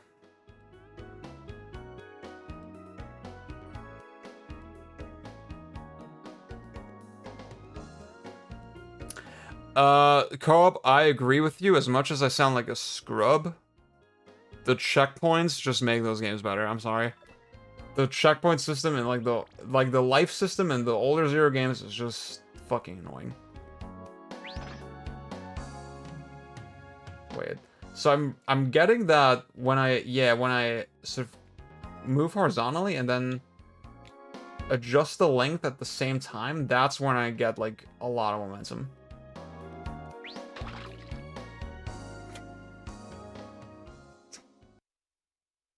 Okay, you know what? Enough of it. Wait, what? I lost all my lives.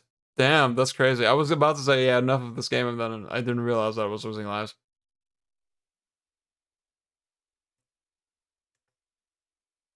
Yeah, Hylian, you're right. It was the worst in 01, and like, I thought it was kind of discouraging how you unlock the coolest stuff in 03 only when you get S ranks and stuff. I don't know. Like, you only have one chance at unlocking stuff. Like, that feels very discouraging to me. But also, I know I just need to get good. Yeah. Okay, let's do it, Ridge Racer.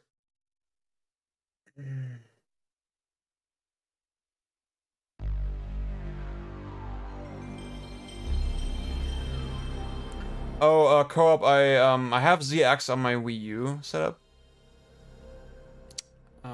Or I could just play it on my DS as well.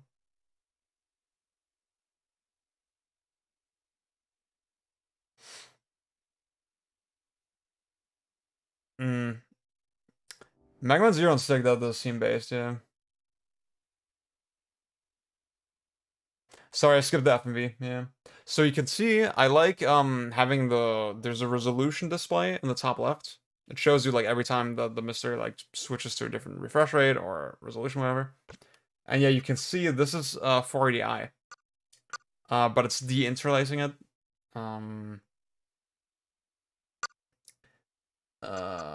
And you can see some artifacts like when I moved, when the text like moves, it like you can see these striped lines, kind of.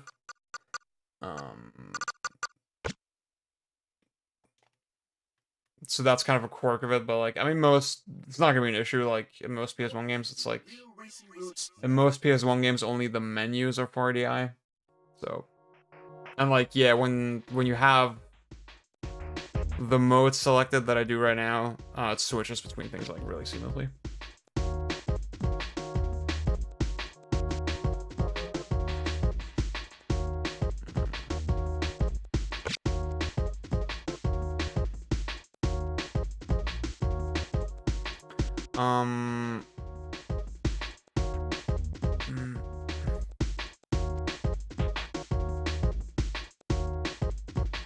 Yeah, Hylian, I feel like I should just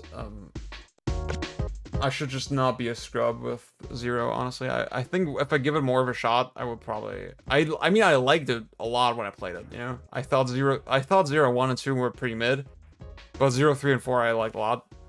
I just wonder if 0, 3 can be like a GOAT game for me if I just put more time in it.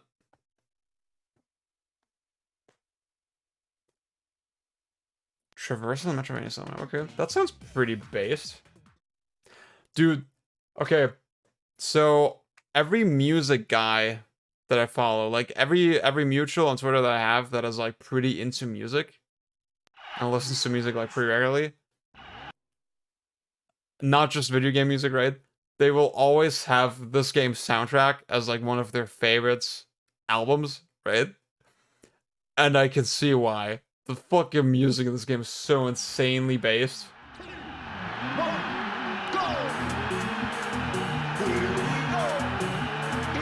Oh wait, I see it.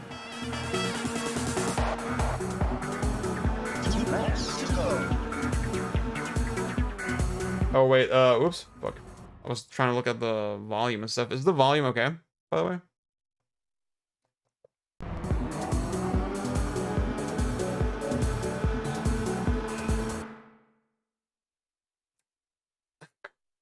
Dude, honestly, I felt like rapping over fucking some Ridge Racer music would be so lit. JPEG sample it? What? On what song? I did not know this. Dude. This would look godly on CRT. Yeah, I need to try that. I haven't tried the PS1 core on the CRT yet, but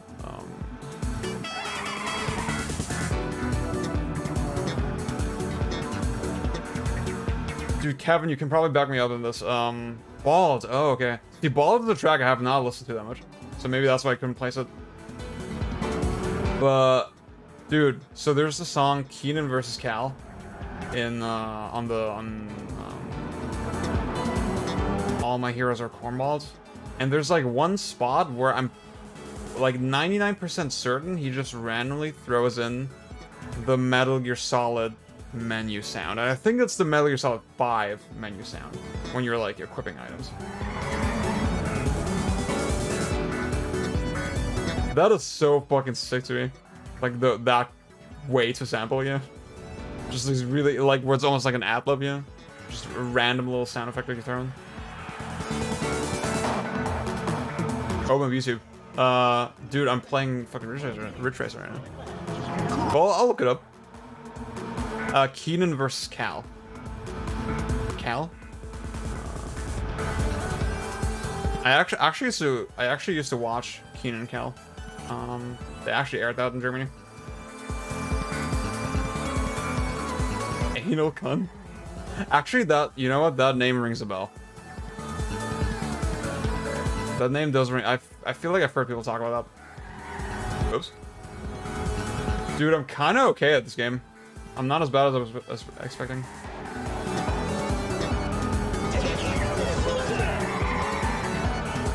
Yeah, it's 30 FPS, but like it feels very smooth and really fast. I feel like, dude, Ridge Racer is one of those series that I would probably like a fucking lot if I actually just got into it.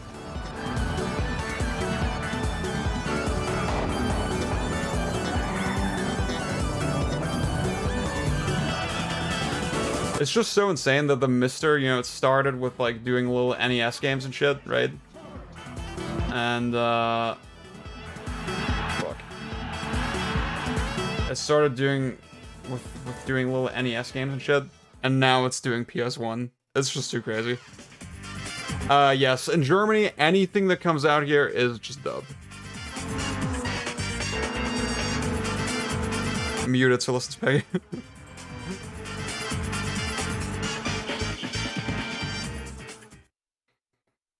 Why is this game so based?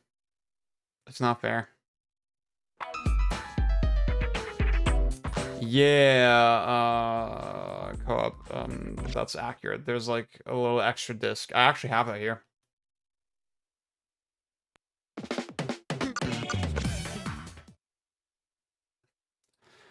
Honestly, I feel like German dubs just are getting worse. Yeah, that's a codec ring at the 1 minute mark. Yeah. The things I don't have enough friends who like listen to JPEG Mafia, right? So I could never like have anyone confirm for me. Like, am I just crazy or is that it?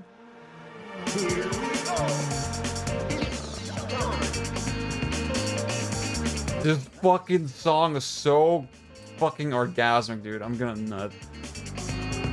Oh my goodness. Oh yeah, see, okay, I'll show you a cool feature. So you see, so that the sky is kind of dithered. It's probably hard to see on stream, but like, you see these like kind of checkerboard patterns. Well, on MiSTer, there's a feature where you can actually get rid of that. And now it's like smoothed out a little bit. To be honest though, I don't like the way this looks. Because like now you see the edges between like the gradients, you know, way more. So I'll actually keep the dithering. I think it looks fine. Obviously the dithering, it looks best on a CRT. Because gamers have shit taste in music. Don't say that too loud. But yeah. You can do texture filtering as well. But like, I mean, it's like obviously very experimental feature, you know. Thoughts on Jet Set Radio? I think I prefer Future. Jet Set Radio Future. Because it's like a little looser. They opened up the controls a little bit. Obviously I think it's lame that they got rid of the wall slide. I think Jet Set Radio is a really cool game. You can do nasty stuff in it. But it's also, it does feel a little bit rigid, and you definitely have to, the learning curve to like get good at it is pretty steep. I guess like inherently, the floatiness of Jet Set Radio is something that kind of bothers me. And then Future, I feel like they just loosen up a little bit, and like it feels a little more immediately satisfying to play. But like, Future is a way more, I would almost compare it to like Mario Odyssey or something, where it's a more slow-paced like exploration game. And I think that's actually fine. I'm okay with that.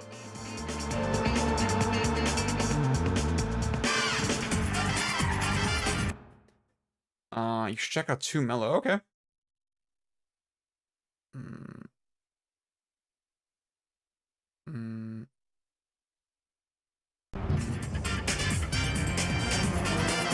Yeah, in Germany, thankfully, we do have good options to watch the original audio tracks for movies and stuff. Like when there's a, I guess it depends on the city that you live in, right? Obviously I live in Cologne, which is a fucking metropolis.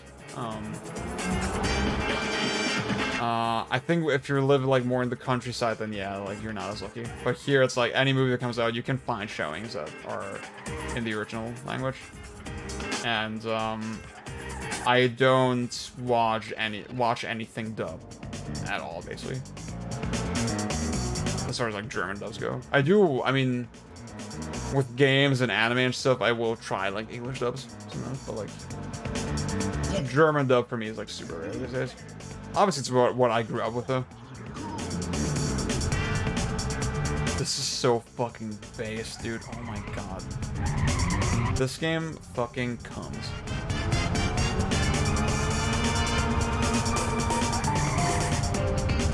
Oh my god, this is so fucking cool!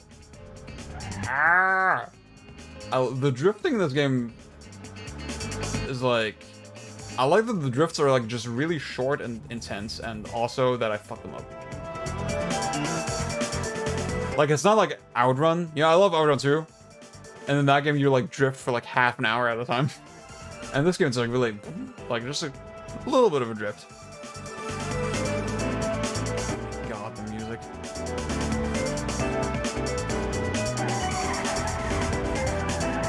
But like, it has an arc to it, you know? It has a little bit of an arc to it, the drift. I really like that. Oh, it's just delicious, dude. Oh.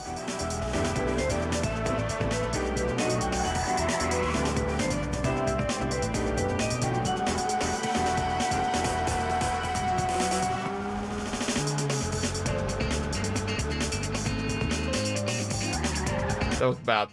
That was bad. Just the combination of like the piano and the guitar on the song is so sick.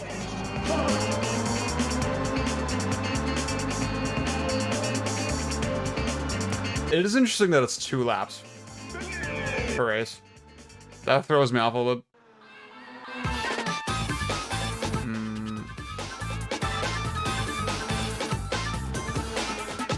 Dub music from Germany.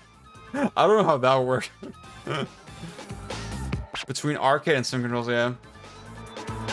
Hylian, I think I was asked this earlier. Beta 2 director working on SF6. I don't really have thoughts on it, honestly. Like, it's interesting. It's an interesting choice. Like, I mean, Hashimoto doesn't really have a background in that kind of thing, yeah? He is a visual artist, mostly, you know? So, I don't know. I mean, that's the thing. I don't want to pin all of Bayonetta 2's shortcomings on a single person, right? I don't want to say, oh, Street Fighter 6 is doomed because it's that guy, yeah? There's just way more that goes into it. And, like, I mean, technically he directed Star Fox Zero as well, and I really like that game. So, I don't know. Drum bass, let's come back to games for real. You've got a new Ridge Racer 1 on PSP. Yeah, I always hear the PSP ones are really cool.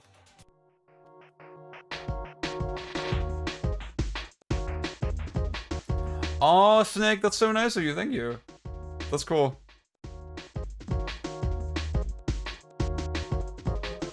Dude, it's like actually super interesting. Like that KH2 video is one I get so many compliments for, like specifically. It's like very disproportionate. I'm not paying attention to the menus at all. I'm probably doing the same fucking Grand Prix again. Actually, no, it says 3 laps, so it's probably a different one,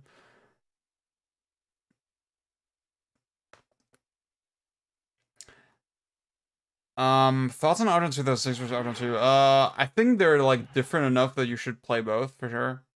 I personally find Outrun 2006 more fun to play, I think.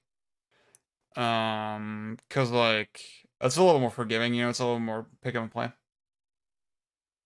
Like to me, when the traffic cars are random, then to me it makes a little bit more sense that the game doesn't punish you as hard for hitting them, right? That's the main change that they did, right? Where when you run into a car sort of from the back, you will push the car forward instead of, and like you will slow down, of course, but like in Outrun 2, like vanilla, you would come to a full stop. And I think I don't know, when you're like trying to experiment and like mess around with the game, it feels a little more satisfying that the game doesn't punish you so hard, you know? And I think also, I think it's a good change because they couple it with the slipstream mechanic, where if you drive behind traffic cars, you gain speed. So that actually increases the risk that you get hit, right? But that, getting hit is not such a big deal anymore, but now you have a reason to put yourself in that situation. So I think that's a good balance. So overall, I think I prefer 2006. But I think Vanilla 2 is really fun to play as well. It's really worth playing. Low in Star Fox Zero inventory. Oh, what's up, J Dilla? That's a good name. Ever played Cave Story? Yeah, yes I have. I could not get into that game. It feels like the physics are so loaded. I couldn't tell you about like gravity acceleration and stuff. I don't think you do, yeah, now they're saying it. I like Cave Story, I think it's good, but I didn't do like the whole shebang, like where you go to hell and stuff. But like I think it's more it has some weird, like interesting design choices. Like adventure type stuff where you have to use specific item and specific location, talk to the person, whatever, blah blah blah. Kinda hate that kind of stuff. But I do like there's a nice variety of things in Cave Story. Yeah. It's the best way I can't say anything super intelligent about it, but like I think Carol Blaster, the next game from Pixel, the same developer, is way better. I like Carol Blaster way more. OG Outrun is really cool. I haven't played Super Hang On that much. How's Sifu compared to God Hand? They're both great games. Honestly though, I mean, I think God Hand is fucking base and it's one of my favorite games, but like Sifu is like the fact that it's so short and to the point, makes it really fun to pick up and play for me. And like it has that over most other action games right now for me. I discovered your channel through the KHD video. Thank you. Yeah.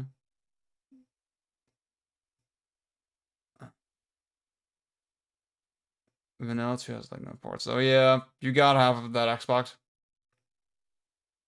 It does work on the 360. It does work on the 360 actually. Yeah.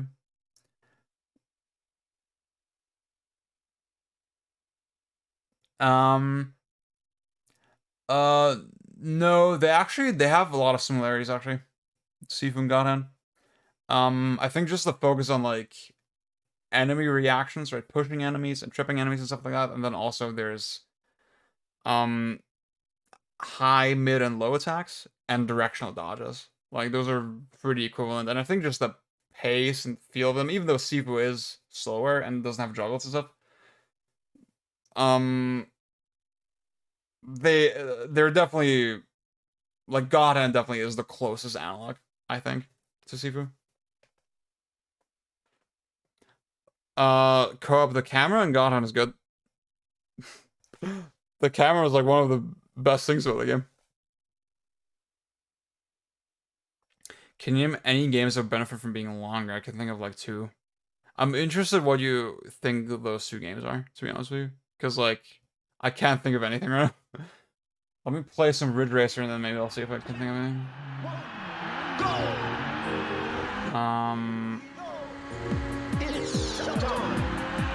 Like, it's so rare for me to play a game and then to finish a game and then think, damn, that's shit that there isn't more of it. Like, usually I'm just satisfied. Oops, that was bad. Oh god.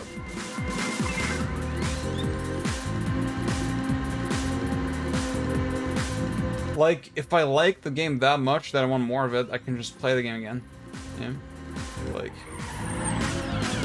even Alien Soldier, you know, there was more planned for it, right? The game was supposed to be like 5 times as big or something. And that is interesting, right? It would have probably been of a very high quality, you know, judging from the rest of the game, but also the game being so short is one of its best fucking qualities, yeah? So, I don't know. There's probably a game where I feel like it didn't flesh its ideas out enough, and I wish it had done that more. There's definitely games where I'm like, yeah, I wish this had like this kind of mode, or this kind of thing. I don't know. I can't think of anything off the top though.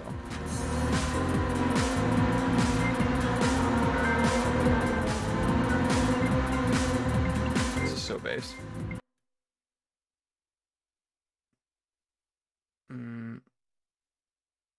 Not gonna. Yeah, honestly, Godhand's camera is better than Sifu's. Sifu's camera is like my one big gripe with that game, and like even then, it's not that big a deal. but I do think it has problems. I don't understand why they don't just make the wallets transparent. Rift Apart was definitely a bit too short for me. I didn't really like that game. I only got a couple levels into it and I wasn't feeling it. Yeah, Kevin, that's exactly it, yeah. ZOE2 could benefit from like one more level. That's why. Yeah, okay. That kind of thing, you know, I can understand. You know what? I thought of one. MGS5. 360 hour ruins perception. Yeah, that's accurate.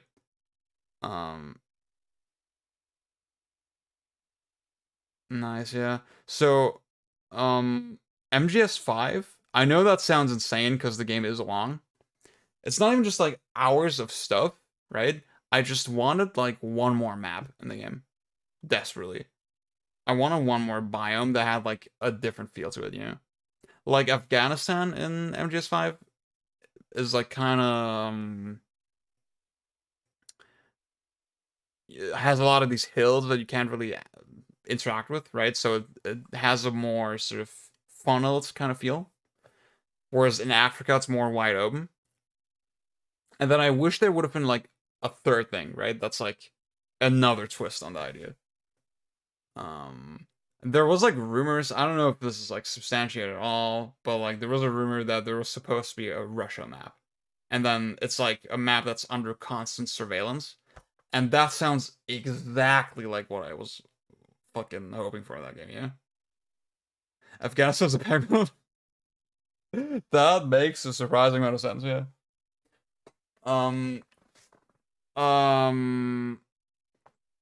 Yeah, dude, Snake, I was super into the Jak games as a kid. And I recently replayed. So I'm pretty sure I still really like Jak 1. I haven't played it super recently, but I'd be surprised if I didn't like it. Because I played through it a bunch of times over the years and I always liked it. Jak 2, I really liked last time I replayed it, and that was pretty recently. Like, that was not even a year ago. Jak 3, I always hear, like, people say that it's mid, and I loved it as a kid. And I haven't played it since I was a kid, so I don't know. I'm interested in trying that one again. And, yeah, the other one that I played was the first Ratchet, and I thought it was fucking based. That's another one I didn't play as a kid at all. I played it very recently.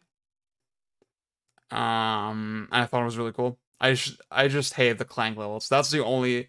Literally, if it wasn't for the clank levels, that game is a 10. Right? But yeah. I really, I need to play the other Ratchet games. Again, I didn't feel Rift Apart. I didn't like what I played of the Tools of Destruction. Yeah. But I'm interested in trying 2 and 3 in Gladiator a lot. No, Jak 1, honestly, it's most similar to like Mario 64, or compared to that game. Dude, Dylan, I was writing a review for Jak 2, but like, I don't know, I just didn't get along with it, but like, I really like that game a lot. It's fucking based. And Kevin, I see, I think Jak 2, again, I don't know with 3, but like, I do think it's kind of a flawed game. But, just the thing that it's doing appeals to me so fucking much. It has like a chaos and a dynamic element to it that I really like. Yeah, Ratchet 1 really fucking impressed me. Again, it's like not a game I have nostalgia for at all. And I thought it was so, like, the pace of it and the way you approach challenges in that game is so fucking sick.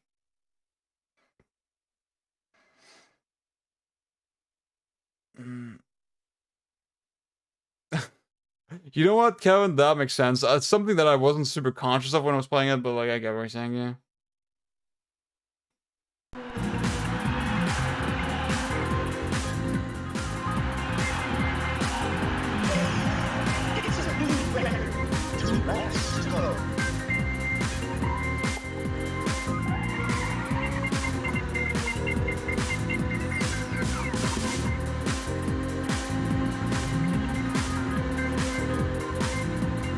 Dude, I'm not catching up. What the fuck is going on? Okay, there he is.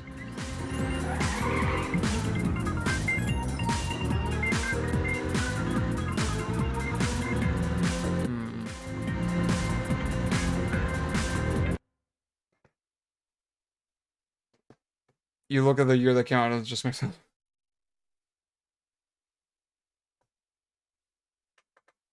Yeah, PS4 Ratchet. I didn't play that much. Yeah, I didn't really give it a serious shot. But I'm skeptical that I would like it. You know, it's just I hate the direction that they took the story in. I feel like that would bother me enough that like, yeah, I don't know. And like I said, I played Rift Apart, and everybody was like, yeah, Rift Apart is just better. 2016 Ratchet. And Rift Apart did not click with me at all. It left me super fucking cold. What's up, Alan? Yeah, dude, this game is so fucking cool.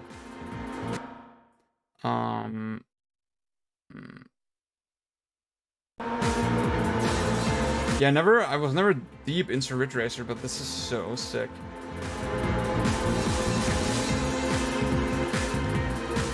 Alan, you know what I was saying earlier?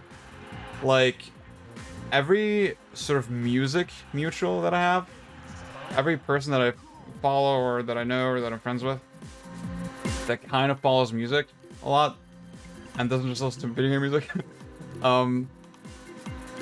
they always have this game's OST as one of their favorite albums. And like, I get it. It makes so much sense. Tsukihime guy has logged on. Oh shit, I was not looking at the screen. See, now, thanks to the webcam, I can actually prove that I'm not looking at the screen when I fuck up. Damn. I was looking at the screen and I still fucked up. Yeah, I'm hearing Ridge Racer 5 is like really based.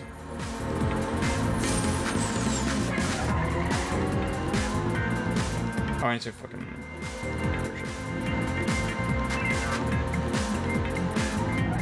Dude, people who play with automatic transmission are absolute cowards.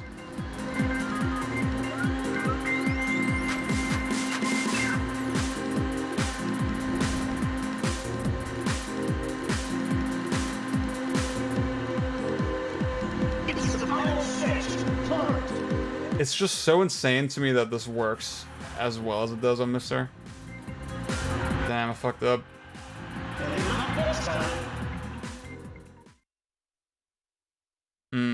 Dude, critical velocity does not ring a bell for me right now. I forget what that is. Stays on 3 seconds. Oh shit. Okay. Yeah, fucked up. You need to get at least probably 3rd place. You know what? This is a good time to stop probably with Ridge Racer. Let's move on. I actually see Quake 2 is sticking out to me right now because it's like a big dumb 3D game, right? Oh, I remember. Didn't Thor fucking make a video of that?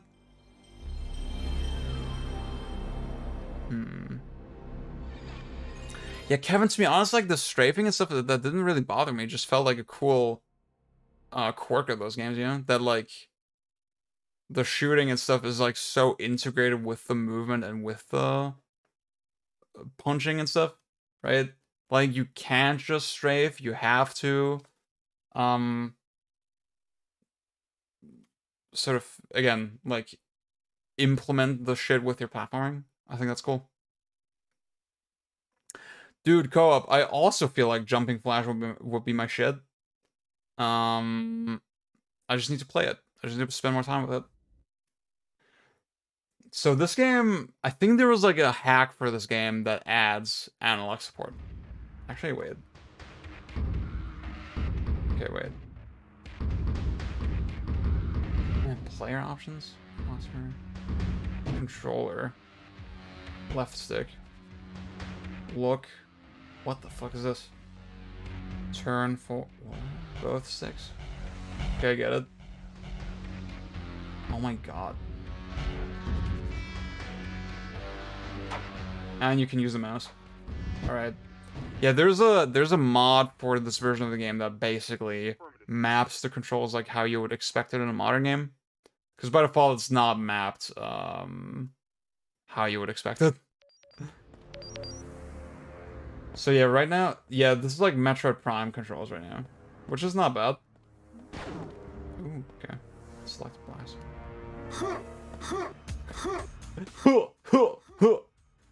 Do you prefer Quake or Doom? Quake. Because, I think jumping is just really cool. I think the jumping just adds a lot. Like Quake, just Quake has movement. This feels surprisingly good, to be honest with you. Like for PS1 FPS. Like this feels really fast in terms of the frame rate. I never played Quake 2 that much. I played mostly Quake 1.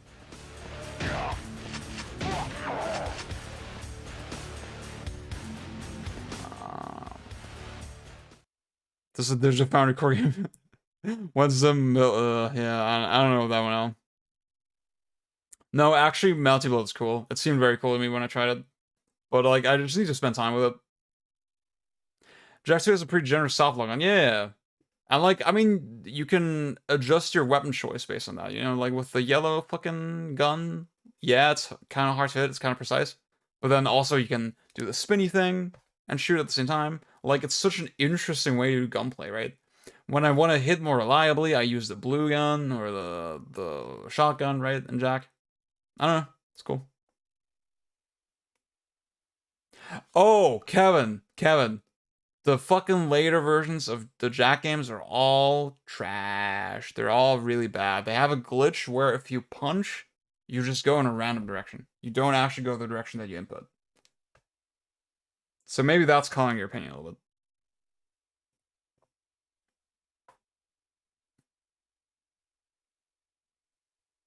For some reason, I have no interest in the series. Alan, what FPS are you playing? I'm curious. I think Quake is like legit one of the GOATs. The first Quake. Quake 2, I have no experience with, so yeah, I can't really speak to that. Like, Quake has movement, and it's, I don't know, it's just the sweatiest fucking game. Like, it's 1,000 times sweatier even than Doom. It feels like.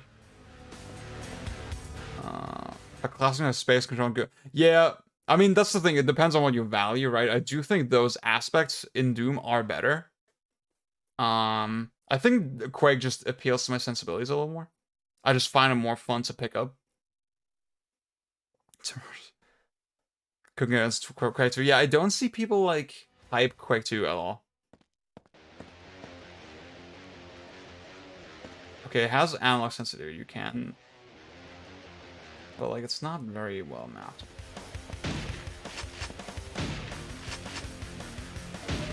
Oh, okay. That's weird.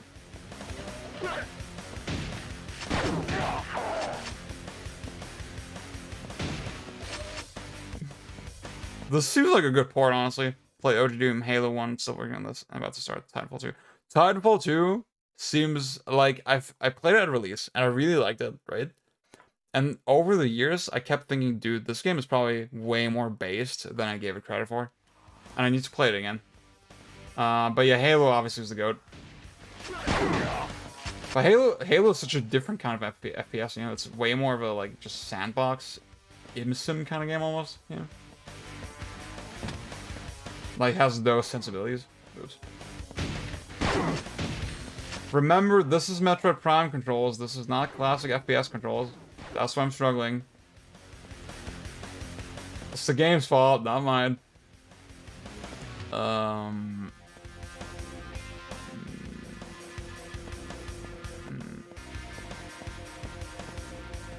The new Dooms are fucking mid. It's like the greatest story of all time for multiplayer mode that will die because we... That is sad.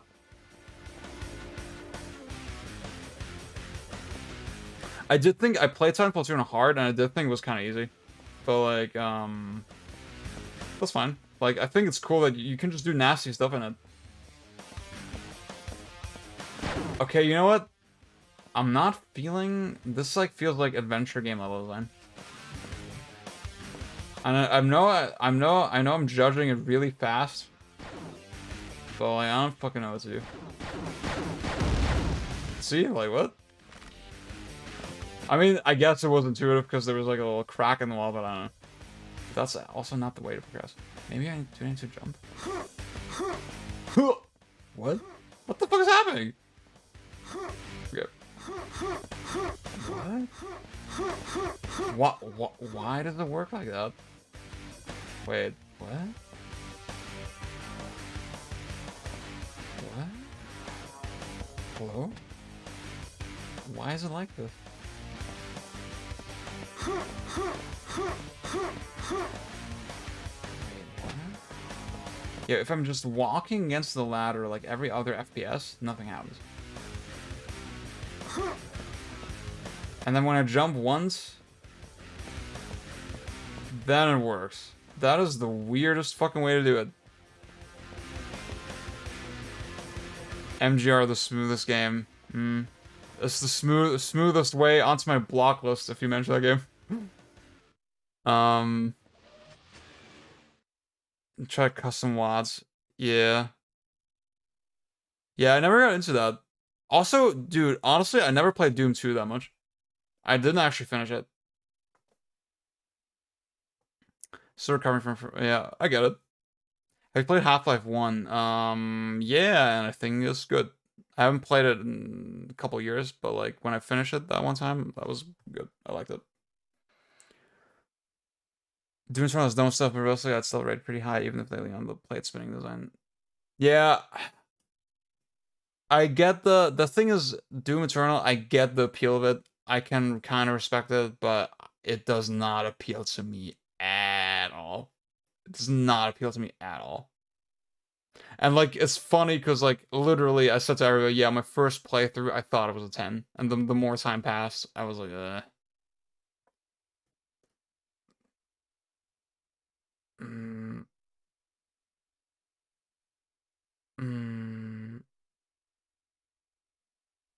Oh yeah, the Blood. I always hear is really good, but I haven't played it much.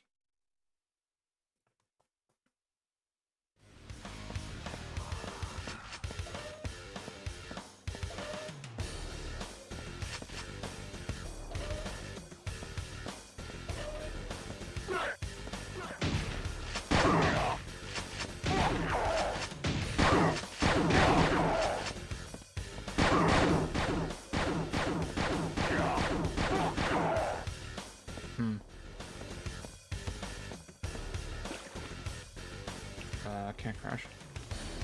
What the fuck? That is so odd.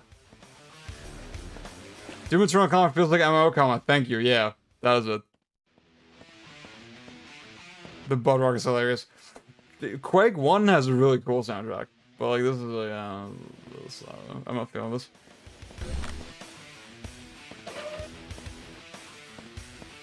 I have not played Vindictus, and honestly, I feel like that name sort of rings a bell, but I don't have an image in my head right now. The fuck?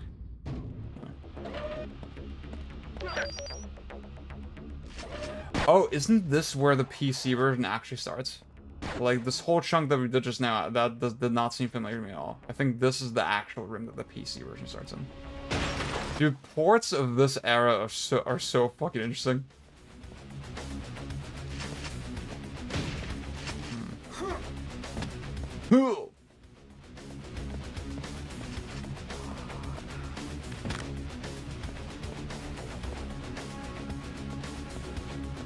Wait, I want to try again and see. I saw in chat look up to climb. Let's see if that works. Oh, that does work. Okay. You know what? I'm an idiot. Actually, I still don't find that intuitive though. You know, I feel like in Half-Life and stuff like that, you just walk up to the ladder and it just works. You know? Please tell me which MMOs. The truth is I don't play MMOs. I'm just being fucking toxic.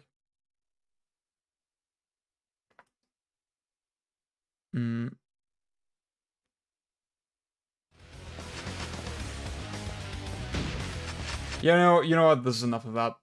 I don't think we need to see more. Okay, I said we were gonna play Klonoa a little bit. There we go. Klonoa, the goat.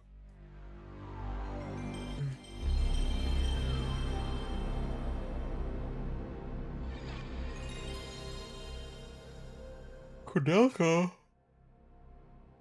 Oh, I'll see you, Co-op.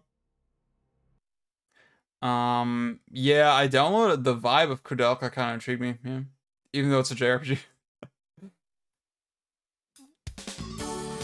I have played Metroid Prime Hunters, yeah. Let's let this FMV actually run, because I think again, it's like FMV is like, that's a challenging thing to get right in any kind of sort of hardware reproduction, right? And it's cool that it works. I think Prime Hunters has kind of cool elements to it. It is a little bit schmoovy.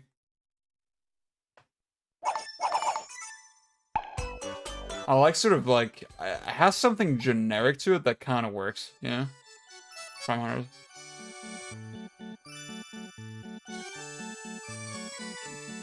A lot of JRPGs together. Yeah, it's not my MiSTer. I got it from your house.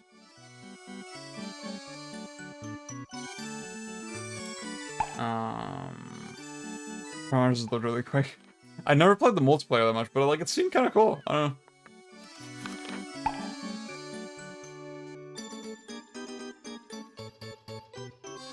Yeah, Hot Pocket. I actually messed with Kingsfield 3 today earlier, and that's exactly the vibe I get. And like it just being such like literally just an open ass field is kind of cool.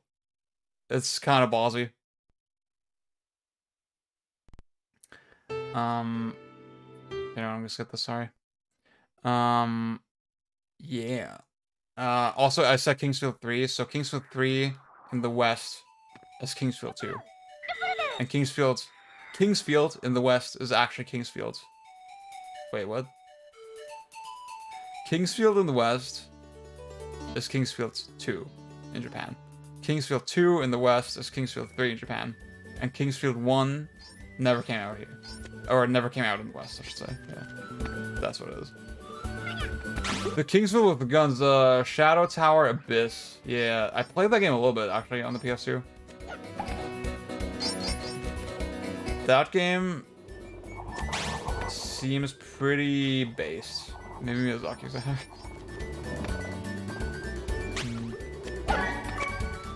I mean, Miyazaki made good games. This is just the fucking best. Oh my god. It's just... See, it's like, it plays so well, you know, with no fucking lag and like no audio skipping, whatever. I've gone through so much fucking pain trying to play PS1 games properly, you know? And just being finally, having arrived at this moment is like so fucking cathartic. That I can just play PS1 games now without fucking hassle. Oops. Dude, it's so cool the way slopes work in this game. It's just satisfying.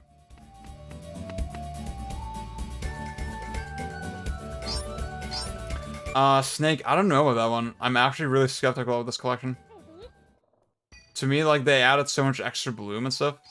I'm not really feeling it. I'm not a fan of the Wii version.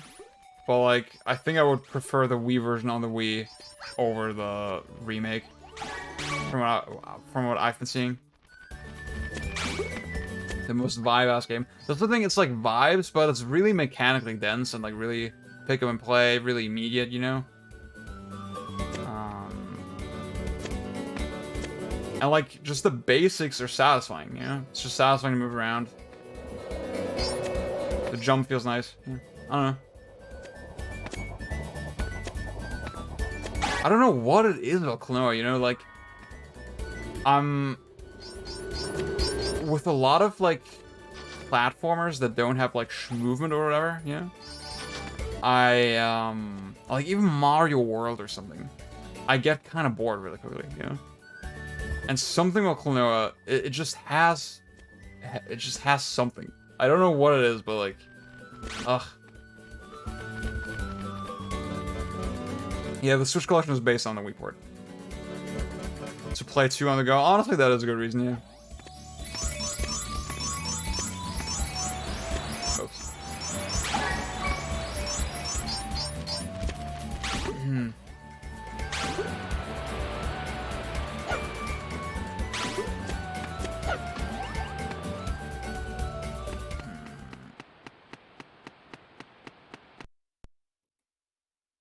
Yeah, and we can see... Oh, did I miss one of the things? Oh, shit. I don't know.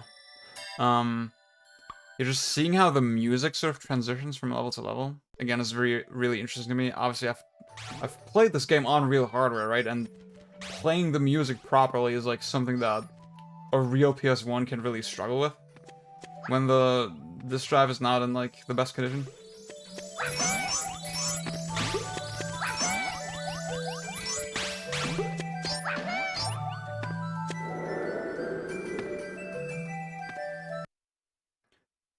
Generally feels like a test of mastery by the end. Yeah. It just has a good ramp up. And like it has... I do think there's a little bit too many cutscenes, right? But you can skip the cutscenes, and then when you skip the cutscenes, it flows so fucking well. I'm not saying you should skip the cutscenes on your first playthrough. I do think the story is worth experiencing. But like, yeah. Just the flow of it, the fact that you can beat it in like an afternoon. I don't know. Feels like just a nice little story. Presentation really tying everything together, yeah.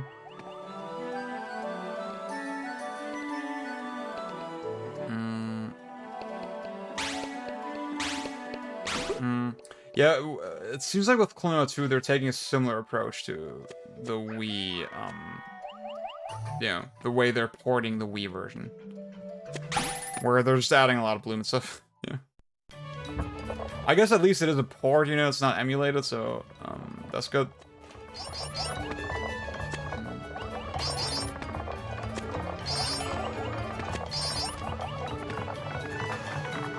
Dude, I have Klonoa on my Vita. That's the fucking way to go. Vita fucking wins. Switch, cringe. Vita means life.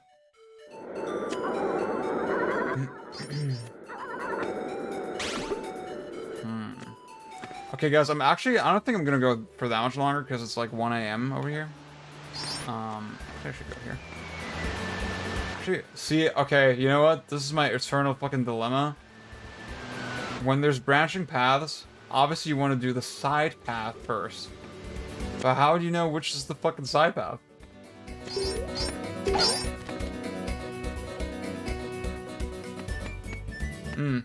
See, Andre, like, I've been curious about the Klonoa GBA games.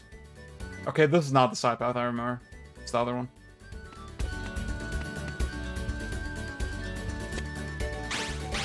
Yeah, there's something really cool about just I can grab an enemy and then use it wherever I want, you know? I don't know, that sounds really dumb and basic, but like... it just gives it's not like fucking crazy movement or anything, right? But like it gives the game a sense of flexibility and like experimentation.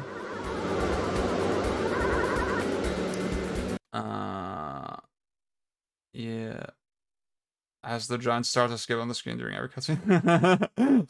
Even Treasure knew. I have played... So, I finished Dead Space 2. And, when it came out. And I really liked it at the time. I've tried playing Dead Space 1 a couple times. And, like, I kind of get bored of it by the end. But I feel like I would like it if I gave it another shot. So I kind of want to.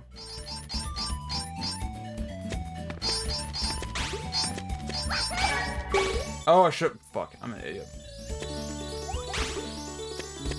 Well, okay.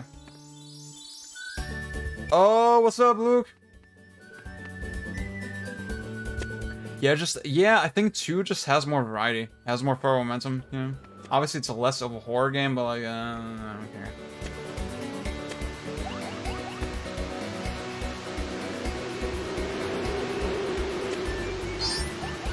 Yeah, Luke, this is not like a Klonoa run, per se. I'm just like playing some random PS1 games to just show off the PS1 core on the MiSTer.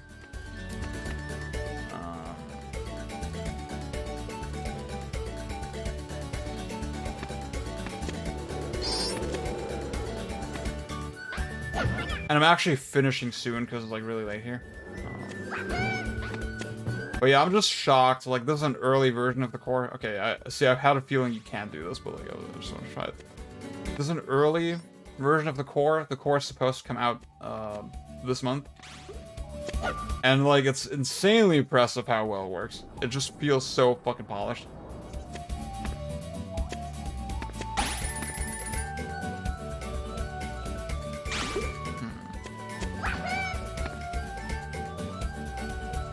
I think I missed, like, I should go the other way.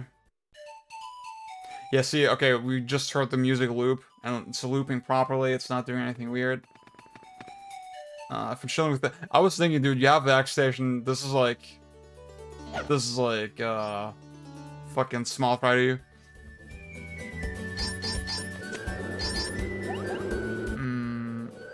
They rarely mix up the enemy types in DS1, yeah. Wait, fuck, I should have grabbed the... Thank you. Yeah, that was my impression with the Dead Space games. I don't know, that's why I prefer 2, just from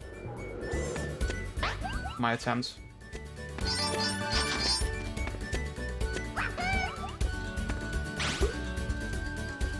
But definitely, I want to try 1 again. This is the X for Extreme. Oh, this one? Yeah. Yeah. Probably.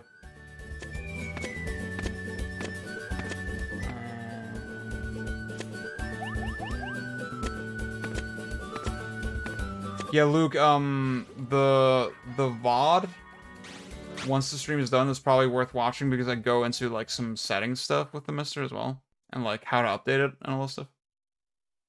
In case you haven't messed with that.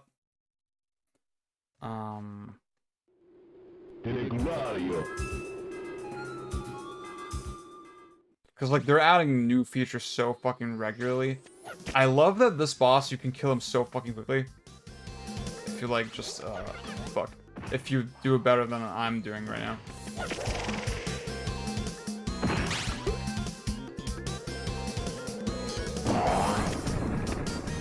That looks insanely wrong, what he just did. I've never thought about it, but that looks extremely wrong. That actually takes advantage of 3D space, yeah.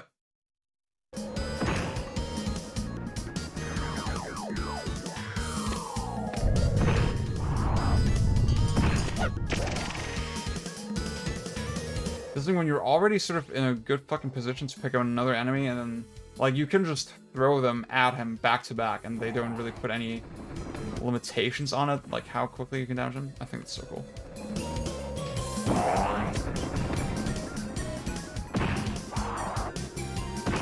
But obviously, fuck. See, I knew I should have jumped, but like I didn't because I thought, oh, I'm probably gonna hit anyway. And then I didn't hit. Fuck! Damn.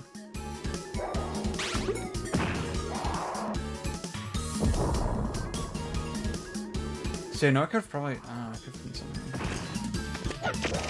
Got him. Okay, I'm having a really bad time building a PC. Dude, I need to... I mean, I'm streaming from my current PC right now, and I'm happy with this PC, but, like, I would like to build, like, a new one from scratch. What do you think of the remake? It feels a little bit... You know, see, my stance on remakes is like, no game or movie or whatever ever needed a remake, right? It's dumb to classify remakes as necessary or unnecessary because it's literally never a thing. Because like when you're making a remake, that's like so different that you would consider it like an improvement, right? Then it's already a different game, you know, then it's already a different thing. So you can't say that's necessary because you just made a different thing, right? But I do think with Dead Space, it seems like they're going for like a really faithful one-to-one kind of thing, and I don't know, I mean, I guess we just talked about how Dead Space kind of lacks variety, right? So it could be cool to see a different flavor of that. I don't know. It seems like they do care about what they're doing, right? But it's also, it is like for EA, it's like so transparent, yeah. It just makes sense that they would remake Dead Space 1 because it's like so safe and like it's a safe way to test out the IP. It's getting remade for current gen, yeah. I think color palette and stuff is like too early to judge. I think we need to wait until we see like more, like closer to final stuff. I'll play on Game Pass.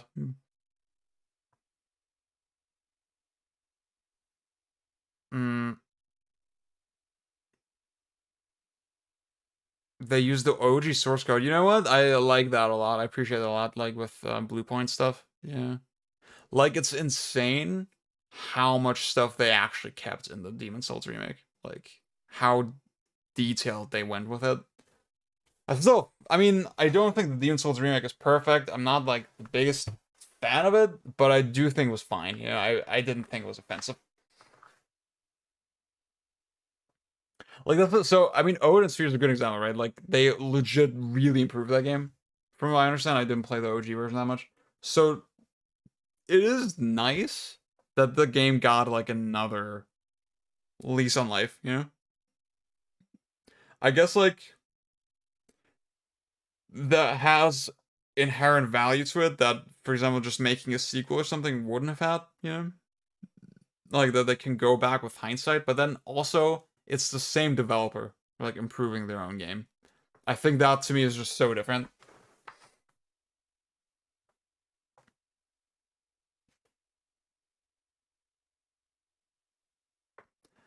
Epsilon Eagle, you know what? I'm not a big fan of RE2 Remake either. I think it's a good game. I don't mind it, but I don't know. It has, like, definitely has flaws.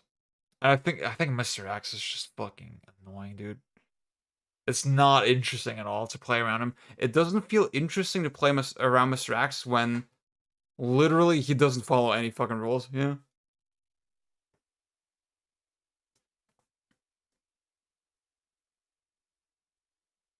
Oh god, see Luke, that's like, see, I mean, I've done my research on that, so I'm sure that will not happen to me, hopefully.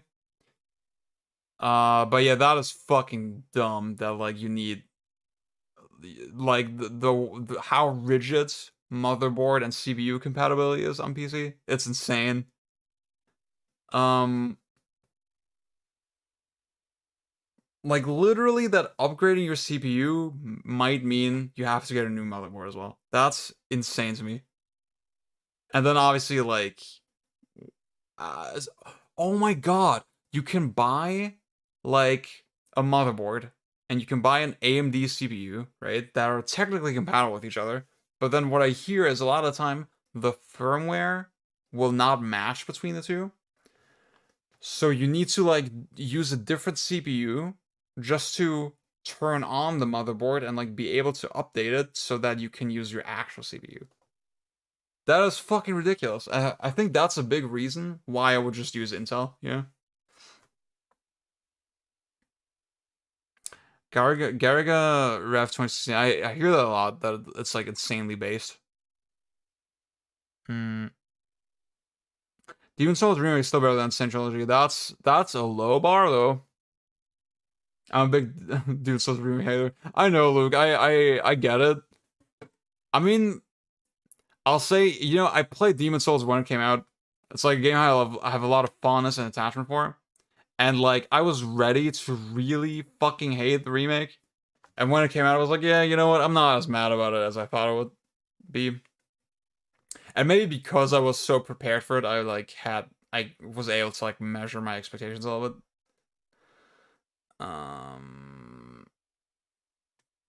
There's a lot of things in Demon's Souls Remake that really baffle me, like, visually.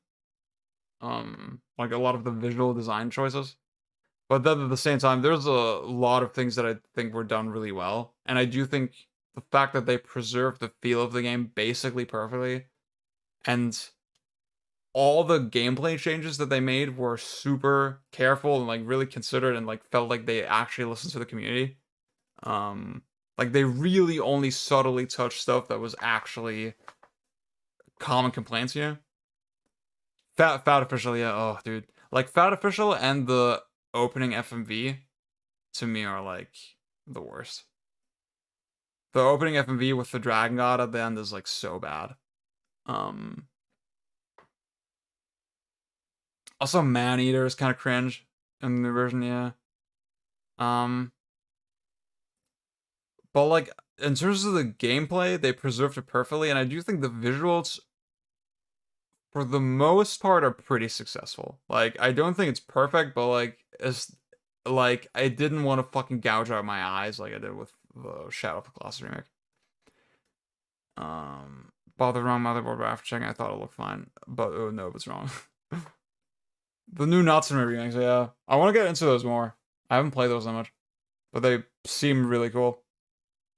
It was super fresh on my mind. Yeah, I get it.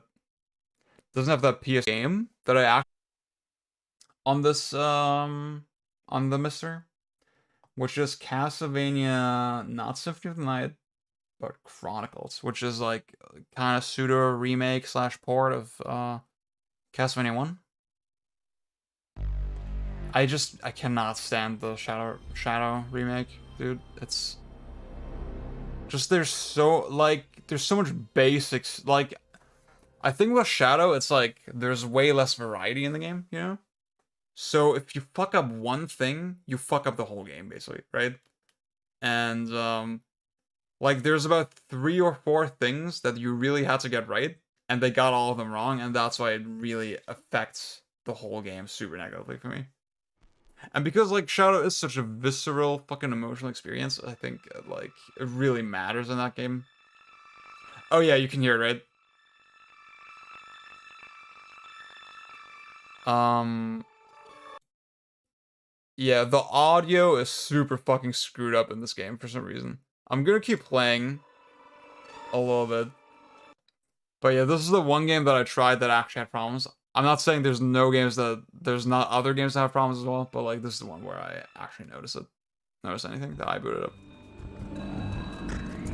The Demon Souls remake music fucking blows. You know what? That's probably fair. I think I didn't listen to it closely enough to like really say.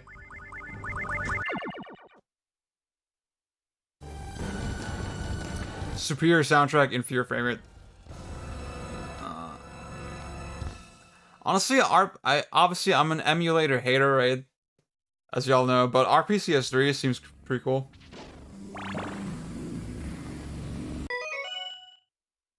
My PC count out PS3, yeah. That's the thing. I mean, because like, oh, PS3, PS3, like, good luck actually trying that. Like, I think people love talking about emulating. I mean, the way dude, so many people in my friend group are like, dude, the Steam Deck is gonna fucking murder the Switch. Oh my god, I'm just gonna play Switch games on my Steam Deck. That's insane. Blah, blah, blah, blah, blah. Good luck. I want to see you actually do that. Thank you. The SC remake is a remake. So you can tell the audio's fucked up. I don't know what's going on. I mean, so this is like, there was like a weird like Japanese PC version of this game, and the PlayStation version is a port of that, I think. And actually, I'm curious, what does this game look like when you turn off the dithering? Okay, it doesn't seem, so you see there's dithering patterns in the background, but like the system doesn't seem to recognize it, so that's why it's not doing anything. I think maybe it's something about this game, like, being a port of a port or whatever, I don't know, is like, maybe that's what's screwing it up. But yeah, that's the one game I found that had problems. Oh, guys, is there any game you want to see? Steam Deck is the concept album of gaming. I haven't tried it. I just, dude, the idea of the Steam Deck seems so cool to me, but like now it seems cringe. Is that your run games better than native PC? Like people are actually playing and enjoying Dragon Guard 3 because it runs its MU67 native 25 drops. Yeah. R-Type Delta, okay. Dude, I actually so I played through R-Type 1, 2, and 3 a while back. And then I just didn't have a good way to play Delta. Because I didn't have a good PS1 setup. And now I do. Now I could play it.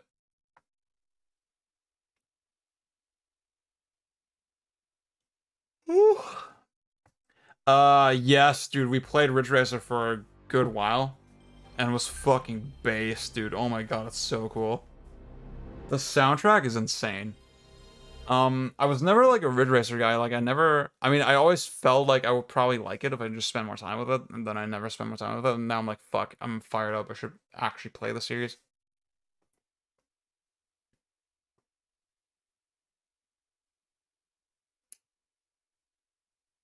Oh, can I see Armored Core? Sure, yeah, I'll play this game for like a couple minutes. I was never into Castlevania, but I really like Bloodstained. That's interesting because I could not stand Bloodstained, to be honest with you.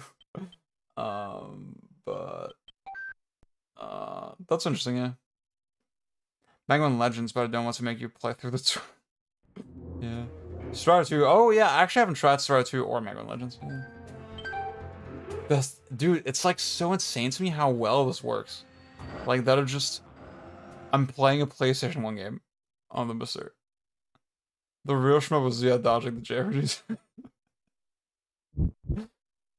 It really does. I think R-Type Delta, I mean, from what little I did play, it did seem like this is where they really went for this more dramatic kind of style, yeah. That was also obviously in R-Type Final kind of came to a head. Actually, did anybody play R-Type Final 2? I wonder how that'll turn out. And like, it's 60 FPS, dude. That is pretty nuts. Okay, this button is...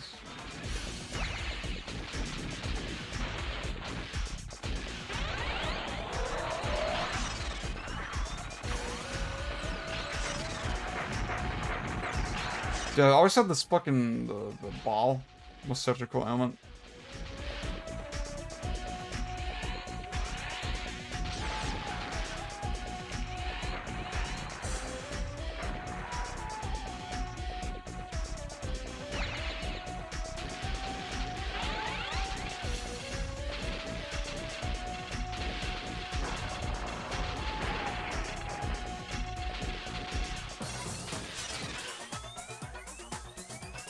No, wait. Fuck, I need here.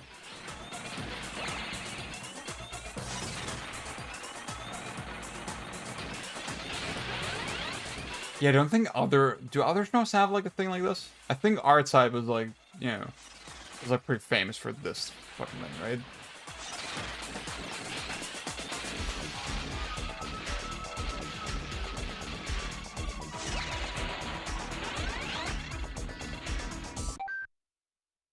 A shmup guy probably didn't like Final very much. That's sad. So now I'm making shmup, dude, please. The 30 FPS bullshit didn't start until the PS3. Dude, I don't know, like, there's a lot of games on the PS1 that are 30.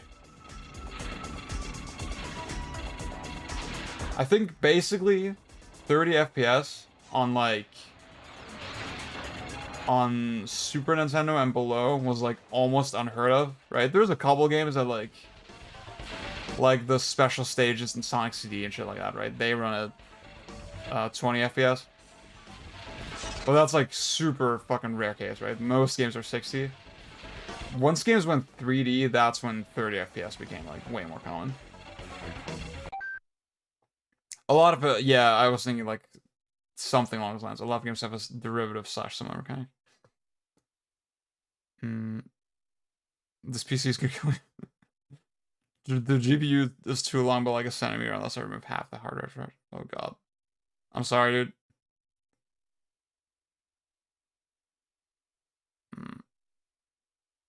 Dude, I never had the PlayStation magazine. I didn't have a PlayStation as good.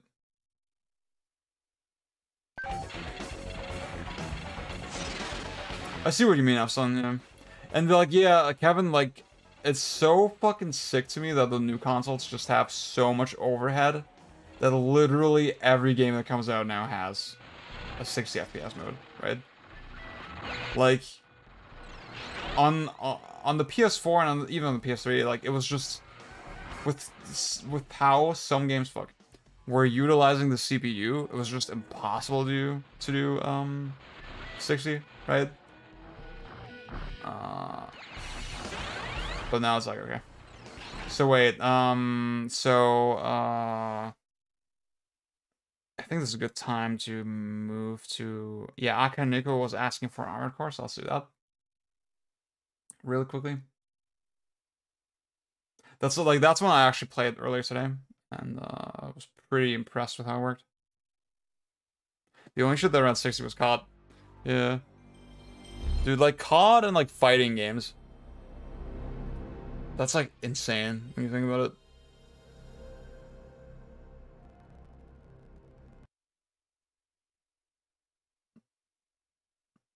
Wonder what COD was. Honestly, that's the thing. Obviously, normies don't know what the fucking, like, what 30 FPS means and what 60 FPS means, but they can feel it, you know? They can just subconsciously feel it. Gran Turismo, yeah. And Forza.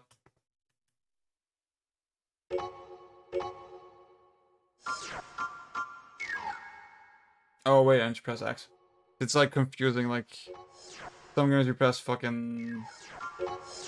X to confirm, some games you press fucking... circle to confirm. So this game, I gotta be honest with you, is really cool. I played a good chunk of it on the Vita, but I didn't finish it. But also, I think I want to play this game with twin stick controls because, like, dude, this is difficult. This game literally has the same button layout as Kingsfield, but in Kingsfield it's so slow paced that I didn't have a problem with it. But here it's like, oh, what the fuck am I doing? But yeah, you can see it runs fucking perfectly, dude. It is so fucking sick.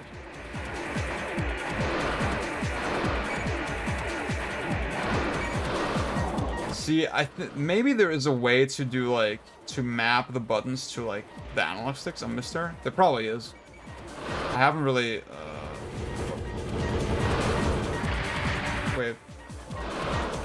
Wait. Isn't circle my fucking melee button?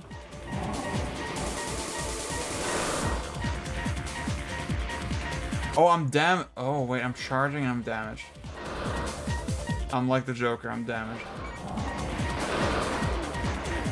I can't dash. Oh god. I promise this didn't happen when I was playing earlier. I was way less embarrassing. Can I dash again? Yes, I can. Got him. The test is over. From this moment on, you are a Raven.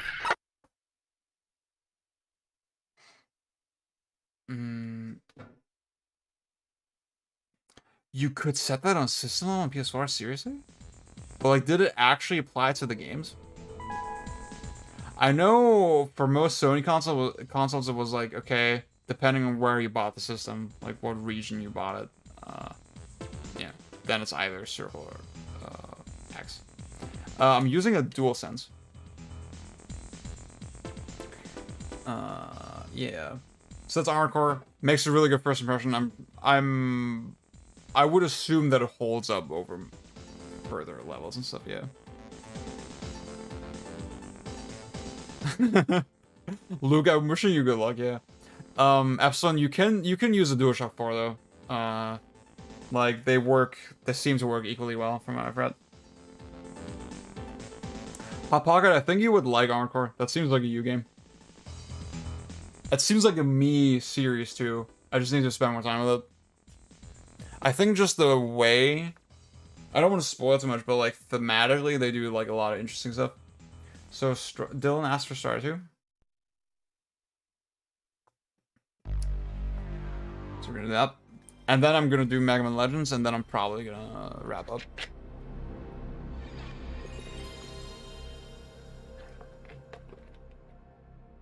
So yeah, the DualSense immediately worked really well. Like, it immediately recognized the home button.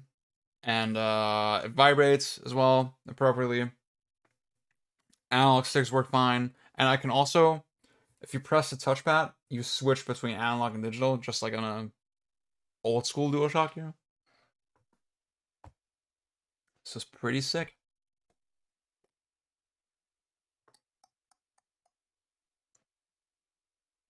Dude, it's crazy that the stream has held up the whole time. So, oh, this is interesting, right? So you see this game, this title screen looks really stretched, right? PS1 games just do really fucky things with resolution, right? They will just change resolutions to whatever they want and whenever they want, and sometimes they get just really wide, you know? Obviously. So yeah, if you're using square pixels, this is actually what it looks like, right? But on a CRT, it would naturally get squished. So on a CRT, it's always the same aspect ratio, right? But when we're just displaying the pixels how they actually are, you know, as squares, then we actually see like, you know, what the game looked like internally, and that's what the MiSTer is doing.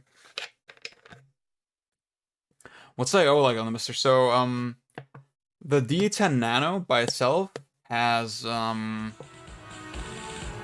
I think 2 SD card slots, micro SD card slots, 2 USB slots, and one of them is like a special USB slot. I think it's like it's not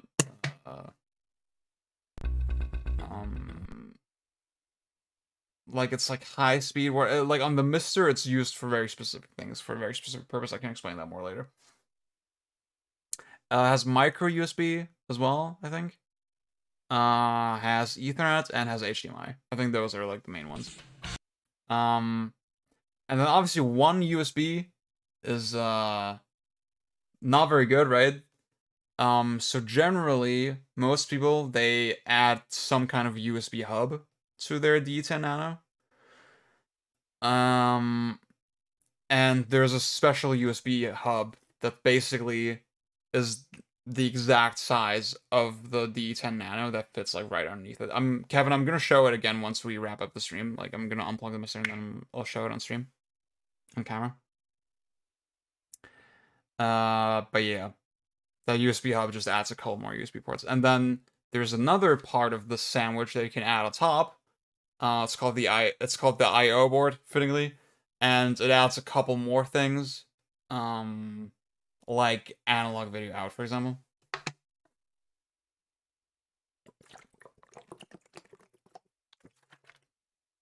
Have you tried making PS1 game? Dude, I have not, but I'll spoil here right now that I've been thinking about it. Like, for my next project, like, that's PS1 style is actually something I was, like, really looking at.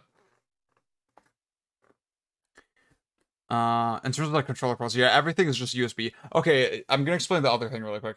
On MiSTer, so I just mentioned this, the D10 Nano has, like, a special high-speed USB thing, whatever. The way that's used in the MiSTer platform is that, you can get this thing called a snack adapter, right? So, it's like basically one end is USB and the other is HDMI. And HDMI, it has nothing to do with like image output or anything, right? It's just HDMI is just a really fast connector, right? That's why they use it. And then this HDMI thing, you can connect to another adapter, and this other adapter has can basically come in the form of like many different original like video game home console controller ports. So you can have an adapter that's like a Super Nintendo port, or like one that's a Mega Drive port, or Sega Saturn, or whatever, or now PlayStation. And basically what this is for is so that basically when you're using a USB controller like I am right now, there's some level of translation, right? Like the MiSTer is based on Linux, so this controller is like going through Linux and like sending inputs to the games, whatever. Works in a more modern way, I guess, right? Whereas with the snack system, so it's called SNAC, snack. It basically doesn't do anything like that at all. Instead, it pulls the controller literally exactly like the original console would. So that even means that you can't, it's like to such an extent where, let's say I use the snack adapter to connect a Super Nintendo controller, like original Super Nintendo controller with the original port. The way it pulls it basically means that I can't use this controller for anything except the Super Nintendo core on the MiSTer. I cannot use that with like Mega Drive games, for example, right? Like that's how one-to-one accurate it is, basically. And that's really cool that it works, but personally it's not something I've messed with at all. Like, when you use a DualSense, you have like 6 milliseconds of lag. That's like nothing. And, you know, it would be kind of cool to have that, but like obviously it's a lot of extra equipment and like, yeah, I didn't really care. Gonna put cheese in my MiSTer. Yeah. Yeah, I think so I was using a Saturn controller earlier, right? But that was just with a regular ass USB adapter, right? So it was not like, again, it's not polling it in any kind of special way. It's just literally USB.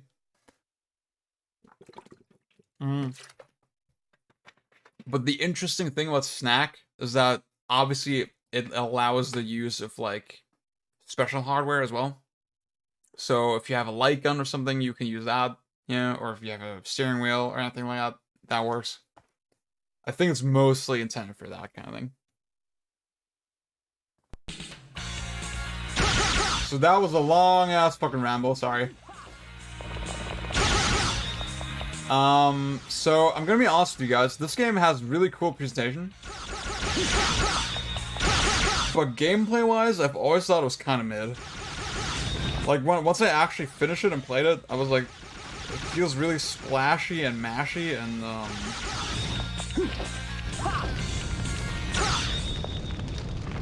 it doesn't have a lot of depth, you know?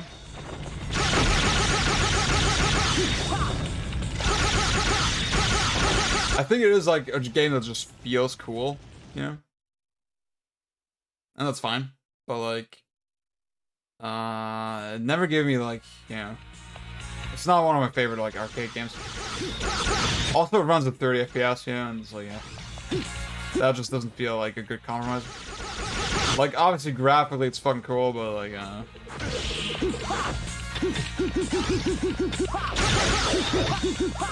you know what? I think this game was actually, maybe I'm fucking wrong, but I think this was developed by Western Studio. Like, maybe I'm bullshitting, but like, I feel like I heard something like that. Also, Akaniko, the new Strider is fucking surprisingly based. I like that game a lot. The PS4, Xbox One Strider. I fucking love that game. I was really fucking impressed with it when I actually played it.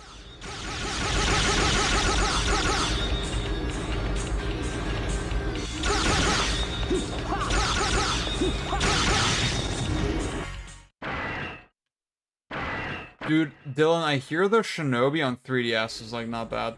Like, it is 2.5D Shinobi basically, and I've been told that it's actually kind of good, but I haven't played it, so I couldn't tell you. Guys, you know what?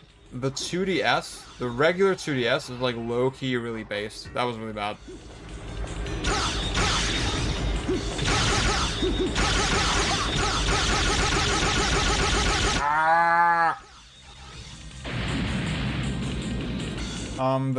The regular 2DS, the vanilla 2DS, has like the best screen resolution.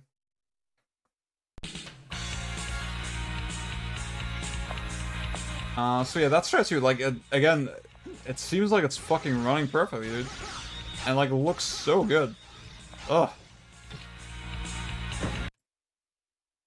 This, yeah, Hot Pocket, that's what it was. Yeah, I don't know if I've ever looked at the other Strider, the Roman numeral Strider 2. 3DS is perfect, it does, yeah. There's so, okay, this is like really nerdy, but like, so the DS obviously plays GBA games, right? But GBA games run at a really strange refresh rate where, I'll do Legends 2, Mega Man Legends 2. They run at like 59.7 hertz, And on most screens, that causes a little bit of stutter. And that includes the DS. If you play GBA games on the DS, they stutter a little bit. And you need kind of a trained eye to notice that. You need to be a fucking psycho and a freak like me. But, like, it's enough that it really bothers me. And, yeah, that's exactly how it works, Kevin. The thing is, on the 3DS, they use the same idea to play GBA games, but they also applied some kind of, like, frame interpolation to make it smooth, to, like, get rid of the stutter. And, like, the implementation of that is, like, good enough to where it doesn't look distracting at all. Like, you can see a little of blur when it's scrolling, but, I think it's fine. Dylan, I actually never seriously played this. I always, like, play through the tutorial a couple times. And I always thought, dude, it looks so cool, and I like that it's analog controls and stuff. I need to spend more time with this game. You know how to use your fire? Do not buy an analog pocket. Yeah, thank you. Oh, fuck. I pressed the wrong button. No! Fuck! Okay then, good luck. I don't know, the analog pocket, it seems like just like a boutique, useless fucking thing. That's not actually for playing games. I'm so glad that I didn't buy it, honestly, in retrospect.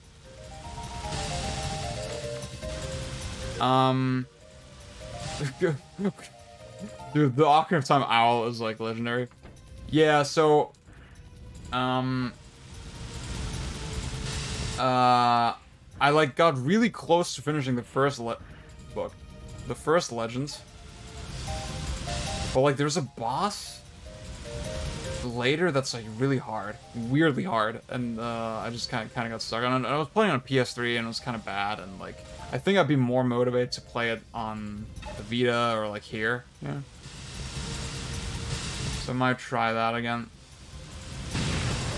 I got a pre-order in every day. The beta cancel.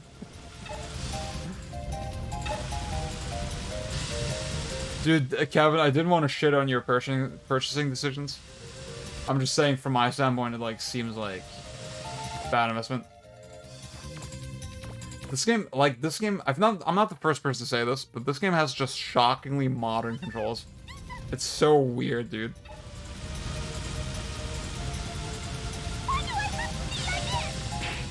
Oops. Ah!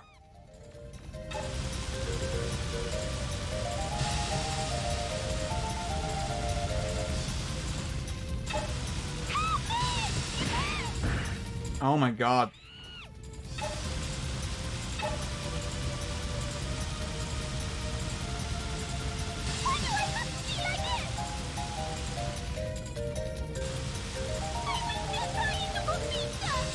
Oh, we got it. I could not deal. Yeah, the N64 version is like really crusty. I thought I was done for. Mission complete. Mega Man. I think this is just kind of a... I mean, so, honestly, my impression of Mega Man Legends is that it is a vibes game.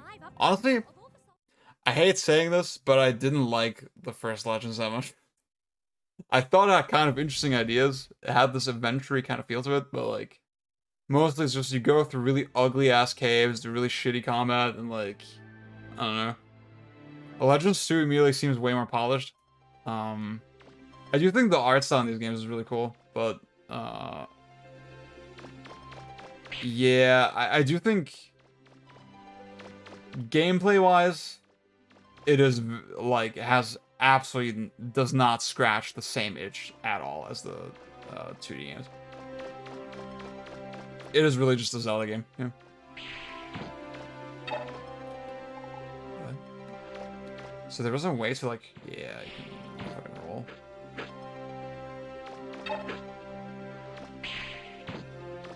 Literally, I've never played farther than this screen. I always like play the tutorial and like look at the graphics and like, ooh, analog, dude, analog controls.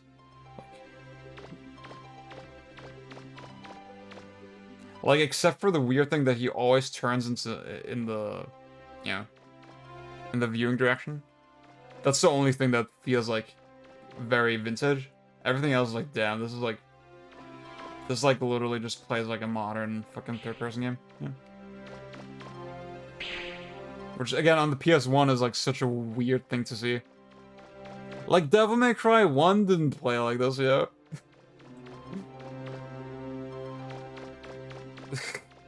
Dude, Legends 3 legit looked so cool. I don't know, man. That's sad. Just that was the Crapcom era. Okay, you know what? I'll go here. Okay, I think I'm almost ready to close out the stream. This game visually is really fucking cool. Let me actually check if... Yeah, see, like, when I press the home button, it, like, froze for a little bit. That does happen on this cord a little bit, but I think it's fine. Like, it doesn't seem like a big deal. Okay, let's see. Oh, widescreen hack. Actually, that seems really interesting. Wait, dithering on. Cool. See, I think this game works a little bit better without the dithering than other stuff I've tried, but like it does. I don't know. Without the dithering, the games, they do look a little bit naked, you know. Like, even on a LCD screen, I think the surfaces, they just look a little more richly textured when you have the dithering on, you know? Yeah, I definitely like it on. Okay, wait, let's try... Wait, texture filter? Wow. Okay. Let's try the widescreen hack. Damn. Okay, wait, that doesn't really work. I think my scaling is, like, weird now, but, like, generally this is pretty interesting. Wait, let me check, actually.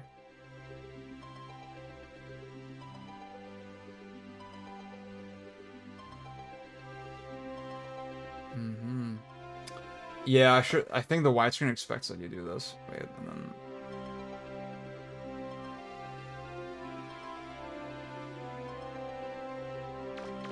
Damn. Wait, if I now... do... interpolation? That, to me, looks pretty snazzy. That's, like, crazy that that works. It does, like, I do think we lost a little bit of sharpness. Yeah, yeah, it does, wait, okay, wait, no, it looks, I guess, yeah, all the 2D stuff is stretched. So, and I guess you stretch it more, the more you expand the viewing field, so, wait, actually, so maybe the 3x2 is actually the sweet spot. Yeah, to me, this looks better. This is really cool. I'm still in the Crapcom era since I tried Rising. Obama era. Yeah, there was only in Japan, but there was like genuine PSP ports. It's just so neat, dude. Just 16:9 fucking PS1 games. That's so fucking cool, dude. God. Damn, bro. Okay, I think this is a good note to end on. Yeah, thanks for everybody who joined today. I hope you enjoyed. I had a lot of fun. I did okay in Sifu at the end.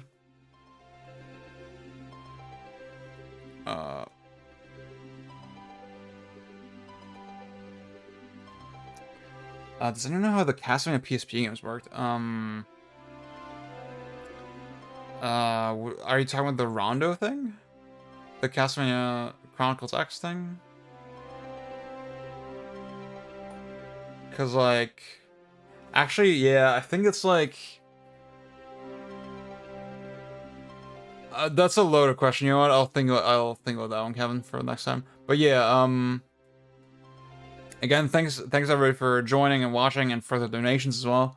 I hope to be back. Yeah, Kevin, that's exactly what I was thinking about. Like, I don't have an answer right now for you. There are definitely differences. It's not the exact same games. But yeah. I hope to stream relatively soon again. Not like, again, last time I streamed before today was like fucking months ago. I hope to not wait that long again. There's a little input lag. Okay. Oh, yeah. Hope I gave you a good overview over MiSTer as well. Yeah. So that was like valuable. Yeah. And I'll see you later. Bye bye, everybody.